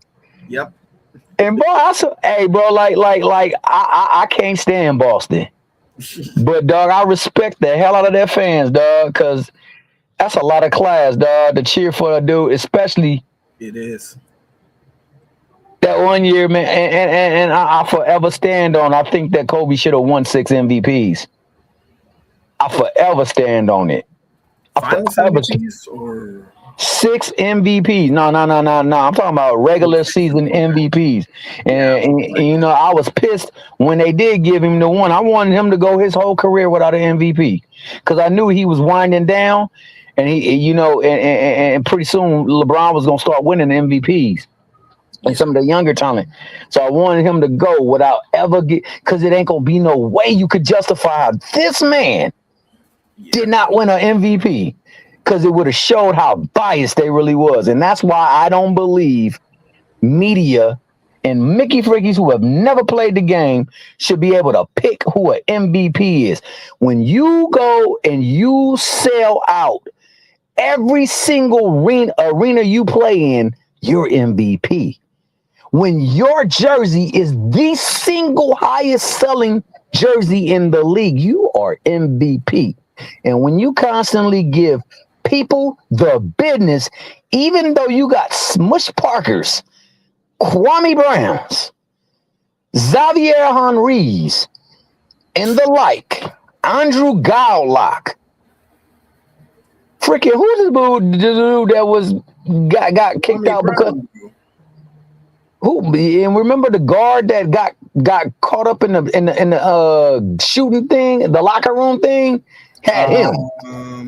That's not Gilbert Arenas, right? That's no, he was on the same team with Gilbert Arenas though, but he was a former Laker pick. Is that Shannon Brown? Nah, I kind of actually like Shannon Brown, but he was garbage too, dog. God damn, Gina. Pretty good dunker, but yeah. It's not Steve Blake. What are you talking about? No, it was a. What was this Mickey Fricky's name? I think he came from Michigan. It's not Brian Shaw. No, it's not Brian Shaw. Nah, he was a young buck. And it wasn't too long before he was up. Like I said, man, I could go if I had my computer, I would go right there and I would show you every single people that was drafted, every single player that was drafted under Kobe's watch, and just look at how that was, dog, and how long they stayed in the league. Yeah. I mean, bro, he scared me to death, bro. He nearly beat Steve Nash and those Suns in the first round. My goodness, bro. You have no idea how frightened I was, bro. He frightened me like MJ used to frighten me. Yeah, but you know, the thing about Kobe though is like he'll prove points. He'll even take a loss to prove a point. And that's what I couldn't stand because in that series, one of those games, he didn't shoot the ball. Remember the very last game? They got whacked. He didn't shoot the ball. I know the one season that they did win it, but you know, they finished the season against Sacramento, and he didn't shoot the ball. Not one shot did he take. He took one shot the whole game, and we got whacked. And people was like, see, I told you Kobe was important. I said, nah, y'all missing it. Yeah. Now they know exactly how to beat the Lakers. You got to focus on Kobe. You don't have to worry about Shaq. Let Shaq do whatever he want. Shaq got a lot of shots that game. We got smacked. The reason why they were able to go through that Western Conference was because of Kobe Bean Bryant. And Mickey Fricky say he got carried. That's crazy, boy. That's crazy work, man. I mean, let me ask you this. Do you think they should have traded Shaq? Hell yeah. Hell yeah. Yeah, he was at the end. He was still able to get one in Miami, but he was getting hurt though. That's the thing though. When you think about it, okay, he's coming in more and more weight every year, right? Yes. Then you got the fact that he's getting hurt more and more often, and he's not willing to put in the work to get whatever needs to be done. This Mickey Friggy said this, bro, and I'll never forget this. This one pissed me off. I love me some Shaq because we won titles because of Shaq. You know what I'm saying? I'm not blind. I know that Shaq being on that team helps considerably. This Mickey Freaky got hurt. You know what he said? I got hurt on injury time. I got hurt on company time, so I'm going to get healed on company time. This Mickey Freaky should have got healed soon as the season was off. He should have got the surgery then. Go ahead. That was just real quick. That was the main reason that his beef with Kobe marinated from, right? Kobe didn't think that he was like being that serious about it as he was.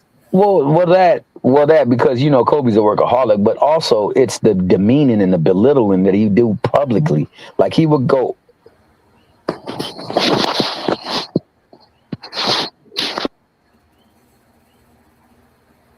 If you're talking, I cannot hear you. He would go to the interviews or into the press, and he would literally throw shots at this nigga, dog. Like, and this is a young, but see now Kobe's not perfect, dog, and he's not without fault in this situation. But at the same time, the biggest proprietor of that was Phil Jackson, because he catered to whomever he thought was the person that he needed to stroke their ego. And for the most time, it was Shaq.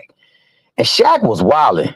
If you think back to when Shaq was in Orlando, why did he leave Orlando? Rumor has that it was the genius of Jerry West that pulled that off. But that was genius to get him. I mean, hell, whoever got him was going to be an instant title contender, so no doubt about that. But why do you think it started, though? Why did he leave that team that was so well put together? They had everything. They just needed experience and maybe a couple of more shooters. I don't have a good answer. So I'll give you an answer. Remember, he got hurt one year, right? Yeah. You remember who started balling out of their mind? It's not Penny, right? It was Penny. Exactly, it was Penny. And then next thing you know, they started chanting when he had the ball, MVP. MVP. Your boy Shaq can't stand Ish. You talking about somebody says you want to guard the yard, you got to feed the big dog. If the big dog don't get fed, then you don't guard the yard. This Mickey Freaky got pissed off because they was chanting MVP because Penny was out there giving people the business. The business. Yes. That's Shaq in a nutshell. And it took a long time for him to say, and he'll say it freely now, yeah, I was wrong. I didn't handle that situation right. We should have won. He said, man, we could have won easily 8 titles if I would have been in the right mind space, headspace. I mean, I definitely think they well, I don't know about They that. win. They definitely win more than 3. They definitely win more than 3. They definitely win more than 3. And then on top of that, because you're not in competition, you just want to win, then we can free up some, allocate some funds so that we can get people that can shoot around us. Because if they had, remember, bro, that Spurs team, bro, like, you got to remember, they got past that team because of that 0.4 fucking. Let me chill out here. No, I feel you. No, I feel you. Yeah, that was one. I feel you. That's one series. But if you look at the series and you look at how we won them as opposed to how we lost them, we lost them one time badly, and that was Kobe's first time there against them. But after that, you're talking about Detroit, yeah. No. I'm talking about going through them because for the most part, with the exception of the Detroit and don't get me wrong. If the Spurs go, I think the Spurs beat Detroit because they just are disciplined and they make people. 7 games. Yeah, but what I'm saying is that year that they beat the Lakers, the Spurs, I believe, would have beat them because the Spurs just make you play their game. Whereas the Lakers, boy, we had an old ass Karl Malone who got hurt. We had an older Peyton who wasn't seeing eye to eye with what's her name. And then on top of that, we had Kobe and Shaq beefing. We had Mailman trying to bang Kobe's wife. And we ain't had no, yeah, bro. Yeah, I remember. I'm laughing because I remember. Yeah, bro. So, like, it was wild, bro. And on top of that, Kobe was hurt. all that stuff was it was too much to overcome a team that was put together like nobody's business, man. Like you had to be on your P's and Q's to beat them, and the Lakers just was. A lot of times they won series because they had Kobe and Shaq, bro. I swear to God. Yeah. If they don't, Yeah. that was it. Those two players just were good enough to beat some very, very, very good teams. Because as a team, bro, Sacramento was a better overall team, and so was Exactly. Portland. Exactly. Yep. And so was Portland. Like exactly. Like these teams were better teams than the Lakers. The Lakers just had Kobe and Shaq, and most nights that's good enough. Yeah. Even against these teams. And for the most part, that's what the people say, man. Like, yo, bro, you think you're a better team than them, and you are. He said, but when you think about having to get over Shaq, and then you got to worry about Mickey Freaky Kobe Bryant, like it ain't no walk in the park, dog, and it really not. It's really not, man. And that's why I say you get the right frame of mind. He's always in shape. He's training, and he's taking this thing serious. I believe the Lakers win more than 3 finals. There's a real case to be made for that, bro. Like I just feel like that Spurs team, bro, would have been. Spurs team was awesome. Yeah, like it was awesome. I love it. That would be if you go through that team, you basically won because you gotta remember the East was pretty much a joke, bro. And with all the respect to Reggie Miller and AI and Jason Kidd, but bro, they swept the Nets. They beat the Pacers in 6 and they beat the Sixers in 5, bro. The real finals was getting through the Western Conference. That was the real. Whoever got through the Western Conference was going to win. Basically, is what I'm saying. You know, if Sacramento would have beaten LA and go up against New Jersey, Sacramento would have won a championship. I believe that. And this with all due respect, okay, but it was that lopsided between the conferences back then. You know, it was. It absolutely was. Because Sacramento, bro, Mike Bibby in his prime, C. Webb in his prime, you had Page in his prime, Doug Christie, you know, could defend, could hit the 3, whatever. Jackson coming off the bench, pretty good. Scott Fowler ain't afraid of anybody, and I don't like Vlad Divac, but you know he's pretty good too. So solid ass. It was hilariously deep. Yeah, that was the real championship. So yeah, that was awesome, bro. What a time to watch basketball, bro. I'm getting some great nostalgia here. This is awesome, man. This is awesome, man.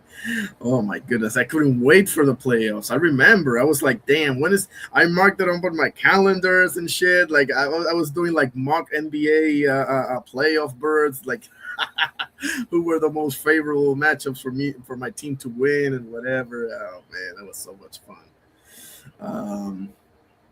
But yeah, they probably would, bro. They probably would have. You know what? I'm gonna say yeah. They would have won more. I don't know about 8 or 6, but yeah, I think they probably would have won more for sure. Because nobody had an answer for, especially Shaq, but Kobe neither, bro. Pippen couldn't handle with Kobe. Ruben Patterson couldn't handle with Kobe. Doug Christie couldn't handle with Kobe. Kobe had, oh my goodness, he killed Doug Christie in one play. I remember. Bro, nobody one-on-one is stopping Kobe, period. So you have to bring somebody to him. So with that, there's a disadvantage because now what do? You double Shaq? Because now if you got 2-on-2, that means 3 people open. Because somebody's got to flow the way of the ball. Yeah, man, I'm sorry, dog. A focus Shaq, whole different animal. In shape Shaq, whole different animal. It's tough to beat that big Mickey Freaky, dog. He bigger than everybody. Everybody. You know what I'm saying? That's a tough ask.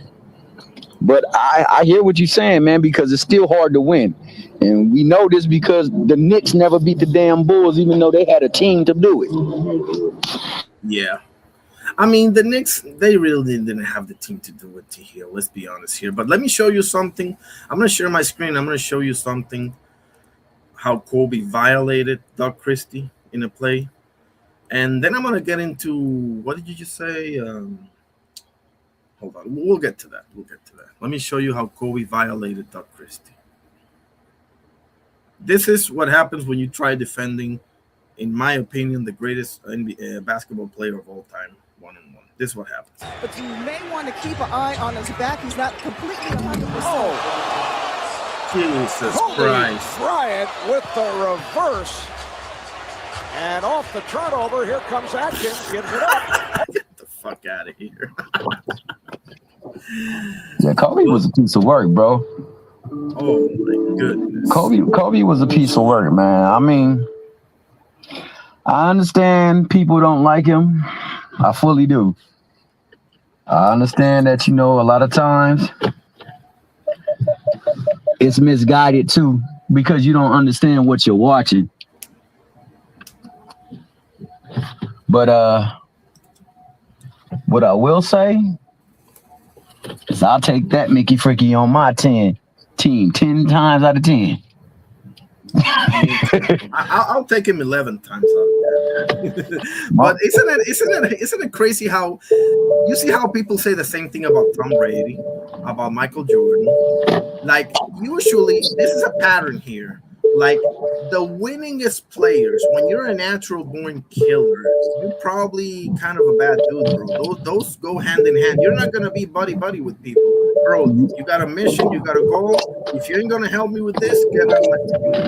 And that's the end of it. You're not gonna be friends with everybody. No, we ain't got to be friends to win. Exactly. We just got to be on the same page when we on that court. Mickey Freaky, I'm Michael Jeffrey Jordan. When we need a bucket, guess what you doing? You passing me that rock. Period, point blank. You passing me that rock. And I'm going either get the shot, I'm getting fouled, or I'm getting you a shot. You better make that, Mickey Freaky. And if I don't make it, we get back and play defense. What the fudge you thought this was, dog? Kobe Bean Bryant. You can either be remembered for being a stone cold killer, or you can be remembered for being a great human being that got along. It's a choice they made. You know who Phil Handy is? Phil who? Phil Handy. He's a former ball player too. He's more of a coach than he is anything though. He works with people on getting their game right from the perimeter.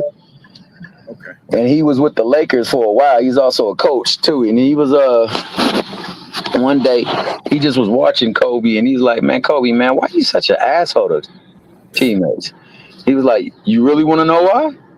He was like, yeah, man, that's what I'm asking you. He said, they don't put the work in, bro. He said, man, I come here. I'm the first one to come in. I'm the last one to leave every day. These Mickey Freakies come to practice, and as soon as it's over, they done. They gone. He's like, I can't trust them, dog. They don't want it. They don't care. He's like, yo, so I'm going to trust whether or not we going to win on somebody that don't put the work in, who don't really care about this. Like, I want to be great. And I'm in here I'm working my ass off to be great. And some of these cats, they don't give a fudge. So, yeah, you know what? I think I got the best. And he said, bro, when he told me that, he was like, dog, it made perfect sense. I fully understood him because I was watching it. He said I would see what he was talking about. And he's like, this is Kobe Bryant, man. Every night he's in here working longer than these fools. He's done worked out like 2 to 3 times before they even came up in here. And these Mickey Freakies is nonchalant. Yes. Yeah, because listen, it's the same thing in life, bro. If you are who you hang around with, bro. At the end of the day, absolutely. Cold hard fact of life. If you hang around excuse the word, right? If you hang around losers, you're gonna end up being a loser. That's the end. At the end of the day, it is what it is. That's how we're made, bro. You can't even avoid that. It's a biological thing, bro. If you hang around with alcoholics, you sooner or later you're gonna pick up that bottle, bro. It is what it is, bro. And you got to make some hard decisions, bro. Otherwise, you're not gonna get to where you're gonna get, bro. No, absolutely. Absolutely. And not everyone is going to be complimentary of that. But at the end of the day, you got to do what's best for you, bro. I mean, we only got so many years to accomplish these things, you know. We don't have all day. It's life, you know. Absolutely, and nothing is ever promised. Exactly. It's never a guarantee. If that were the case, the Lakers would have won more than 3. You mean to tell me that the freaking Golden State Warriors can win 4, but Kobe and Shaq can't? Nah, something ain't adding up. Something's not right. You tell me that the Spurs got Kobe and Shaq? Them niggas not win them titles? Fudge out it. You give Popovich that. That's why, you know, they can say whatever they want to say about Phil Jackson being the greatest coach. Hell no. He just had the greatest talent assembled on his teams. See, I'm not like Oster, bro. I'm not saying that there ain't no talent on that damn Bulls team. There was plenty of talent on that Bulls team. Of course, bro. Tony Kukoc was a baller. People forget about that dude, bro. And many others too, but go ahead. I'm sorry. No. You not sorry. Go ahead and speak your piece, dog, because I'm just going to follow up with it. Because to the Phil Jackson, I'm right with you on the Phil Jackson, bro. Like, listen, one of my favorite coaches of all. You know how you went on that soliloquy, which I loved about Kobe almost not getting an MVP in his career, bro. Jerry Sloan never got Coach of the Year. Like, there's no way in God's green earth that you can explain that to me. So nah, you right about that. But yeah, that's one of my favorite coaches of all time. Now, me, if I got one coach for a series for my life, give me Pop, bro. It's not even a debate. Give me Pop. But yeah, that's what I wanted to. You know. Yeah, they got their stinkers.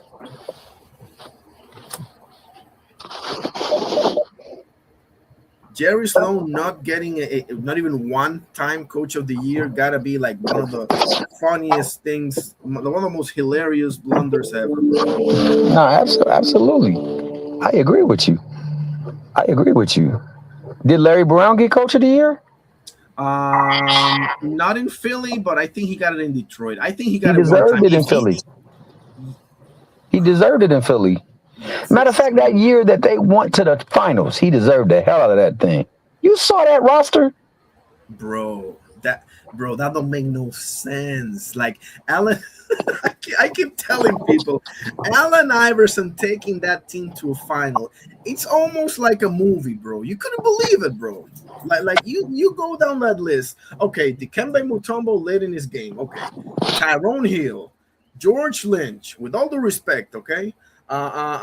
Iverson, Eric Snow, Aaron McKee, Todd McCulloch, Matt Geiger, bro. What are we doing here? Man, you who else did you say? You could go on and on and on, bro. Like that team was there. I mean, are you kidding me? Theo Ratliff. Like, bro, there is no reason that team should have made the finals. That team should have never went out of the Mickey Fricky first round. Yes. And I love me some Allen Iverson. Absolutely love me some Iverson. That team should not have made it out of that first round. For sure. Brown was doing some magic and Iverson was special, bro. I had my uncle tell me that he was overrated. I said, motherfucker, how? He's in a flip. How? Like, explain to me how you could fashion your lips to say that this dude, he is smaller than you are. He's out there dominating the league. You take your ass out there and dominate the league. You can name me another dude with his size dominating like that. Not even close, because even if you say Steve Nash is like 3 inches taller than him. Man, exactly. Steve Nash, 4 inches. What is he? 5'10", 5'11", 6'1", 6 feet, 6'1", 6'2". No, he was 6'3". What was Nash was almost 6'4", but let's compromise at 6'3". 6'3" is good. So that's 3 inches over 6 feet, 5'11", 4. Yeah, that Mickey Freaky was at least 4 inches taller than him. At least 4 inches taller than him. Please, dog. He's dominating everybody. Nobody has a One chance. that I can think of, bro, and this is going way back in the day, and it's still not up to par, is Nate Tiny Archibald. But it's still not at the level that of AI, bro. Not even close. Not even close, bro. Unreal. AI is 1-1. I keep telling people. Allen Iverson is 1. He's not even 1-2. He's 1-1. The only thing that comes close to me to AI given size is Stoudemire. Yeah. And it's just not it still. Stoudemire is a damn great player, but he doesn't have that explosiveness that Iverson just brought, man. Iverson was a mother. But all right, then, baby boy, I'm gonna have to let you go. I'm about to hit this gym. All right, brother. Appreciate you. It's a pleasure. It's a pleasure. I appreciate you. Always. That's my brother Thomas Hill, always gracing me with his presence. Appreciate you, sir. Go hit that iron, brother. Hey, man, I always love, bro. Whenever I see you and I can get on, I'm gonna come up here, at least be in that chat. Yes, sir. Always appreciate it. Nah, I appreciate you. God bless you, man. That was my brother Thomas Hill.